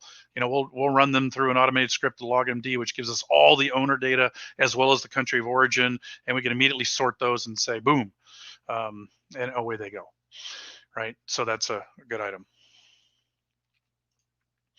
How many internet-facing devices? I'm just answering Chris. How many internet-facing devices had remote vulnerabilities that got pwned in the last year or two? Holy moly, we've seen tons of devices. And I can tell you from a couple investigations, we go to these devices and the people don't have logs collecting more than a day, right? So now if they're internet-facing, you've got to seriously understand that, are you collecting this data? When will it roll? If it's internet facing, if it's the Citrix stuff and the Fortinet stuff and the Exchange stuff and the O365 stuff, you need to understand what is collecting and how long is it collecting for, and work towards getting it onto a SIM or log management solution, right? I need to know the source IP, because I want to know where these bad actors are coming from so I can use that intel, go to our threat intel folks and say, anybody know anything about this? We see this kind of attack happening. Oh, that's a known Cobalt Strike IP or whatever, right? Country origin, that helps us kind of filter things out. Not US and US. We can't just ignore US, but again, we're going to look at not US, throw those out first, and we're going to look at US second, look at hosting companies, things like that. Or if you're in a different country, your country and then everything else. So again, authentication information, I want to know who logged in. So I need to know, Jimmy the James logged in from Oklahoma and not Canada, right? And I need to understand that this is the account he used and here's the IP address he came from. Pretty typical web app type stuff. And this is the stuff that we need to do our job. So you guys should do that as well, is prepare and look for the stuff. And we do that as part of capability assessments. So conclusion, wrap it up. Jimmy the James likes goats and bunnies. And there's goats and bunnies. And he needs a goatee. So, there's Jimmy Jar the James, and there's his goatee. And, he's not here with us this year. So, we got to make fun of our BSides Oklahoma partners. And yep, that's Jimmy the Bad James. So learn from these typical failures. Configure your logging, cover all your assets, verify completeness, watch for the items in this talk and several others of my talks. They're on HireGeek's websites for the most part. And for Windows, there are some cheat sheets. Second slide. MITRE ATT&CK is your friend here. It gives you a place to start and start tracking some of these things. And with that, we can take some questions, and here's some resources. Go get the cheat sheets and whatnot. All right. And we have a couple. They all knocked off after you answered them last. After I answer them on the fly. Yeah. So yeah, Well- alert fatigue is a challenge. I'm not going to underplay it. I log all my stuff, so you have to go through a process. It's not trivial, and it's a matter of getting to the point. Bob Lee at Sands did a prezzo on an overhead projector once at Sands Steefer, where he literally brought an overhead projector, wrote by hand. It's like, okay, I'm in ICS, and I see 4 things can be detected. Don't break the bank trying to detect all 4 things. Look for 2 of them to indicate the attack has started. And that's a really good piece of advice. And this is where alert fatigue comes. I'm going to collect all these things. Okay, let's collect something we know they're going to do. We know they're going to laterally move across multiple machines. So do a count of how many systems a user logs into greater than some number in an hour. You'll catch most attacks on authentication right there, unless they're really, really slow. WinRM showed me 20 or 30 systems this particular bad actor tried to log into, right? So you're trying to set up those very surefire things, again, mapping to MITRE ATT&CK to help you to make the fatigue less. And then when they do go off, your playbook should say, if you see WinRM and authentications to 20 machines, whoa, right, react. Yeah. So it's definitely a lot of work. So let me start. We have some questions here, but Yep. I feel that I have the authority on the behalf of everyone involved in BSides. Thank you for helping us give James grief remotely. Yeah, well, I try. He used to be one of my lieutenants before he was one of your lieutenants. So there we go. So have you seen an uptake of ransomware involved in incident response with your clients? Bad actors, mostly criminals, or nation states?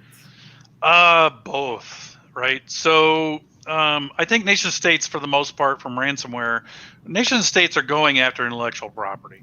That's how I'm going to generalize them. These states, not the nation state, meaning the organized crime within that nation, but the individuals. Let's just say North Korea. There is the nation state of North Korea that's attacking infrastructure, let's say defense. There is also probably North Koreans definitely taking advantage of cryptocurrency mining and obviously ransomware. So I'm seeing both occurring across the board, right? I think, unfortunately, due to RDP open, we've seen LinkedIn being used. We saw, that being used. Skype conversations, they're using. We've seen a lot of talks recently in the last probably 6 months to a year talking about LinkedIn being used. Hey, you want a job? And so these mechanisms are used by these nations states that are, basically gullible, targets, and getting them to click on stuff.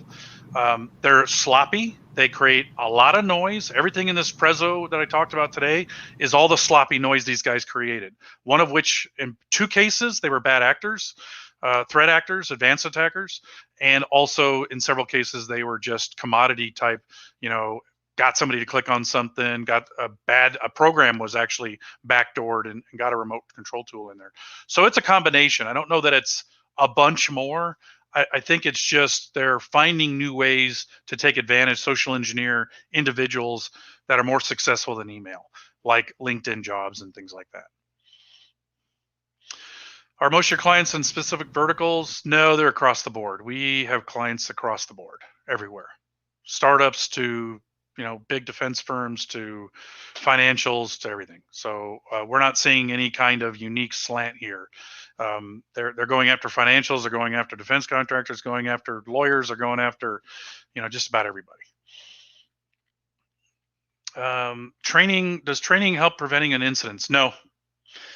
Security awareness training is helpful if you train your people one thing. And so if you implement a bunch of reduction type devices and you can get email filtered down to the fact that they're now sending you a URL that gets by, let's say, OpenDNS or Zscaler, and that URL takes you to Google Drive to download a zip file, and they sent you another email with the password to that zip file, and you open up that program and right? How are they getting there? Or a Skype conversation through a LinkedIn thing. You have to be very targeted at what you want your users to take away and stop doing. But for the most part, no. There's too many avenues of users being able to click on stuff. So unfortunately, what you have to do is reduce the probability of your users being able to click on stuff and do damage, like Take all the stupid scripting engines and make them open up Notepad. No user should be double clicking a WSF file or a JSE file and opening up the scripting engine and infect their boxes, right? It just shouldn't occur. So, do as much as you can to reduce the probability of your end user executing some of the stupidware. Shareware. I've seen shareware. Recently investigated a scenario where some freeware was used and installed, and it was backdoored, and the bad guy got onto that with the backdoor, then installed a rootkit. Once the rootkit was installed, then installed Cobalt Strike, and away they went. So it's really what the user can do, and until you lock down the users, not going to happen. All right, Michael, I think I'm going to have to cut you off there. Else we'll go for the rest of the afternoon. Thank you for presenting once again for BSides Oklahoma. We always appreciate it. I hope to see you guys next year in person. That is the goal. And of course, you can continue to pester him on Slack. I'm sure he will stick around for a little while and help any questions that y'all have. I like doing that, seeing that cascade. But yeah, I'll be around on Slack, so go ahead and we can chat, keep questions coming. Glad to answer them. All right. Well, in that case, we're going to say goodbye to Michael and get started for our next speaker here. All right, so the list of things to do. Remember to sign up for swag. Join Slack if you haven't yet, and come say hi in track 3 to me and to Chris, since I'm not Chris. He'll be floating around too. We thank our sponsors who have helped out. So I have to admit, before we go into the sponsor spiel here, that the next speaker is Jeff Wilson of Go Security Pro. And I have been saying the name wrong and correcting myself all day.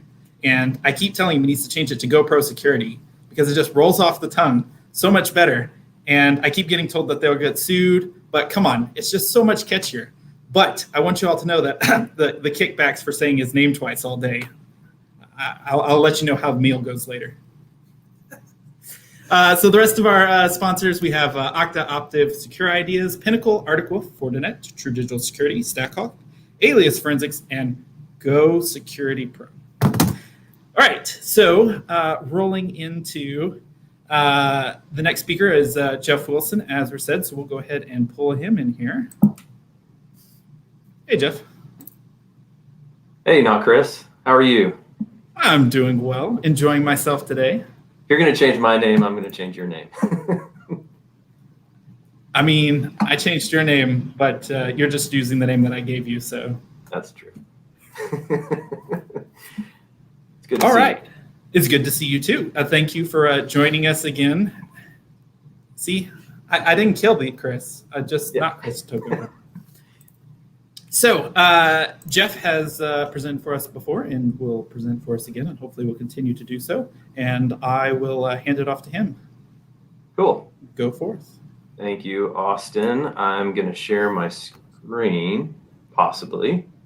Hopefully. It's easiest with 2 monitors, it says. How about we go with screen 1? And I'll close down my email. So, all right. It's Let okay. me know if you can see that. You can leak that personal information. All right. It looks like you're good to go here. Awesome. All right.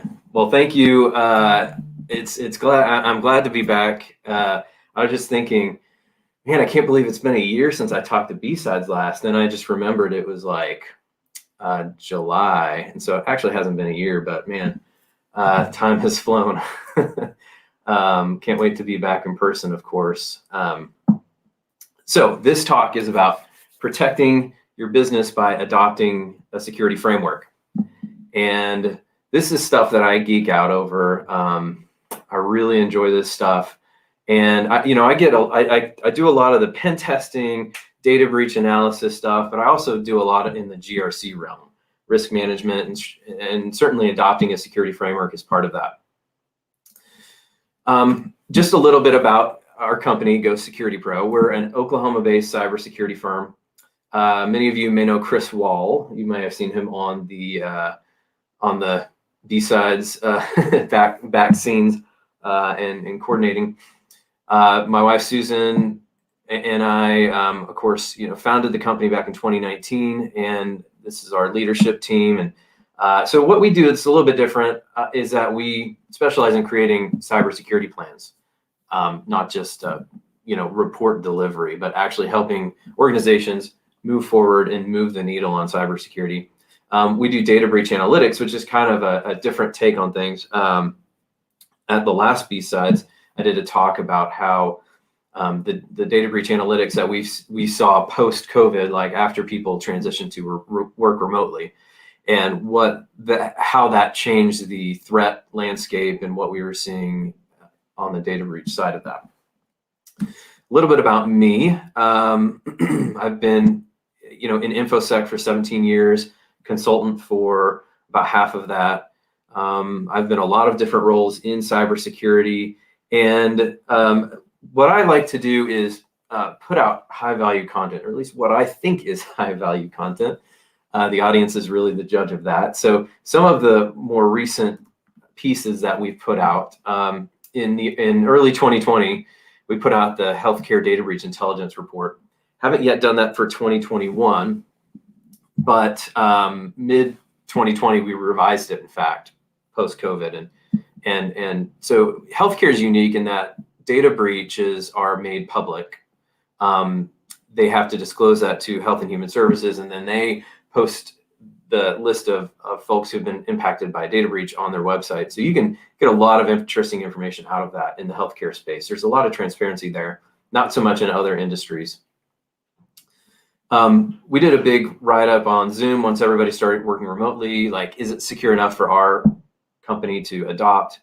Chris did a great job today on proxy logon. And sorry about that. Stop. It's my timer that reminds me to join this to start my talk. All right. And then, so how I hacked an electric company. That was a fun one. So, but let's get into this talk.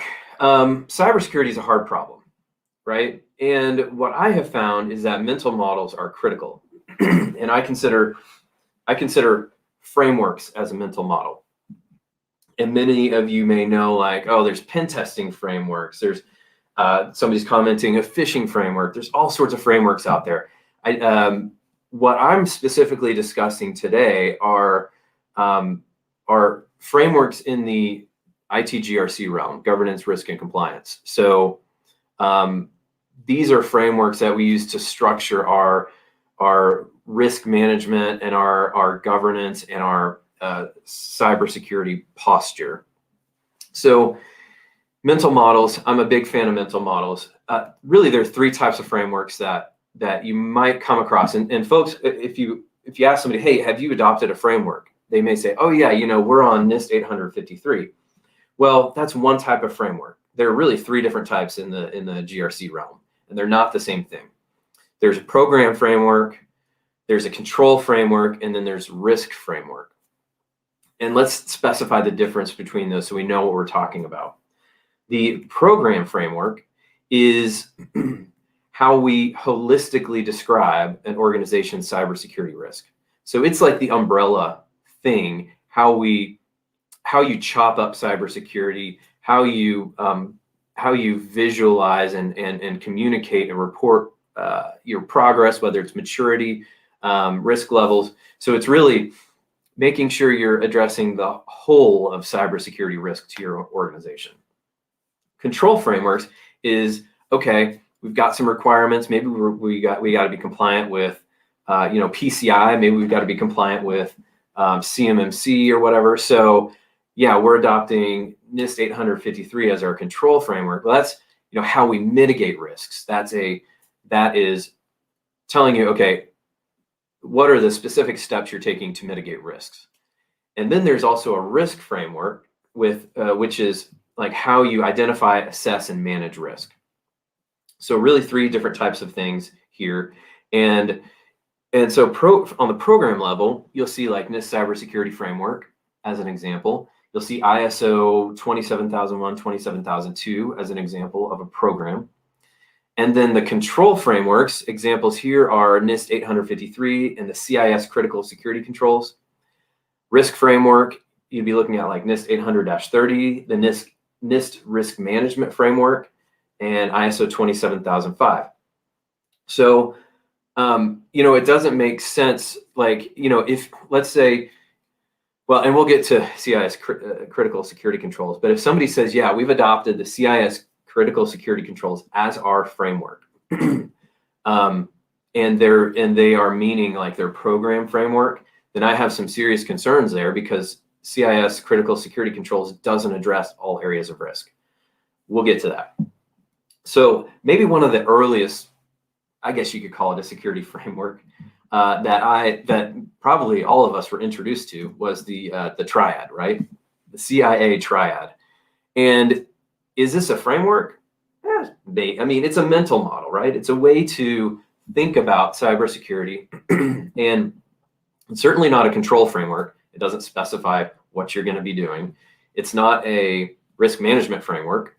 It is a program framework, maybe. And really, because you can bucket like your risk into those three categories. So imagine you adopt this as your framework and you go to report to your leadership and you see, okay, yeah, here we go. Here's our status as a cybersecurity organization. We're great on availability. Ooh, confidentiality and integrity, not so much. So that's not super helpful, because that, okay, I understand that, great, we're pretty available, but what does it mean? Like, where are we deficient in confidentiality? This doesn't get very granular. When we start to get more granular, you think, let's look at the CIS critical security controls. There's 20 controls, and they're really good. It's a really great framework, control framework to use. Why is this not a program framework? So my theory is, and it may be controversial in a way, especially if anybody on here is like a super big fan of the CIS critical security controls. My theory is that this is so popular because it doesn't include risk management, policies, and vendor management. 3 foundational components of a cybersecurity program, but are super challenging for people who like to stick to the technology, which is most security professionals that not most, but like 75%, I guess that is most. So takeaway here is do not focus on the CIS controls as your cybersecurity program. Your program should account for risk management, policies, vendor risk management, a lot of things that the CIS critical security controls don't address. So, but it's a good thing to like map into your program framework to say, okay, we've got this program framework. Where are we deficient with our CIS? Let's map that against it. Maybe that'll help us prioritize some of our areas that where we want to grow in maturity. So how about this model? This is the ISO 27001, 27002 model. And this is broken up into 3 high-level categories. You have administrative, physical, and technical risk. And I think this is a good way to, for me at least, to mental model a cybersecurity program. So in administrative, you have things like policy, you have internal organization, you have procedures and responsibility, compliance, third-party management, all these things that critical security controls don't cover. Human resources, onboarding, offboarding, it touches on some of this stuff, but a lot of this stuff it doesn't hit. And then you have physical. When you think of physical security, you think of secure areas. How am I hardening my perimeters? Can somebody get into my data center? But you also have things like, how do you dispose of things? How do you track your inventory of systems? How do you protect media, removable media, environmental security? So, and then technical, well, so environmental security might be thinking, what is that? That's if you have a data center, making sure that your environmental controls are secure so that you don't accidentally set off your fire extinguishers in your data center and kill all of your equipment. So that gets more into the availability realm. And then technical, which is what all of us think about when we think about cyber, well, not all of us, but all of the non-IT people, when they think about security, they think about technical controls like antivirus, backups, passwords, cryptography, right? So I think this is a good model. And what it does is it puts risks into functional areas. So like you have a network team, right? A lot of organizations have a network team. A lot of their stuff is going to fall under network access control. You may have a let's see, a SOC. Well, a lot of that would fall under your monitoring. You may have somebody, sysadmins, right? So they'd be doing a lot of OS access control. So these categories more align with like a typical organization chart. You know, not one for one, but more so than a lot of other frameworks. And that comes in handy when you're doing something like a risk assessment, where you actually have to speak with each of the teams and organize that way. So here's a reporting example. Maybe you measure your cybersecurity posture against, the ISO framework, and you identify, okay, we got some deficiencies in incident response and vulnerability management and in inventory, right? So if you show this to an executive, they might be able to make sense of this. Okay, this makes sense. I get it. Obviously you have to tell them about the 3 columns and all that, but it's, hey, I know, okay, incident response, there's a team we have that does that. So we need to work with that team there. Inventory, okay, I know there's a guy who does inventory, vulnerability management. So it kind of helps you think about risk in terms of like your organizational unit of your IT group. Okay, let's move to a different model, the NIST cybersecurity framework. Identify, protect, detect, respond, recover. It's more of a life cycle of security, right? That's like a life cycle.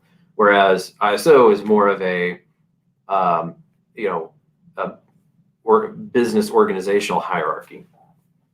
So, and I'm not going to go deep into the NIST cybersecurity framework, but we have, some of the same categories we had before, like asset management, governance, awareness and training was like our human resources, onboarding, offboarding section. So, but then some of these don't at all align, like data security. What's that? Wow, that almost goes back to that confidentiality on the triad. That's like real high level. So let's, why would you want to use the NIST cybersecurity framework over the ISO model and vice versa? Let's talk about that for a minute.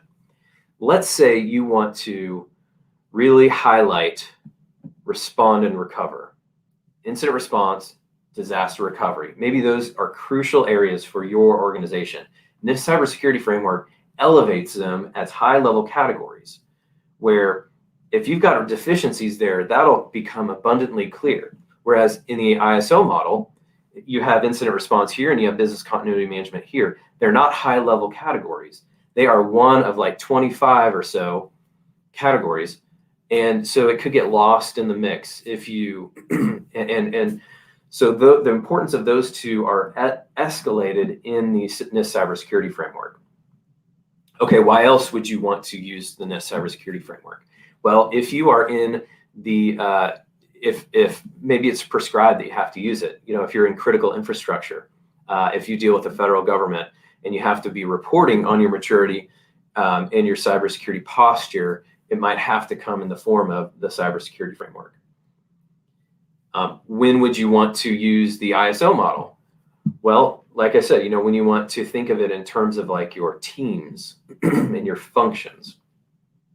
So here's an example of maybe, and this is, green, yellow, red type reporting. What NIST cybersecurity framework does actually, you assess the maturity of each of these, and you get a tier score. And so we can get a lot deeper into this, but at a high level, right, you've got, when you report to management, I like using red, yellow, green because it simplifies things for executive management, the non-IT folk. And so they look at this and say, okay, well, wait, I've got a red on identity management and access control. Okay, who's that? Well, that's actually a bunch of teams. Everybody does a little bit of that. And data security, who do I talk to about data security? Well, it's spread across the organization. The network team has a play in it. The OS team has a play in it. The developers definitely deal with that. And so it becomes less focused on the organization and more focused on like the life cycle of security. So it's got its own kind of benefit there, or drawback, however you want to look at it. Okay, so with that in mind, I want to preface that cybersecurity is a balancing act, right? You can never be 100% secure. You will always have risks. And we, in the risk management process, we try to approximate what the actual risk is, but we'll never be 100% accurate, right?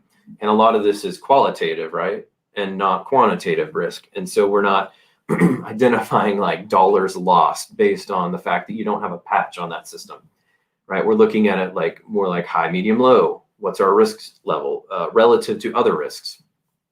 So IT personnel tend to rely on technology solutions, right? If you just let security be an IT problem, you're going to get really great technical and maybe probably physical security controls because they understand that. The IT professionals, that's their realm, right? But when it gets to the administrative side, a lot of organizations struggle with policies, compliance, security awareness, incident response planning, third-party risk management. I see it over and over.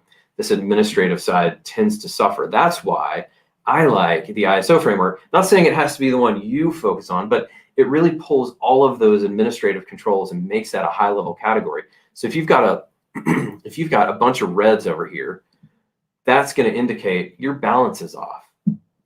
You've got, I guess my mouse is on the other screen. I'm sorry.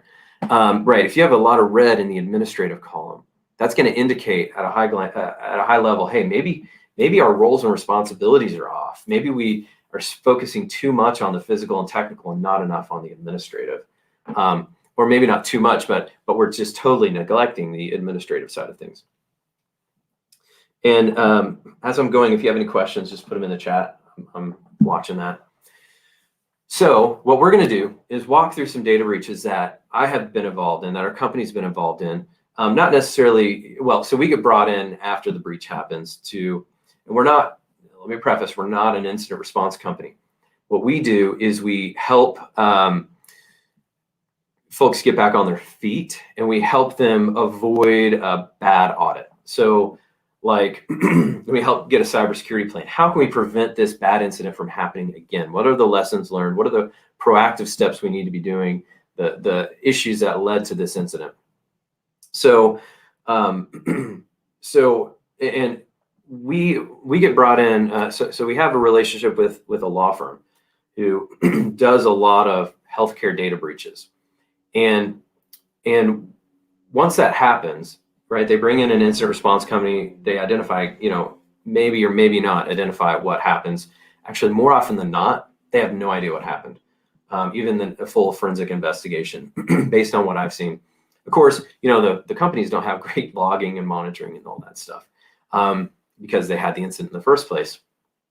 So we get brought in by the attorneys and they say, hey, we're expecting an audit from Department of Health and Human Services. And we believe that, we need to get a risk assessment in place. We need to make sure they have policies and procedures.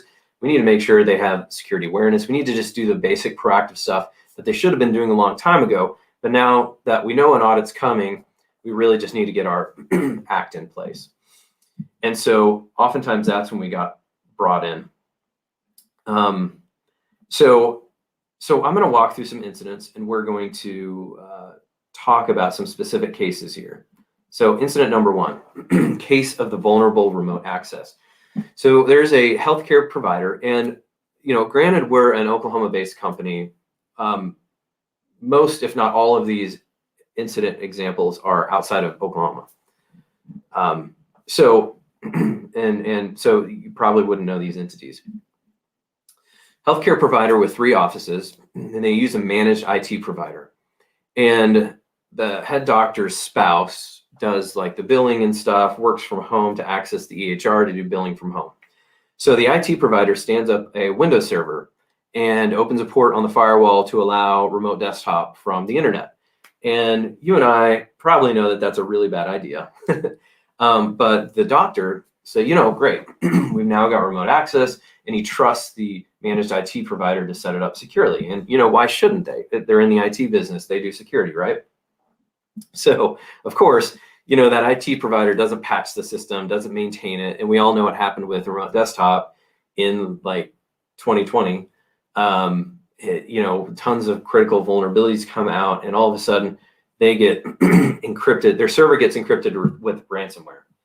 So this incident specifically, one of the things that could have prevented this incident is regular security patching, vulnerability management. So as we go through this, I'm going to start checking off areas of risk that were neglected, that led to a data breach of some sort, led to the incident, and and we're going to go start checking these boxes, and you'll see how all of these areas play into a holistic cybersecurity approach, right? So instead of having the RDP server publicly accessible, requiring VPN access to access the RDP server, so network access control, structuring the network in a way such that you're not exposing, these vulnerable services to the internet. Obviously VPN itself can be exploited, but RDP has had way more problems than VPN recently. So obviously you still need to keep your VPN software up to date too, but not having an internal system exposed to the internet, minimizing your attack surface area. Okay, but it gets worse. The IT provider decides to clean up the ransomware, rebuild their server, doesn't fix the vulnerable RDP server that they exposed to the internet. Didn't patch it or anything. So guess what happens next? A couple months later, they get hit again with ransomware. This time they lose all of their data. They were able to encrypt the backups as well. So they fire their IT provider, and they have to get their data back. They need it back because it's all their patient data and everything. So they pay the ransom.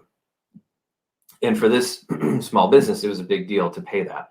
So then the ransomware thieves say, no, you have to pay a second ransom to get your data back. And that's when they engage with their cybersecurity provider. So the cyber insurance provider has a law firm that they use for all their claims, and then that law firm brings us in. Well, the cyber insurance oftentimes will actually pay the ransom. But in this case, they said, no, we will not pay this ransom because the country that this ransom thief is from or they're dealing with is a sanctioned country. And so the insurance company says we cannot do business with them. And so the data is lost. And so they had this practice had to notify all their patients, current and past.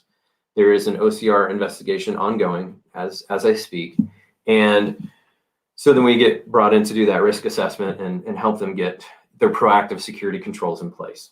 So what else could have prevented this incident? Well, the IR plan, right? The first incident, it cleaned the server, right? They said, oh, it's fine. They really should have disclosed that first ransomware as a data breach because the EPHI was encrypted as part of that.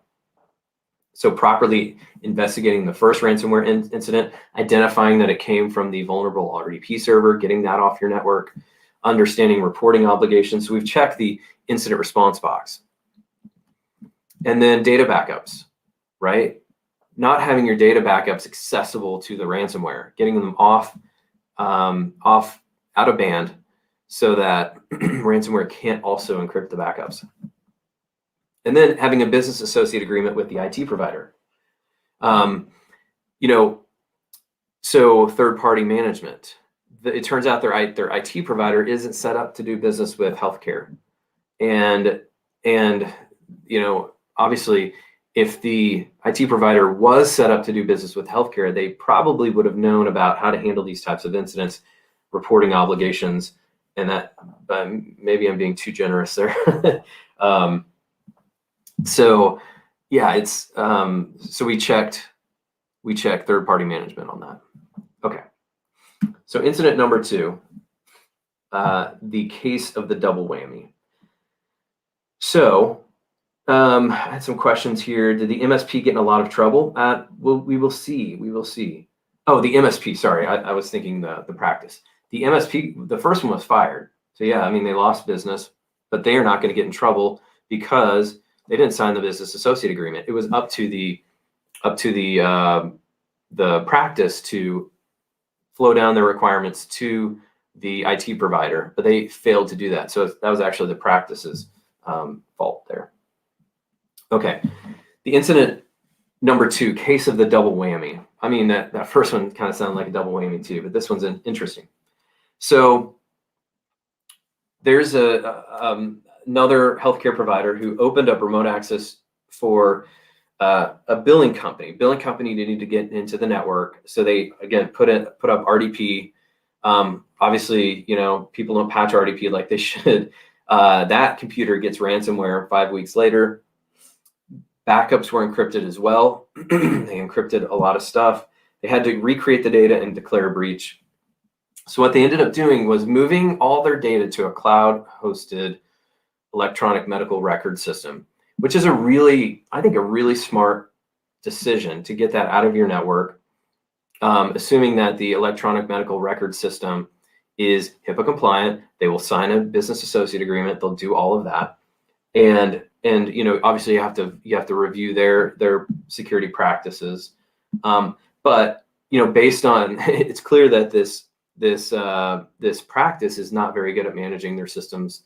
So it actually made sense for them to move to the cloud-based one. So in the midst of that, they had a second incident happen where they had an employee started opening up credit cards in the name of their patients. So getting all their patient records and starting to open up credit cards. Obviously credit card fraud. So they had to report this breach to OCR, even though the employee was authorized to access certain medical records. They weren't authorized for that purpose. And obviously, this is an unauthorized use of patient data. So, when Department of Health and Human Services, Office for Civil Rights, that's the enforcement arm of HIPAA. When they come in, they ask for, okay, 1, I want to see your incident log. 2, I want to see a copy of your latest risk analysis. And lucky for this organization, they'd been doing their risk analysis annually since 2016. They had gotten an outside company to do their risk analysis every year. And I'm not going to attribute this to any specific consulting firm, but it's I've blacked out the parts that would attribute this to anyone. So this is like the executive summary here. And the key thing to notice on this is your total risk score is 0. This is a red flag to Office for Civil Rights, the enforcement arm of HIPAA, that, okay, you probably haven't followed the process right, because nobody's at a risk score of 0. There's always risks to identify.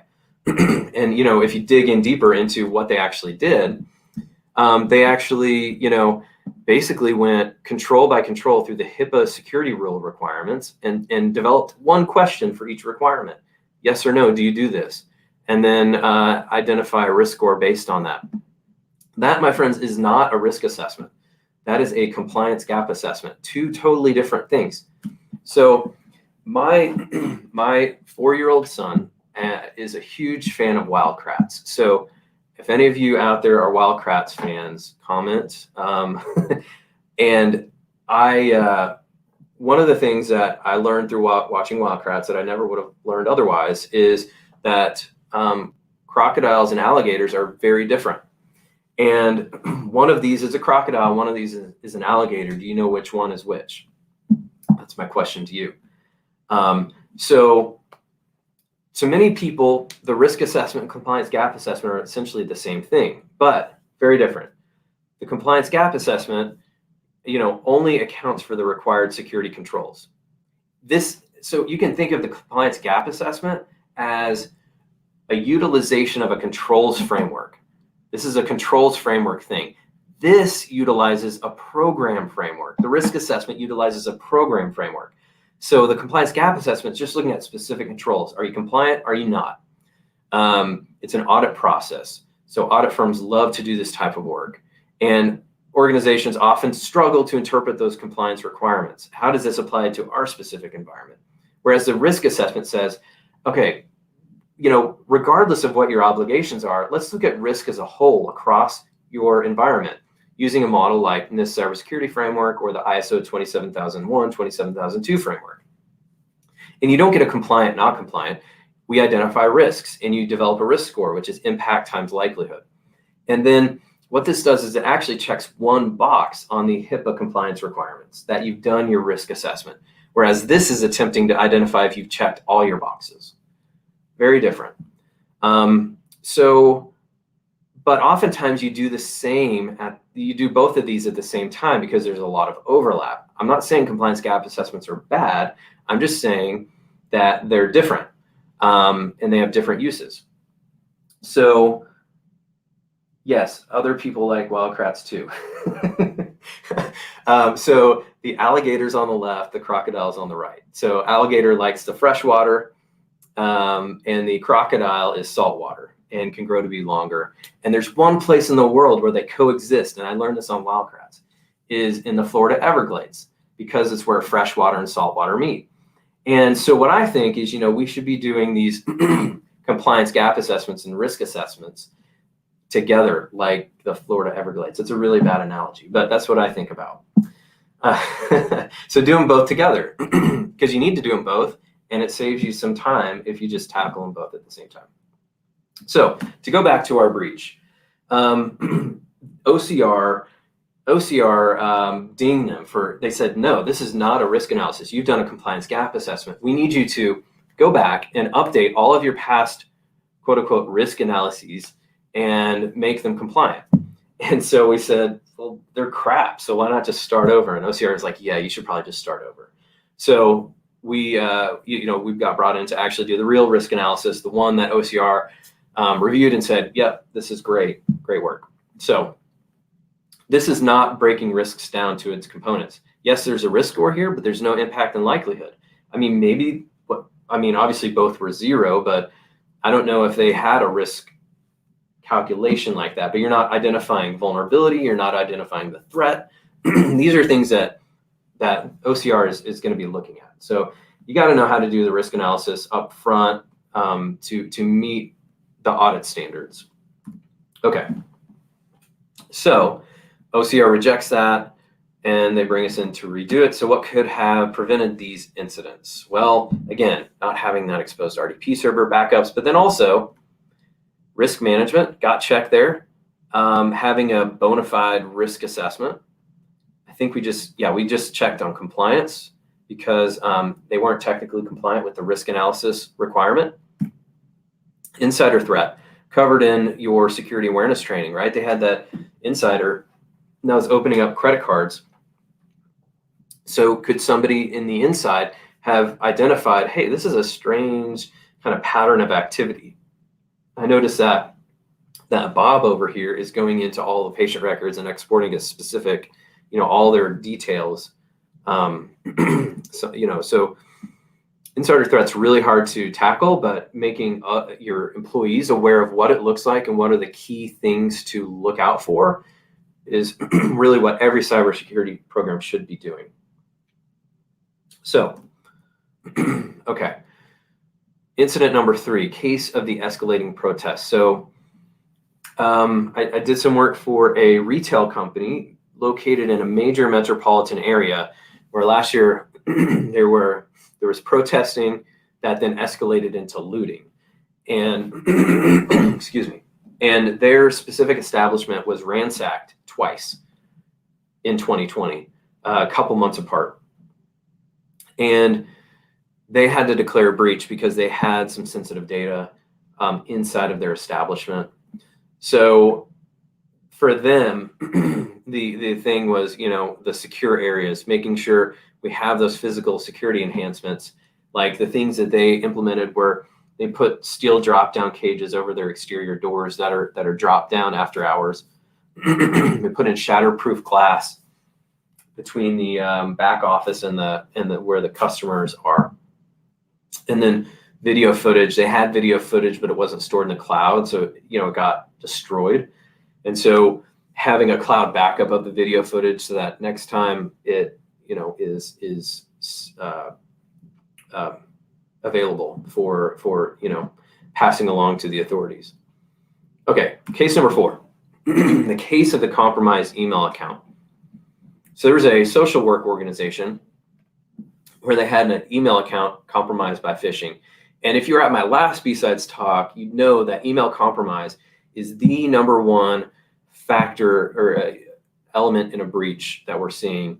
It's like 1 out of every 2. It's like 50% of all data breaches that I studied in the healthcare space all involve email account compromise. So if in your security program, you're not looking at email security, like if you're in Office 365 and you're like, well, it's O365, I'm sure it's safe enough. No, you actually need to be reviewing that. You need to be going through, doing a health check, making sure your settings are secure, two-factor authentication, of course. There are a lot of other things to look at, but email is one of the biggest vectors that attackers use to gain access. You know, obviously there's going to be ransomware, there's going to be phishing, there's going to be all sorts of stuff, but gaining access to email accounts is huge. Email accounts are so critical to our cybersecurity right now. I mean, think about it. When you go to reset a password, where does that get sent to? Email, oftentimes. And, you know, your recovery accounts for other things. And you probably have passwords stored in your email that you don't know about because they were emailed to you at one point. So, okay, back to this incident. Social work organization, they didn't have two-factor authentication on their email, and they were compromised. Attacker begins sending phishing emails internally, right? So phishing inside the organization, which, you know, after a little bit throws up alarm bells, and then they judge that the attacker was able to gain access to some protected health information and some client files. So, but the attack was identified luckily before lots of data was accessed. So what could have prevented this incident? Security awareness training, again, the HR, human resources security piece to recognize phishing, enhancing that training. Then two-factor authentication for Office 365 would be huge. Okay. Incident number 5, the case of the disgruntled employee. During COVID, there was a nursing home that fired a doctor. Then they forgot to take that doctor out of their electronic medical record system. A couple days later, the doctor logs back into the EMR, looks at patient details, and calls the families of the patients saying, hey, you have to get your loved one out of this nursing home right now. You wouldn't believe what's going on in there, and so forth. So, of course, you know, that was a big deal for the nursing home, but obviously that was also a HIPAA breach because they're logging in unauthorized. Even though the doctor days before had authorized access, it is now unauthorized after he's been terminated. So we called several families, and they, what's interesting is they had to report to the state attorneys general of their state and of a neighboring state. And their state attorney general says, we're not going to do anything. You're okay. We're not going to investigate. The neighboring state said, where's your most recent risk analysis? Do what? We need a risk analysis? So, of course, that's when we get brought in to do that. So what could have prevented this incident? Termination procedures, making sure you're terminating users correctly, and then reviewing regularly access to make sure that, oh yeah, we terminated Joe, but we forgot to kill his account, or that termination process didn't work as we thought, so we need to go ahead and terminate. Okay, incident number 6, case of the privilege escalation. This one happened about 2 weeks ago. So this is like hot off the presses. Manufacturing company. So we're not in the healthcare space anymore. Email accounts compromised. So they had an email account in their Exchange server, on-prem Exchange, not a proxy logon thing, but you know, somebody just falling victim to phishing, divulged their username, password. They caught it because the bad guys were sending phishing emails internally, and they made the user change their password. Now, what's interesting is that was actually 2 months ago, and they just kind of went along their business. A month and a half later, they noticed that a new domain admin had been added, and that they didn't authorize. So alarm bells go off, turns into an incident, you know, what happened, triage, all that stuff. Turns out that this first incident was worse than they realized. The user had VPN access and was granted local admin privileges, and there was deficiencies in their host-based protections. So it turns out, start looking at logs, pulling logs and all that. Firewall logs are retained for 3 days because of a verbose setting on what's being logged, and the fact that they're logging locally to the firewall and not offloading those logs. And so gigabytes of logs per day are being generated, and they only have firewall logs for 3 days. So this incident happened 2 months ago. They're not going to be able to identify exactly what happened and what the remote IP address was. Because when you look at Exchange logs, you look at the IIS logs, you're just seeing the internal IP address because it's inside the firewall. So you're not seeing the attacker's IP address. We looked at IIS logs. Turns out they weren't included in the backup of the IIS server. They had a lot of backups going back months, but they recognize that, oh, the directory that the logs are in is not part of the backups. And so the logs were only retained for 7 days on the server. And they had, so a lot of log deficiency here. And so they're currently going through a third-party incident response process. And it's a painful thing right now. So that is, a lot of things here. Users not running with local admin privileges was one thing identified. They got to be able to do log monitoring. 1 year of logs is a good idea for firewall, at least, and IS logs. Let's retain those for a lot longer than 1 week or 3 days. And being alerted, setting up a rule in your SIM that says, hey, when a new domain admin gets created, this better set off tons of alarm bells. Even if it's authorized, we need to know about it. Because this domain admin was actually added a long time ago. More advanced host-based threat protection. And we just checked malicious code protection. So as you can tell, we've been going through these incidents. We're checking off more and more of these boxes. I'm not going to go through more incidents, but you can imagine, okay, stolen unencrypted laptops. Absolutely, happens all the time. Mobile computing and teleworking. Sensitive data not shredded, found in a dumpster. Happens all the time. Secure disposal. Risks accepted by the IT manager, not included or not communicated to leadership. So you're really talking about security governance. How do you govern risk? Lost unencrypted USB drive, media protection. Internally developed web app with a critical vulnerability, secure software development. We've got, assuming a third-party vendor is managing security for you when they aren't. Roles and responsibilities, making sure you've got those laid out. Unpatched system that wasn't in the inventory. Sprinklers in the server room, destroying equipment, loss of data, environmental security. And this one I see way too often. IT maintaining a list of passwords for all users in the company. Or, hey, we just migrated to Office 365. We're setting everybody's password to be the same thing. Why?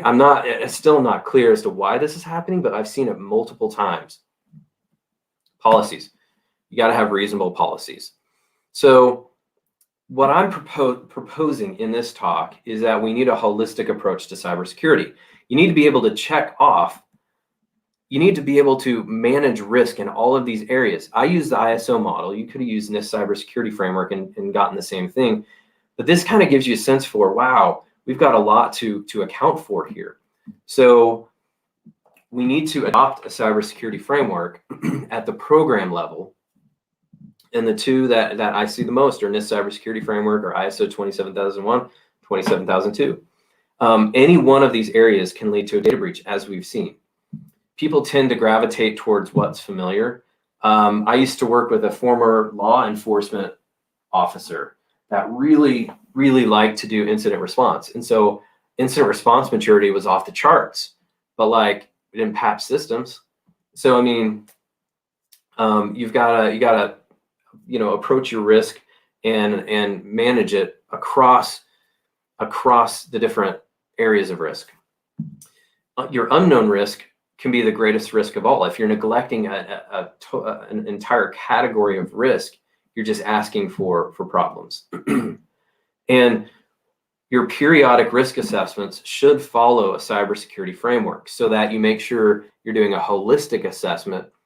You can do a risk assessment on a business unit or on a specific application, but you should do a periodic risk assessment that's organization-wide, what NIST calls a Tier 1 risk assessment, that utilizes a cybersecurity framework so that you can start to develop a maturity model. You can start to report, have a way to report the status of your cybersecurity program to leadership. So yeah, that's a big takeaway here. Cybersecurity is a balancing act. we've got to do risk management. You can never be 100% secure. These data breach factors can come in any of these control categories. So every organization out there is assuming some risk because we don't know about it, or because we've chosen to accept the risk. But are you accepting an unacceptable amount of risk? Only a risk assessment will help you answer that question. So, right, if you don't perform a risk assessment, you're accepting a lot of risks. You can transfer risk, right? Say you have compliance obligations. Say you deal with credit cards and you have to do PCI DSS. A long time ago, maybe not that long ago, but the credit card industry, the payment card vendors decided to they were sick and tired of accepting the risk for stolen credit cards. They said, hey, we're going to transfer this risk from us down to the merchants and to the service providers, so that they have the burden of implementing those controls and everything. Now you have a choice to transfer the risk to somebody else.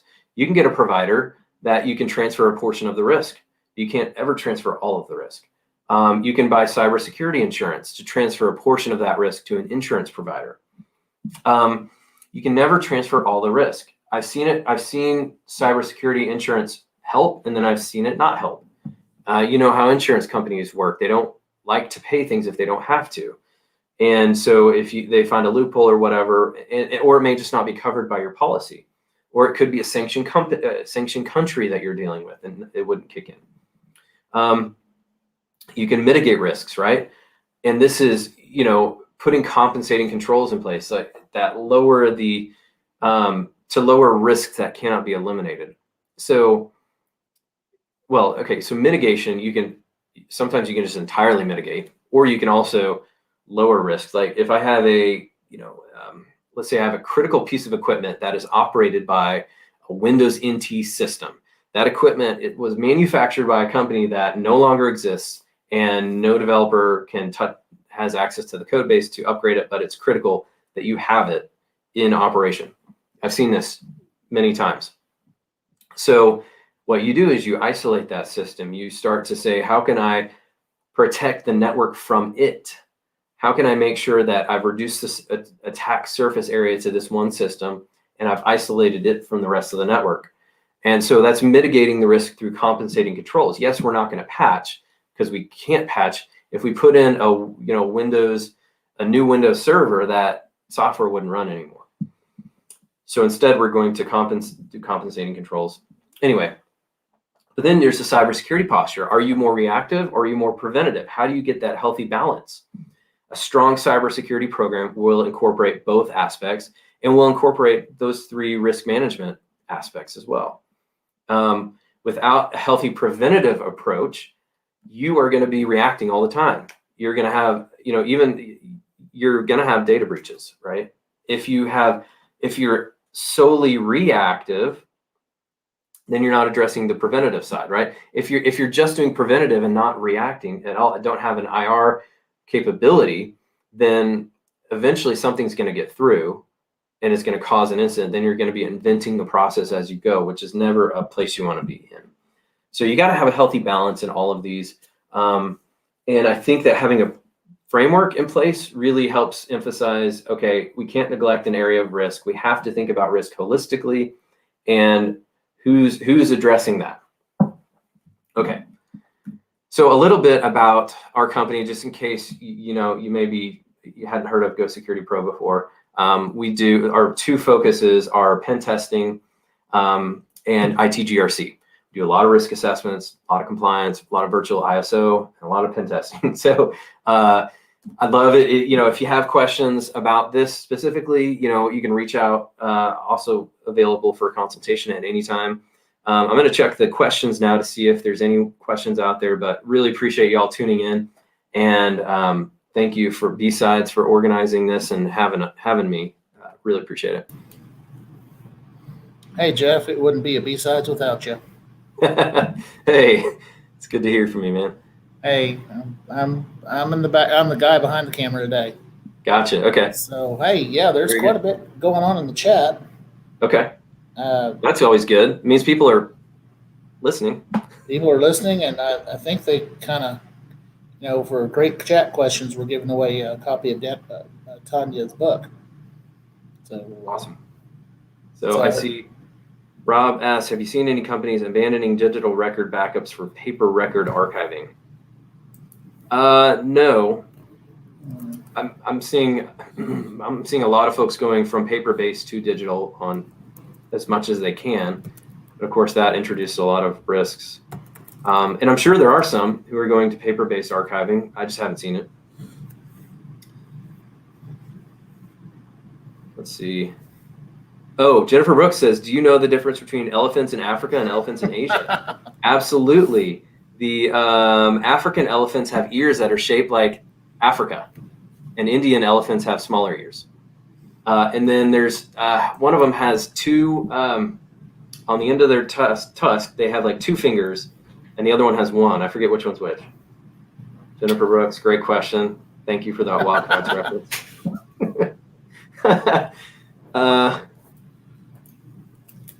Awesome. Okay. So Rob Rich is supposed to be over 3.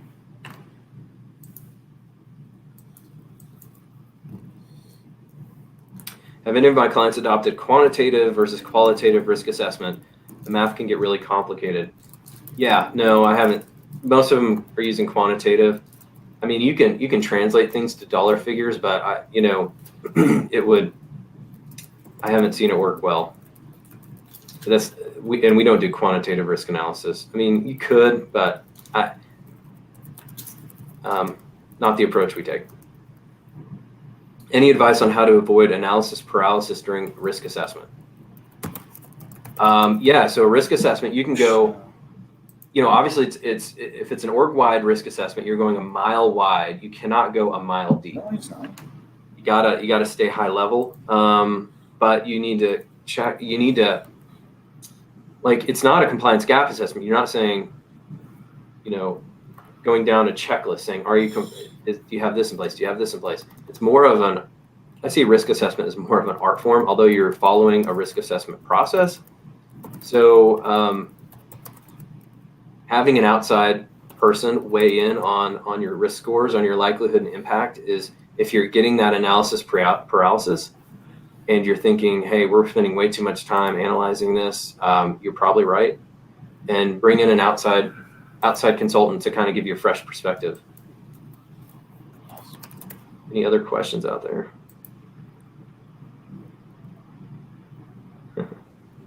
Awesome. Awesome, sir. Well, we're all sitting here in our secret squirrel stuff, looking furiously for questions. Well, my contact info is there if you have other questions you have or would rather not share in a public forum. I'm available. So thanks for having me. Oh, thank you. Are you going to be in chat for a little bit? Yeah, I'll be here. Okay, outstanding. Well, thank you for a great presentation. It's always good to hear from you. Thank you. Appreciate you. And we are going to get queued up here for Go Security Pro. Yes. That's right. The ordering matters. I don't want to get sued by GoPro. Oh, no. That's a thought. I hadn't considered that, but it's definitely something you folks thought about. But awesome, again, awesome job. Thank you so much. We appreciate you. Thank you. All right. See you guys. Man. All right. So welcome to track 3. We're coming up between the break between our 3 o'clock and our 4 o'clock speaker. We've got a 4 o'clock speaker coming up. We've got Logan Evans coming up here shortly, and we have got a 4:30 speaker for you. So don't leave too early. We've got closing actually going on over in track 1 at 5 o'clock. So stick around for that. Please be sure and ask great questions in the chat, because people who are asking great questions are staying very active in the chat. We're handing out books. Tanya Janika's book from this morning she discussed. Bob and Alice learn application security. And we are looking forward to handing those out. We've got, as I say, Logan Evans coming up at 4:30. I'm going to go ahead and get him moved in. Logan, I got to get some things taken care of here. I'll give you a chance to get your stuff set up. Cool. And I've got Rob Richardson. He's coming up at 4:30. So looking forward to Rob's talk. As always, we want to thank you, the attendees, for coming to BSides 2021. It's been a great virtual experience for everybody. We've really enjoyed this. It's a great way to kind of get folks together, and hopefully you go out after this and foster some of those new relationships. And hopefully next year, we're really planning next year to be in person doing this. And we got other cons coming up throughout the summer and the fall. We've got the big one coming up in October. That will hopefully most definitely be an in-person. Huge thank you to our sponsors. Okta Optiv is one of our virtually awesome sponsors. Also Fortinet, Secure Idea, Pinnacle, Arctic Wolf, and True Digital Security as our virtually awesome sponsors. Thank you so much for helping us support the Oklahoma information security community. Our show must go on sponsors, Stackhawk, Alias, and Go Security Pro. Huge thank you to Alias for facilities that we're able to operate in today. It's been a wonderful day here up on the 6th floor of the oil building. We've had a great time. We've had a lot of folks, I wouldn't say, we've had a moderate number of folks up here appropriately social distancing and wearing masks, taking care of business. And we appreciate our sponsors for this year. Please, BSidesOK.com, please keep an eye on that space for announcements for different things going on, for swag boxes and whatnot that are happening after the con. Also, whenever new sponsor perspectives come out, if you want to be a part of that situation for BSides 2022, that'll be the place to start getting information. Info at bsides.com is a great way to reach the staff. That's out all the time. You can get new information out. Just whatever you need from us, that's the way to find us. All right, Rob.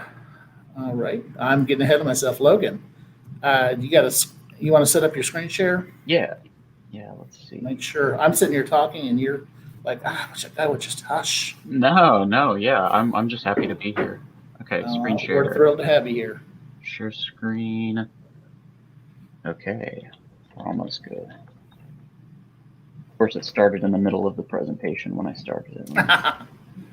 Okay, there we go. Can you see that now?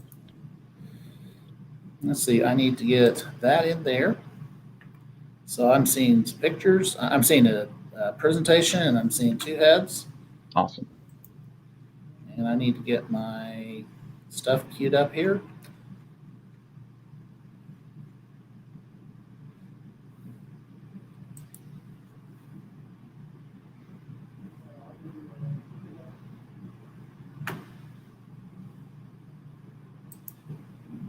All right, are you ready to go? Yeah, I can start whenever. Right. Okay, well, this is Build Your First Security App in the Cloud. This is Logan Evans. Logan comes to us. He's the founder of Sugar Security, and so we're looking forward to what he has to teach us about building a serverless, talking about building a serverless security toolkit and building that first security app in the cloud. So, Logan, it's all yours. Awesome. Yeah. So like Chris said, this is building your first security app in the cloud. We're going to be doing AWS in this talk specifically. And thank you to BSides Oklahoma and Chris for setting all this up and all of the conference sponsors. I love BSides, and I'm excited to be doing a talk for Oklahoma BSides. I'm Logan. I'm born and raised in Oklahoma City, but I moved to Colorado about 5 years ago and started a job as an ethical hacker or penetration tester. And I just moved back last year to start Sugar Security in OKC. And so what we do is we build cloud software that tries to hack other people's clouds. If they pay us and everything, we're the good guys. So I've presented at stuff before, but this is my first time talking about building cloud software because I'm pretty new to the cloud myself. I just got into it in the last few years. and I'm loving it. So who is this talk for? If you like cybersecurity, which I'm guessing you do if you're at BSides, and you want to try making something in the cloud, like a honeypot or a password cracker, I mean, think either blue team stuff or red team stuff, this is for you. And post in the chat. I have the Slack open. I'm happy to answer any questions. And I also want to hear if anybody else is using the cloud. I saw that there's a cloud computing group in the Techlahoma Slack, so I'm probably going to be in there more often now that I saw that. And then what do you do in the cloud if you're using it? And what's the tech stack like? There's a lot of different stuff that qualifies as cloud. So are you using cloud VMs? Are you using AWS Lambda? What's that like? And then also, I heard from Chris earlier that you have a chance to win a book if you ask a really good question. So, keep thinking about that during this presentation. It's a 25-minute presentation, so a short one. So this is what we're going to have time to talk about. First, we're going to start with a primer on what is serverless. So it's sort of like the next gen of cloud stuff. Maybe it's a buzzword, maybe it sticks, but I'm just going to introduce the concept. Then we're going to get practical, and I'm going to show you how to make a simple API that just says hello to you. So you go to your website that it generates, and you go to like /hello/Logan, and the website prints hello Logan, and that's the first like sort of simple hello world example, and then we'll get into building something more practical for cybersecurity. In this case, it's an OSINT dashboard. If you haven't heard of OSINT before, it's open source intelligence. The idea being just like, what can you Google about an organization and find out that might help for a cybersecurity assessment? And so we're just going to do a simple little one towards the end of this presentation. And all of the examples are going to be in Python and AWS. Those are the things that I'm most comfortable with. But the cloud supports a lot of different languages, and there are a lot of different clouds. But we do not have time to cover all of that. I love Google Cloud. So besides AWS, I also love Google Cloud, but we can't talk about it, or Azure or any other cloud technologies. And we can't even really get too deep into AWS stuff during this time. Eventually, I would like to turn this into an hour-long presentation next year, maybe, and then like a class down the road to just help people build stuff in the cloud as it's getting more popular. There's always more to learn, but that's what we can't talk about. But okay, so just a background, right? What is it like building software without the cloud? You might have a local agent, like a local software, which would be like an exe or some scripts, and those you can run locally. But then they will maybe call out to like a website or a web API. And without the cloud, those have to be backed by like a web server running something like Apache or ASP. That application server might call out to a database server. Each of these servers has to be patched, and you have to install the operating system. You have to maintain the hardware. You have to deal with networking stuff. I don't know these guys in this picture, but they look happy. But that's not what I want to be doing. I like the cloud a lot more than that. So since 2006 or so, there has been the concept of the cloud, right? Like using other people's hardware. And so this is a screenshot of AWS EC2, which if you just got started in the cloud, this might be like, this is how I got started in the cloud at least. It's just virtual machines, but on AWS hardware. So it's largely the same as far as like the concepts go. You still have to install the operating system sometimes, like depending on how you set it up. You still have to set up networking stuff. You can still remote in and use the server and do whatever you want on it. But for the most part, it's a lot like a physical server.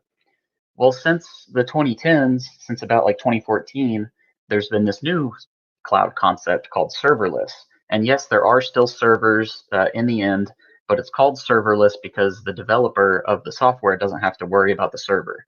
So you can make an application without having to buy hardware, set it up, or even set up a virtual machine. There's no patching. AWS or whatever cloud provider will always run your stuff on the latest hardware and the latest version of the operating system. And it's also cheaper because when you're using a server, even if it's a virtual server, it's running 24/7 unless you set it up not to. But with serverless, it only runs when you're using it. So you'll make a request to an API, like in this example picture here. When you make a request to that API, it'll spin up a little mini server, a container, to run your code, and then it just shuts it down. So if someone just makes one request to your website, it might cost you, like a fraction of a penny compared to having a server up 24/7. And so what all can you do serverlessly without a server? AWS, again, we're just showing AWS in this talk. These are some of the different things you can do serverlessly with AWS. You can store files. That's a big one. If you've heard of S3 before, that's a really popular AWS service. You can just upload files like a Dropbox situation, not have to worry about like having a file server. You can run code. So Lambda is the most popular AWS service for that, or the one that I like the most, I guess. You can run all these different programming languages in it. Again, no need to have a server. You can host a web API, you can host a database, you can do user authentication, all without needing a server. And this is what it looks like from the developer perspective. So you're making some code, you're writing some code, you push the code to GitHub, and you can have separate repositories for something like the back end of your application or the front end of your application. And you can have GitHub actions. So you push the code to GitHub and it automatically will build your code and deploy it to AWS. And so the one on the bottom here, the backend one, serverless framework, that's what we're going to be talking about for this presentation. I'm going to show you guys how to use serverless framework to do that stuff we were talking about at the start, like a little simple hello API and then a toolkit, a security scan toolkit. And yes, so in this example, the code there is still a server in the end. It's an AWS server, but you don't have to worry about it. You push the code to GitHub, AWS handles the rest. And so even doing serverless, like, yes, you don't have to set up a server, but there is a learning curve, and doing it manually sucks at the start, like at first. But it's a good way to learn. You go to the AWS website, you say, I want to create a new Lambda function or a new whatever other serverless thing, and it'll sort of walk you through step by step. But this is not the way to scale it. Like if you're trying to build dozens of Lambda functions, doing it through the website wouldn't work so well.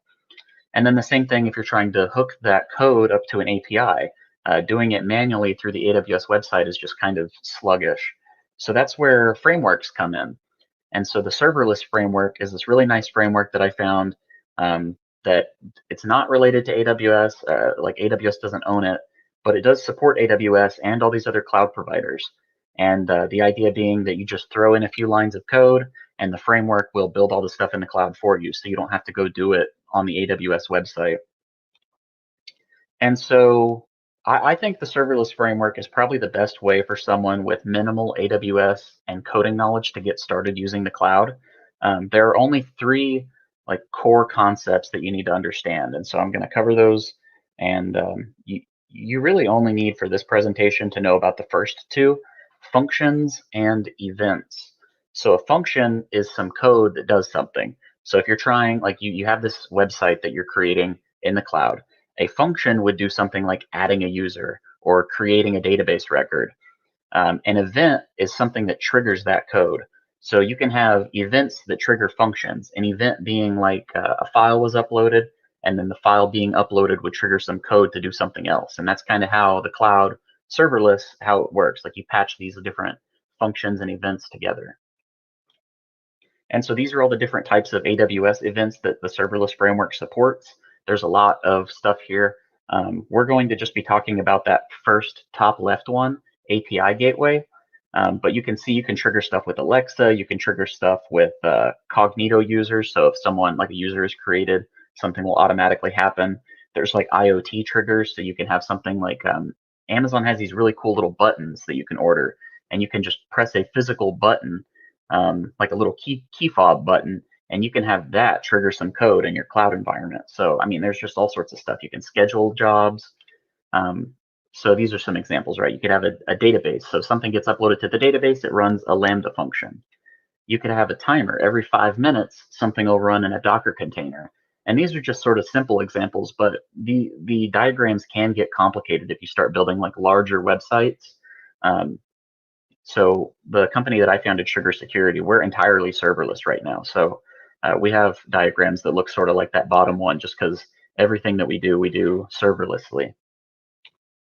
And so this is sort of how we're going to go about creating that first example, the little hello you API that we're going to make. So this is the idea. You go to your web API that you generate and you say /hello/sugar, and it comes back and says, hello, sugar. And that's made up of two components in the cloud. There's an API gateway, which says, set up this API, set it up with HTTPS. You can have people, you can send people a link and they can access it anywhere in the world. And so when they go to hello/something, it runs this Lambda function on the back end that says, okay, well, I'm going to say hello. And this code is available on the Sugar Security GitHub on BSidesOK 2021. I'll put that link in a few more slides here. Okay, so this is how we're going to start. This is a Python example. This is a real framework.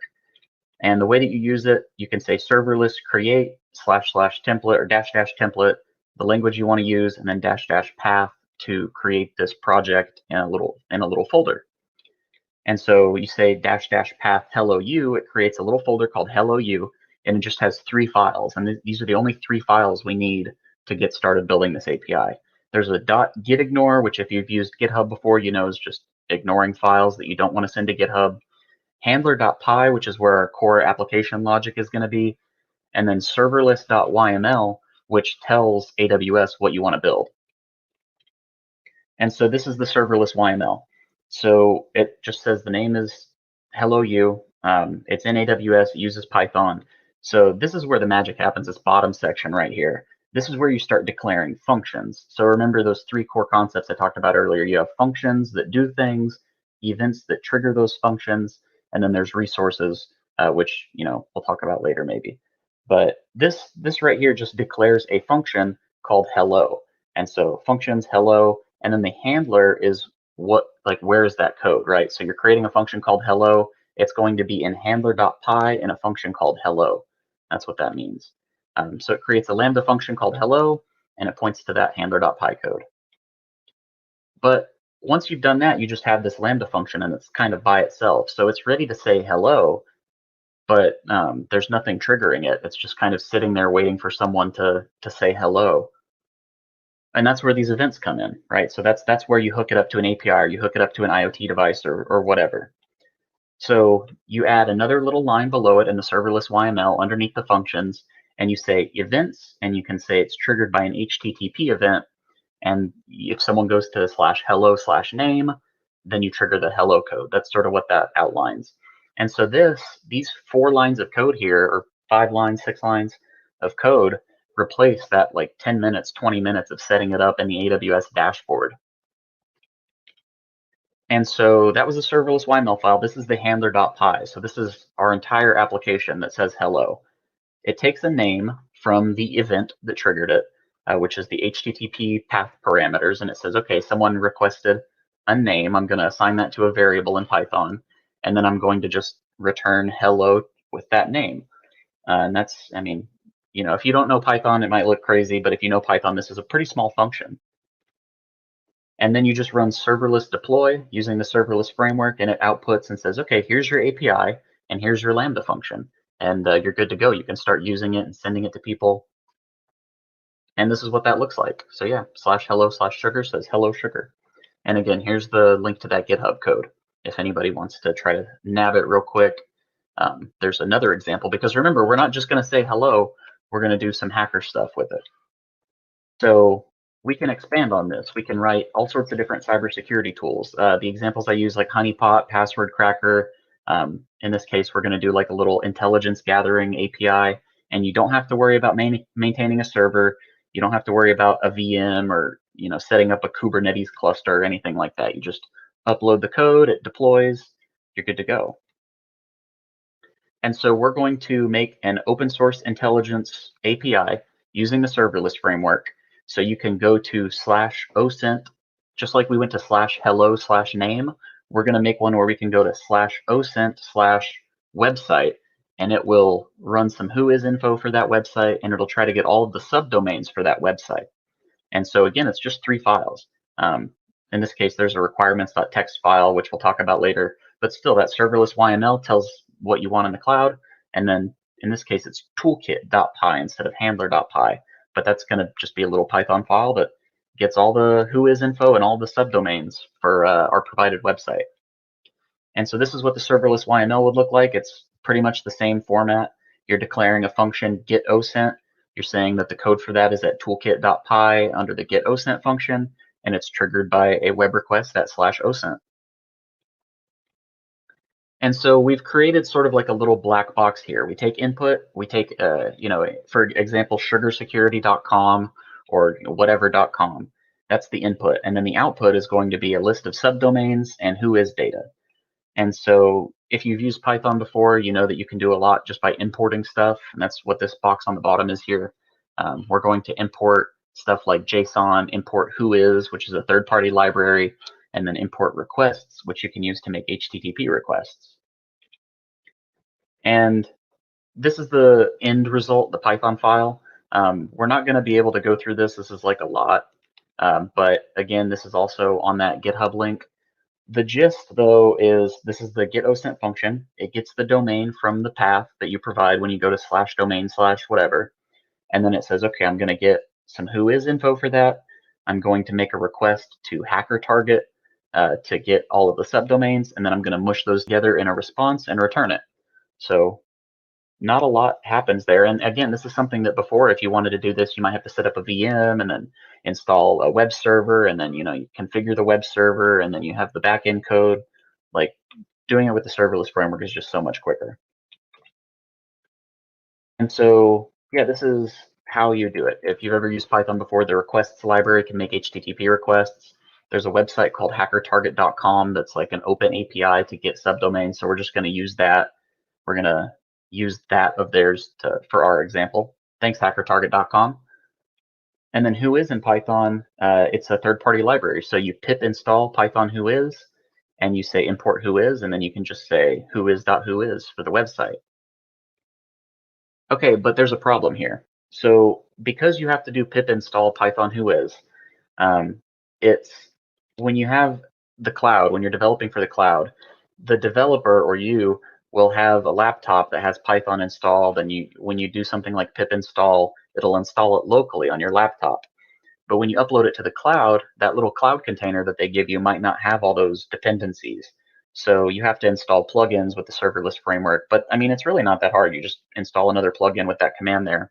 And now, as long as you have the list of your dependencies in requirements.txt, it'll install. And if you don't use Python, maybe some other examples like JavaScript, there's other ways to manage dependencies, and the serverless framework supports all those. And you run serverless deploy, and it's the same sort of output here.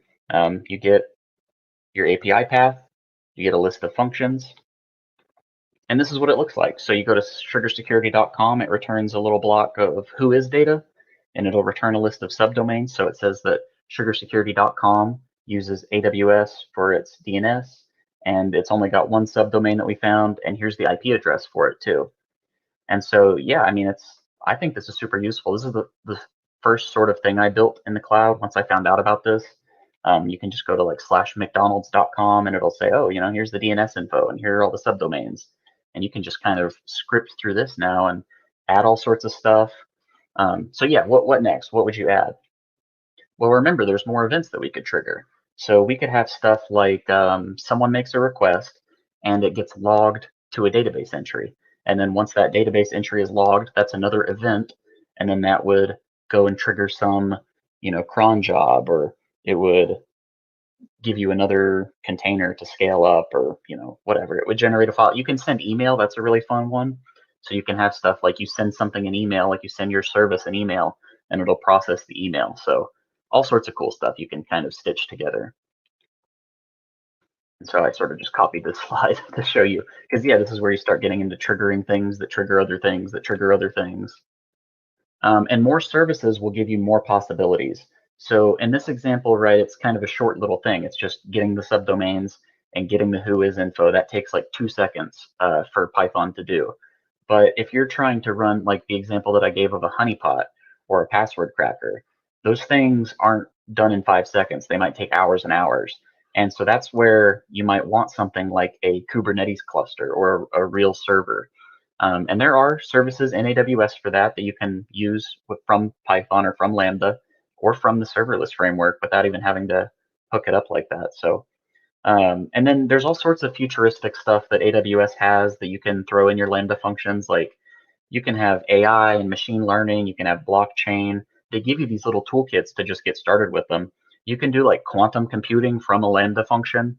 They have like robotics services. So if you buy their little robot toolkit, you can have something like, when my robot starts, send me an email, and just little fun stuff like that.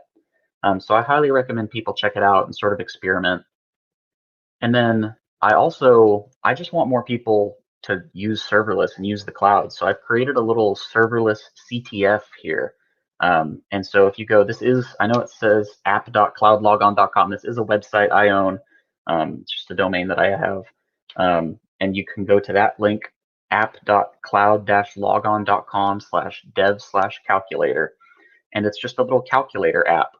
And I call it the Sugar Security Unhackable Calculator, because I think it's unhackable. I mean, you can try it. Like, it is a CTF. You can do some stuff.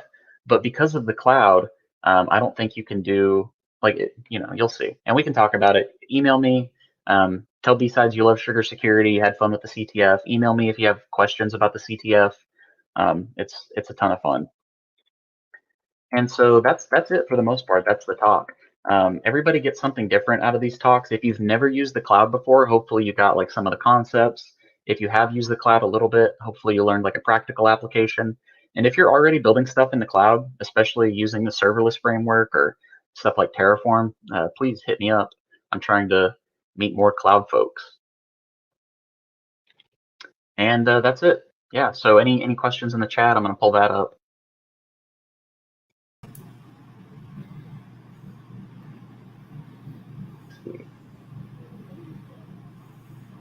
C2 server. Yeah, someone says a C2 server. So that's actually like one of the things that I was trying to figure out when I first started was like, okay, how would you do malware using Lambda functions? That'd be kind of cool.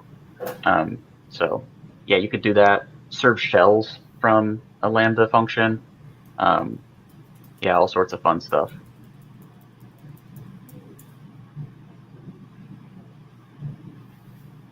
Let's see if I missed anything else.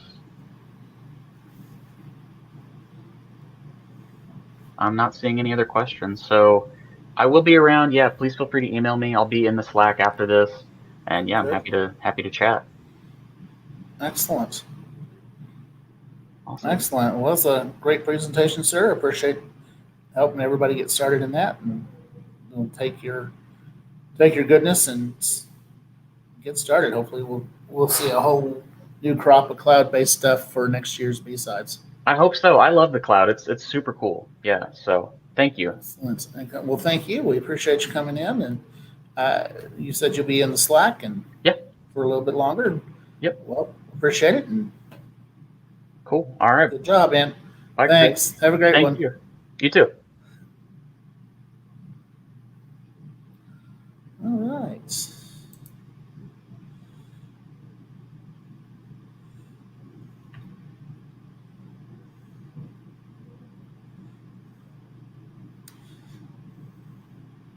I'm going to go ahead and bring our next presenter on so he can be getting his stuff squared away. I've got some talking I need to do. I'll tell you what, Rob, if you'll split the difference with me. That sounds great. Fair enough? Yeah. Outstanding. Thank you. I appreciate it. And we appreciate you doing double duty for us today. Oh, it is so fun. This talk is going to be a blast. Outstanding.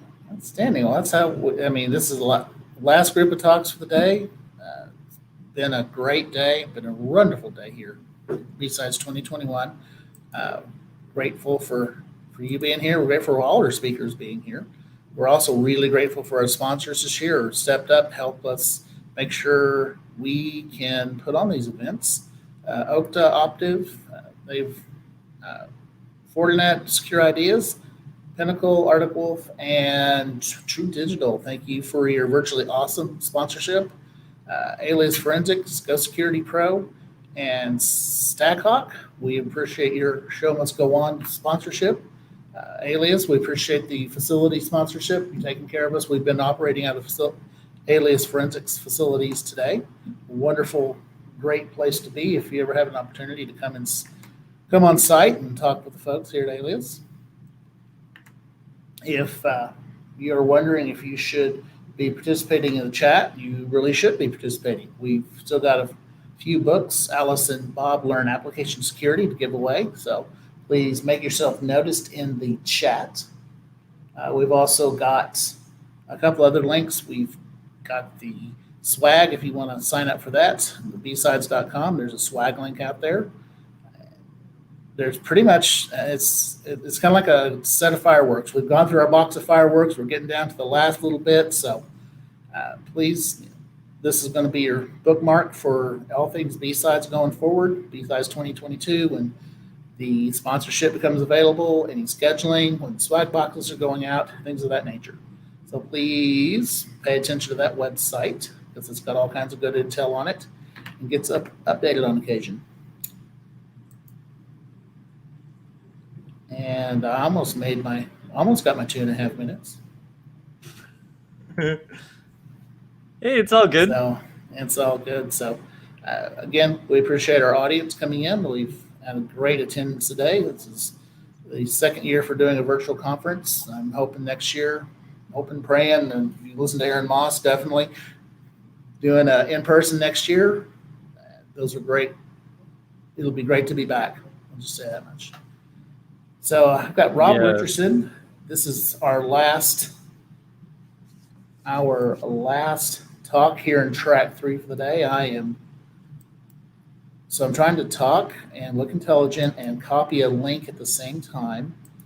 And I think I'm getting one of those talking things. and typing is hard, especially when the content is different on each side. And I've got that URL you just posted me. I want to, whenever you're ready for me to, I can slip that out and into the banner just whenever you're ready. I'm good. I'm ready to go. If you're ready to go, this is Rob Richardson. He's going to be talking continuous security by design. He's got his URL right there. So any future questions or any future Rob Rich needs, you've got a URL to go to and a Twitter to follow. So Rob, I'll turn it over to you, sir. Very nice. I'm glad you've already published the link to the slides. That's one of the things that really bugs me is that typically we're chasing the speaker for when are you going to publish the slides? And everyone always says, oh, I'll publish it as soon as and yeah, it never happens. So the slides are online right now. How do you get to the slides? Well, we can go to robrich.org and we'll click on presentations here at the top. And here's continuous security by design. The slides are online right now. What's really cool is in these slides, each of these blue links are actually clickable. And so you can reach in to tweet me at Rob_Rich or get back to other presentations that I've done as well. While we're here on robrich.org, let's click on About Me and see some of the things that I've done recently. I'm a Microsoft MVP, a friend of Redgate, a single store developer evangelist, and AZ Give Camp is really fun. AZ Give Camp brings volunteer developers together with charities to build free software. We start Friday after work. Sunday afternoon, we deliver that completed software to the charities. Sleep is optional, caffeine provided. If you're in Arizona, come join us for the next AZ Give Camp. Or if you'd like a Give Camp here in Oklahoma or wherever you're connecting from, hit me up on email or on Twitter, and let's get a Give Camp in your neighborhood too. Some of the other things that I've done, I worked as a core contributor on the Gulp team in version 2 and version 3. That was a lot of fun. And I replied to a .NET Rocks podcast episode. They read my comments on the air, and they sent me a mug. Woohoo! So let's dig into continuous security by design. Our goal as we talk about continuous security by design is to build security into the container process. So then the natural question, doesn't Kubernetes just do this for me? Well, no. Kubernetes works on protecting Kubernetes. Here's some of the components built into Kubernetes. We have the API server, the controller manager, the scheduler, etcd, the database. Those are all part of the control plane. We have the kubelet, cAdvisor, kubeproxy. Those are all part of each worker node. Each of them is working to keep my process in the container running, but it does nothing to prohibit communication between containers or to ensure the security of the content in my container. If a user is able to get at that container and is able to pop my container, well, then they can start to pivot to all the other containers in my cluster as well. Kubernetes is, at best, a firewall around the boundary of our containers. Well, what about Docker? Does Docker solve it for me? Do I get this inherent security based on the sandbox? On the left, we have virtual machines. On the right, we have containers. In both cases, we get the same level of sandboxing. each container and each virtual machine gets a separate host name and a separate IP address. But unlike virtual machines, containers will virtualize the operating system instead of virtualizing the hardware. We get a sandbox, but that keeps the container from polluting the host operating system, not from reaching out over the network to communicate with other containers. So Kubernetes, it's a cluster of machines. We can think of this kind of like a firewall in front of the container. Kubernetes can't secure the process inside the container. That's our task. As developers of containers, it's our job to make sure that the container is secure. So what is a Docker container? It has a file system, it has users, it has processes, it has ports. It's, well, pretty much a Linux box. And as we look at a Linux box, we can look at that and understand the nature of securing a Linux box. Well, kind of. It's a very short-lived Linux box. So, securing containers. By default, every container can communicate with every other container. Now, that's okay. That's probably what we want in most cases. But even Kubernetes namespaces are not security boundaries. They're organizational boundaries. Once I get my container launched, I can reach out into any other container to do interesting things. So, securing containers. If I can pop a container, I can pivot to the other containers in the cluster and start to attack those as well. What kind of threat vectors do we have in this place? Well, we have a threat from a potential network connection from other containers or from the outside world. We have maybe a CVE in installed software. Maybe we're running with excessive permissions or with exposed secrets. These are some of the attack vectors, and these aren't all, but we can kind of group these into things that come from underneath and things that come from outside. Now, the things that come from underneath are things like, well, we have a vulnerability in one of the libraries that we use. And things from outside are things like we have an exposed port or we're running with more privileges than we need to. So as we look at these attack services and kind of group them into these two groups, we kind of think about, well, what content is exposed? And if they do compromise a container, what can they pivot to? Well, if we have a web API that is our boundary between the internet and our database, if they attack that API, they can pivot into our database. Having our data exposed is not a great scenario. So this ephemeral isomorphic hardware. The cool part about ephemeral and isomorphic hardware is it lives for only a short amount of time. We can replace these containers really easily. So if a container fails or gets compromised or is unhealthy for any reason, we can spin it down and spin up a new one. Now, probably we'll spin up the new one first, pivot our traffic over to it, and then spin down the old one. But the cool part is these containers don't change. So we don't need to run a virus scanner inside of a container. We don't need our corporate daemon scanning our system every few minutes. It is unchanging hardware. And if it did change, well, that container is unhealthy. We should evict it and spin up a new container instead.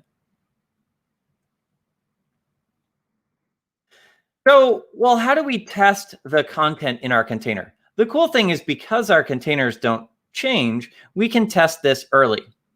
Unit and integration tests. We'll have those in our software to validate that our system functions the way we expect.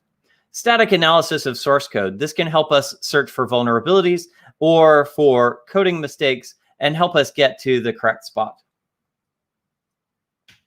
Machine inventory for known vulnerabilities. Here's where we're going to catalog all of the software inside of our container and understand the versions of that software. Let's then compare that to a vulnerability database, and we can look at if our container is vulnerable. Now, the cool part is once we inventory the container, we know all of the content that is running here. It doesn't change. So now we can take a look at that inventory, and as the CVE database gets updated, we can see if a container has newly become vulnerable. Not because the container changed, but because the software is understood differently. We can also validate for open source license compliance. Do we need to release our source code because we're including GPL content? Or what other kinds of licenses do we have in our system? And then finally, policy validation. Let's take a look at the results of each of these tests. Do our unit tests pass? Does our static analysis pass? Do we have any known vulnerabilities inside of our libraries, both operating system and application libraries? And finally, are we compliant with our open source licenses? Now, given this policy validation, we can then do a go, no-go type of experience. Now, what's interesting here, and the world is learning this in great detail at the moment, well, what if we have a vulnerability, but we don't yet have a cure? Should we take our system offline? Or should we continue hobbling along as best we can? Maybe replace the container often? These are some of the concerns that we need to be familiar with as we start to look at continuous security by design. So first up, unit and integration tests. Yeah, old news. Let's just do it. As we build up a suite of unit and integration tests, we can get a feel for our software, how it behaves when it misbehaves, and prevent errors in coding from affecting our production runtime. As we layer up, static code analysis. Now, as you grab these slides from robrich.org, you can click through each of these to understand some of how they work. Now, I'm not here to sell software, but this may help you get past the blank page, which is really helpful. Next up, license analysis. Now, here's some tools that allow you to do license analysis. Click through each of these to understand theirs, or search for them together with comparative products to be able to find the license analysis pack that works perfectly for you. Next up, policy validation. Now we can take the results of all of our tests and say, if there are any failing unit tests, we're just not going to deploy. Or if there's any failing license checks, we're just not going to deploy. Now, sometimes that's the correct answer, but sometimes it's not. Maybe we have a vulnerable system and we know that our container is vulnerable in a certain way, but we don't have a cure for that vulnerability. So we can't upgrade the software, or maybe upgrading the software is incompatible in certain ways. We need to be able to say, we're going to deploy anyway, in spite of some of the concerns. Now, maybe we can just say, this concern is okay for now, or maybe we can create a policy that says any patched vulnerabilities are not acceptable. So you must take the patch before you can release. And then we can also use this analysis to be able to look through our running cluster and understand the vulnerabilities that we have there too. Ultimately, this policy validation gives us a go or no-go scenario. Should we deploy? Should we not deploy? That's the perfect scenario. So we're about a third of the way through, and all of this is pretty standard stuff. We've done this before. Unit tests, integration tests, static analysis, license checks. Yeah, we get that. Whether we're targeting containers or whether we're targeting deploying to regular Linux machines or functions, yeah, this is pretty standard stuff. So where's the serverless?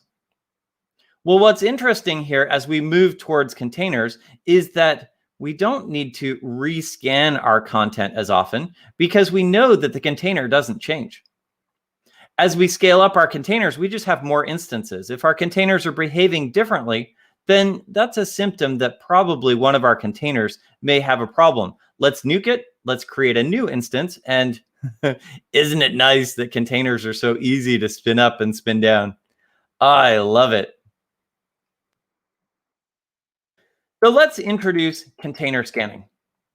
Now, the cool thing about container scanning is we go do that inventory of all of the software in our machine. Now, in this case, it's a container, not a full machine, but we can take a look at all of the detail. Now, let's inventory all of our installed software, compare that list of installed software together with its versions with a vulnerability list. And now we can know, well, what's our exposure level here? Do we have vulnerabilities that have patches for them that we should be able to apply? When to scan? Now, container scanning is a process then of looking through the container for all of those installed software packages, be them operating system packages or application packages. And not only that, but let's assume that we have a .NET or a Java application. We'll have NuGet packages or Maven packages, but we'll also have NPM packages supporting our client-side libraries. Now we need to inventory all of these, the package name, the package version, and we can use that to compare it to our vulnerability database. As we're looking at when to scan, we know that these containers don't change. And so it's really easy for us to scan before we launch them into the cluster. We could also scan the registry periodically to understand if any containers got published there. Maybe something jumped over the CI/CD, the DevOps pipeline, and got straight into the registry. And we can also scan our cluster periodically and understand the content. The cool part is once we have the ID, the SHA of the container, we know that we've scanned, and we know that we've scanned that SHA. We instantly know the content in that container. So we can just quickly look through our cluster from time to time and say, yep, we were able to scan all of those things previously. One of the things that's particularly cool is Kubernetes webhooks. As a pod launches, now whether that pod launches directly or as part of a controller or as part of a deployment stateful set or domain set, not domain set. As a pod launches, we have various hooks into Kubernetes where we can validate additional content. Now, container scanning does take a while, so we may choose to launch the container scan during the DevOps pipeline, but not block it from deploying. Maybe, depending on the risk within our organization. Let's dig into Kubernetes webhooks because this is phenomenally cool. Here's the pipeline that Kubernetes is going to go through as it gets ready to deploy a pod. Now, the interesting thing is we can hook into these webhooks to be able to do interesting things. There's a mutating admission webhook. Now, that's where we can change the YAML that is about to launch this pod. Do we want to add a sidecar? Do we want to specifically move to a certain version, inject environment variables or other secrets? Then we also get to the validating admission webhook. Now, at this point, we can say go or no go. So perhaps we go look at the container that it's going to launch. We go look through our vulnerability database and we say, are there any showstoppers here? If there are some showstoppers, we can say, nope, you just can't launch that container in this cluster. Full stop. Now, it does take a while to run the container scanning, so we may get here and not have a result yet. Do we delay launching the container or until the scan is done? Or do we let it go and then refresh it later? That's a business decision that you'll need to make to get the availability and reliability within your network. I could definitely suggest mechanisms there, but your organization will have a different level of risk tolerance and expediency needs. So you'll be able to judge that better than I can. So Kubernetes webhooks. As we look at container scanners, here's some tools that can get you past that blank page. And I'm not here to sell a product, but Google some of these or click through them and get a feel for them. There's lots of choices for container scanners here in the industry. Now, the cool part about container scanners is that they allow you to then look through the contents of your container. Look for all of the software versions and software packages and versions, both operating system and application dependencies, and to be able to catalog those in interesting ways. Now, one of the caveats here is that they'll often use the manifest that we use to install it. So in the case of NPM, we'll look at the project.json to understand all the files that are installed. Now, if we're looking through project.json for its dependencies in a nested way, what if we put an additional script? We just copied and pasted it into our code. Now, that's where static analysis is a better tool rather than container scanning to be able to discover the problems associated with that software. So container scanning isn't perfect. It's possible to defeat it. But let's pick one. Now, I don't want to advocate for a particular software, but reluctantly, let's pick Anchor. Now, Anchor is free and open source. And as we dig into Anchor, let's kind of see how this fits in, how container scanning fits into a DevOps pipeline. And we can see, is this the way we want to go, or do we want to look at features in a different package? I invite you to explore the packages and pick the ones that work for you. I chose Anchor in this case because it is completely free and open source, and there's various mechanisms that we can use to deploy it. It is free and open source. It runs as microservice containers, and it does that software inventory, both operating system packages and application packages. It will take that list of software installed in the container, compare that with the CVE database that it has, and be able to return the result. Now, the cool part is it's really great at finding vulnerabilities within your containers. The bummer part is it does take a while to do a scan. So I'm not going to do one live today, but I'll show you the results of my scans. In this case, the Anchor docs are not great. And what I find interesting is that each of the microservices associated with the solution are actually the same container, just launched in different ways. I'm not sure if that really sounds like a microservice to me. It sounds like maybe a distributed monolith. But Anchor is an interesting thing. Our first stop is to come to the Anchor docs. So I'll pop open the Anchor docs, and we can take a look at the content here. Now, our first stop is to grab this Kubernetes YAML file. Now, once we've got this Kubernetes YAML file, we can do a Docker compose up, and it will spin up all of the details associated with our cluster. Here's that Docker compose file, and we can see that it uses the Anchor engine image, and it spins it up in this mode. It spins it up again in this mode. And so each of these are the microservices to be able to do the thing. The first time through, it will start by updating all of its database and get those feeds up to date. So Docker compose exec, API bash, or pip install Anchor CLI, and now we can start running commands. The first command that we'll do is Anchor CLI system status, Anchor CLI system feeds list, which kicks off the process of updating all those feeds. Now, once you have them up to date, it's great. It works out really well. But the docs say it may take 10 minutes to populate all the scan data. Let me show you the results that it took for me. I started updating on 620, and I ended on 623. I'm not sure that that's 10 minutes. That to me is 3 days. Well, 3 days, 10 minutes, close enough, right? So it is not fast to get started. But once you have this database up to date, then it is really cool. Now you can start to run Anchor CLI commands, and it works out well. With those Anchor CLI commands, just pip install it or exec into their container, and now you have the Anchor CLI. So how do we get into Anchor to be able to do this stuff? We'll first start by scheduling that image. So Anchor CLI image add, and here's the image that I want you to scan. I've now added it to the queue.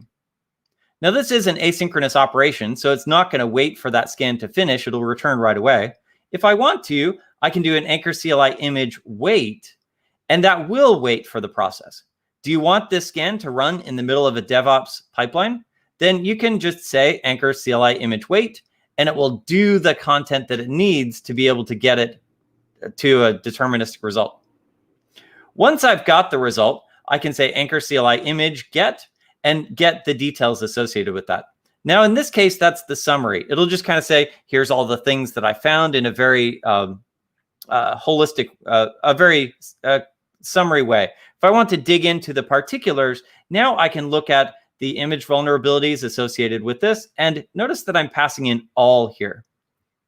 I could pass in OS, NPM, gem, NuGet, the different types of packages that I want to scan for. Now it's going to go looking for all of them, but it probably won't find very many of them. So when I say, go get me the vulnerabilities of everything, it can return that list, and I can now use that content to be able to make decisions. If I just want to spit out that list of installed packages, Anchor CLI image content, my image : latest, and I've got that content. So let's fire up a DevOps pipeline and be able to do this. Now, in this case, my DevOps pipeline just runs this script. I'm going to do a Docker build, a Docker push, kubectl apply, the standard content that I need to be able to kick off this pipeline. Now, how would I modify this to be able to do container scanning? Well, I'll just put all of those Anchor CLI commands right here in the middle. So let me start off by enrolling my image into the scanner, and I will pass in my Docker file so it has some additional context about this container. That's cool. Now, in this case, I've chosen to wait, and now I'm going to go grab that list of vulnerabilities. Here's that vuln.json. So content.json, here's that full list. Yeah, there's some content there. That's cool. Now I'll go look through that vulnerabilities list, looking for any vulnerabilities. If there's any vulnerabilities at all, in this case, I'm going to fail the build. Now, depending on your tolerance, that might be too much. But you can adjust this. Maybe I don't want any high priority vulnerabilities, any critical vulnerabilities, but I'll handle some medium and low priority vulnerabilities. Finally, I'm going to go grab the content of that container and save it to content.json. And that is all of the packages, OS packages, all of the NuGet dependencies, Java dependencies, gems, Python, all of the different packages will get listed in content.json. Now I could ingest that into a database together with the layer ID of the container that I created. And now I know exactly what's in that container. And I can periodically recompare it with this vulnerability database to understand if my container has become vulnerable, not because the container changed, but because the content is a vulnerability was discovered within it. That may be my cue to restart this process to re-trigger it. Finally, once I've decided that my policy validation is okay and I've cataloged the content, now I'll do that Docker push and kubectl apply. We've been able to set this container scanning process into our DevOps pipeline. Very nice. Now, there's also a way to do it with GitHub Actions. And the cool part about GitHub Actions is we don't have to call each of those CLI pieces. We can just call GitHub Actions and it will do the things. So I've got this GitHub Actions run, and here's where I have passing content. We can see it took me a little bit to get this going, but now I've got a build with no vulnerabilities beyond my tolerance level. By comparison, here's a similar thing where I do have content beyond my vulnerability level. Now, I did some experiments of, can I just inject a JavaScript file into place? Nope. Anchor actually uses my manifests, not the files directly. This isn't static analysis. This is package cataloging. Okay, so what does that build look like? The build is identical between these two repositories. It's just that one of them happens to have additional content that fails. Here is our GitHub Actions build. So we check out the content, we'll do a Docker build, and here's that Anchor scan. We just pass in the container that we want to do. And the beauty here of GitHub Actions is that they maintain the database. So we don't have to wait for our vulnerability database to update. Finally, we'll go grab the results, and I'm just going to cat them out to the build logs just so I can see them. And then we'll upload those to our artifacts. Now our build server, our dashboard can pull in those things and be able to identify the content involved in each container. Finally, I'm going to take a look at that. And here, yes, I have an extreme policy here. If there are any vulnerabilities at all, I'm going to fail the process. And then finally, I would do a Docker push and a kubectl apply. So that's how we get Anchor installed in our DevOps pipeline. And what's really cool, whether we're using GitHub Actions or calling the CLI directly, it's really easy to put that content into place. So we walked through both the pass and the fail, but I have links here so that you can take a look at both repositories. Kubernetes will only protect itself. At best, it's a firewall, an API gateway around our containers, but it doesn't protect our containers itself.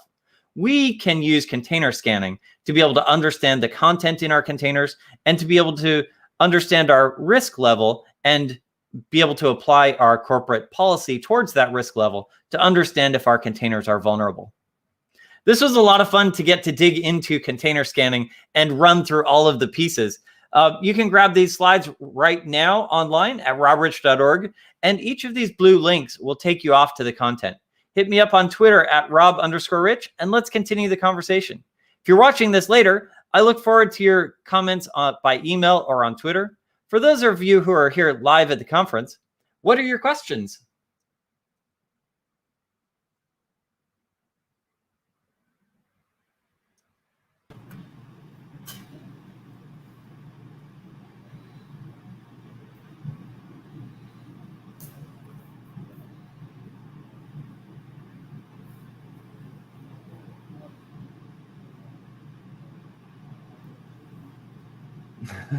I see questions around.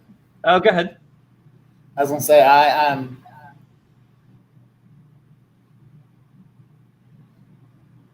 you did a pretty thorough job there. Great. Trying to read Slack while also presenting is awful. So I'll be in Slack in a little bit. And if you have more detail there, I'd love to learn more about it. What things did I miss? What vulnerabilities should I have accounted for here? What are your thoughts around container scanning and in particular policy validation? Do you like to say any vulnerabilities kills it off? It'll be fun to explore that in Slack.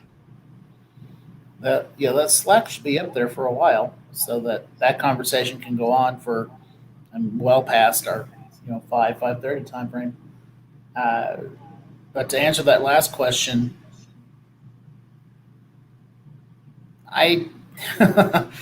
for the boots on the ground guys, no, I don't want that to totally kill me. But if it's Cat 1, Cat 2, yeah, that conversation's a little more interesting, especially the Cat 1s. Yeah. What's really fun is when pragmatic collides with, or when idealistic collides with pragmatic. It's like, we know we have a vulnerability. We know that we don't have a patch for it. Now what? Should we take the system offline? The business is probably going to say no, but, well, now what? That's I like that, where the ideal meets the practical. That's the interesting conversation. That's why we get paid the big bucks. Yep. I don't know. The layered defense comes readily to mind, and yeah.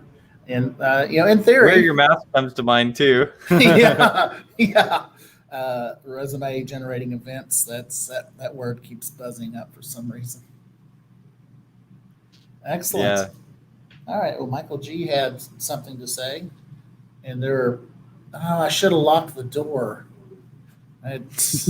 People are sneaking in, and I think so what's the story, fellas? All right, everybody done? Hey, Rob. Hey, how you doing? Great to see you. Yeah, I'm not interrupting, am I? No, we were just going. And not Chris. And not Chris. We were discussing practical and. Hey, we're everybody's meeting in track 1. Okay. So let's let them know that closing remarks are coming up. All right. So very nice. I think they're pulling see you the over plug. there. All right. Well, thank you, Rob, and thank you to everybody thank you to all 16 who still hang out. We appreciate it. We're actually all headed over to track 1. Actually, it's that way. Yeah, it's that way.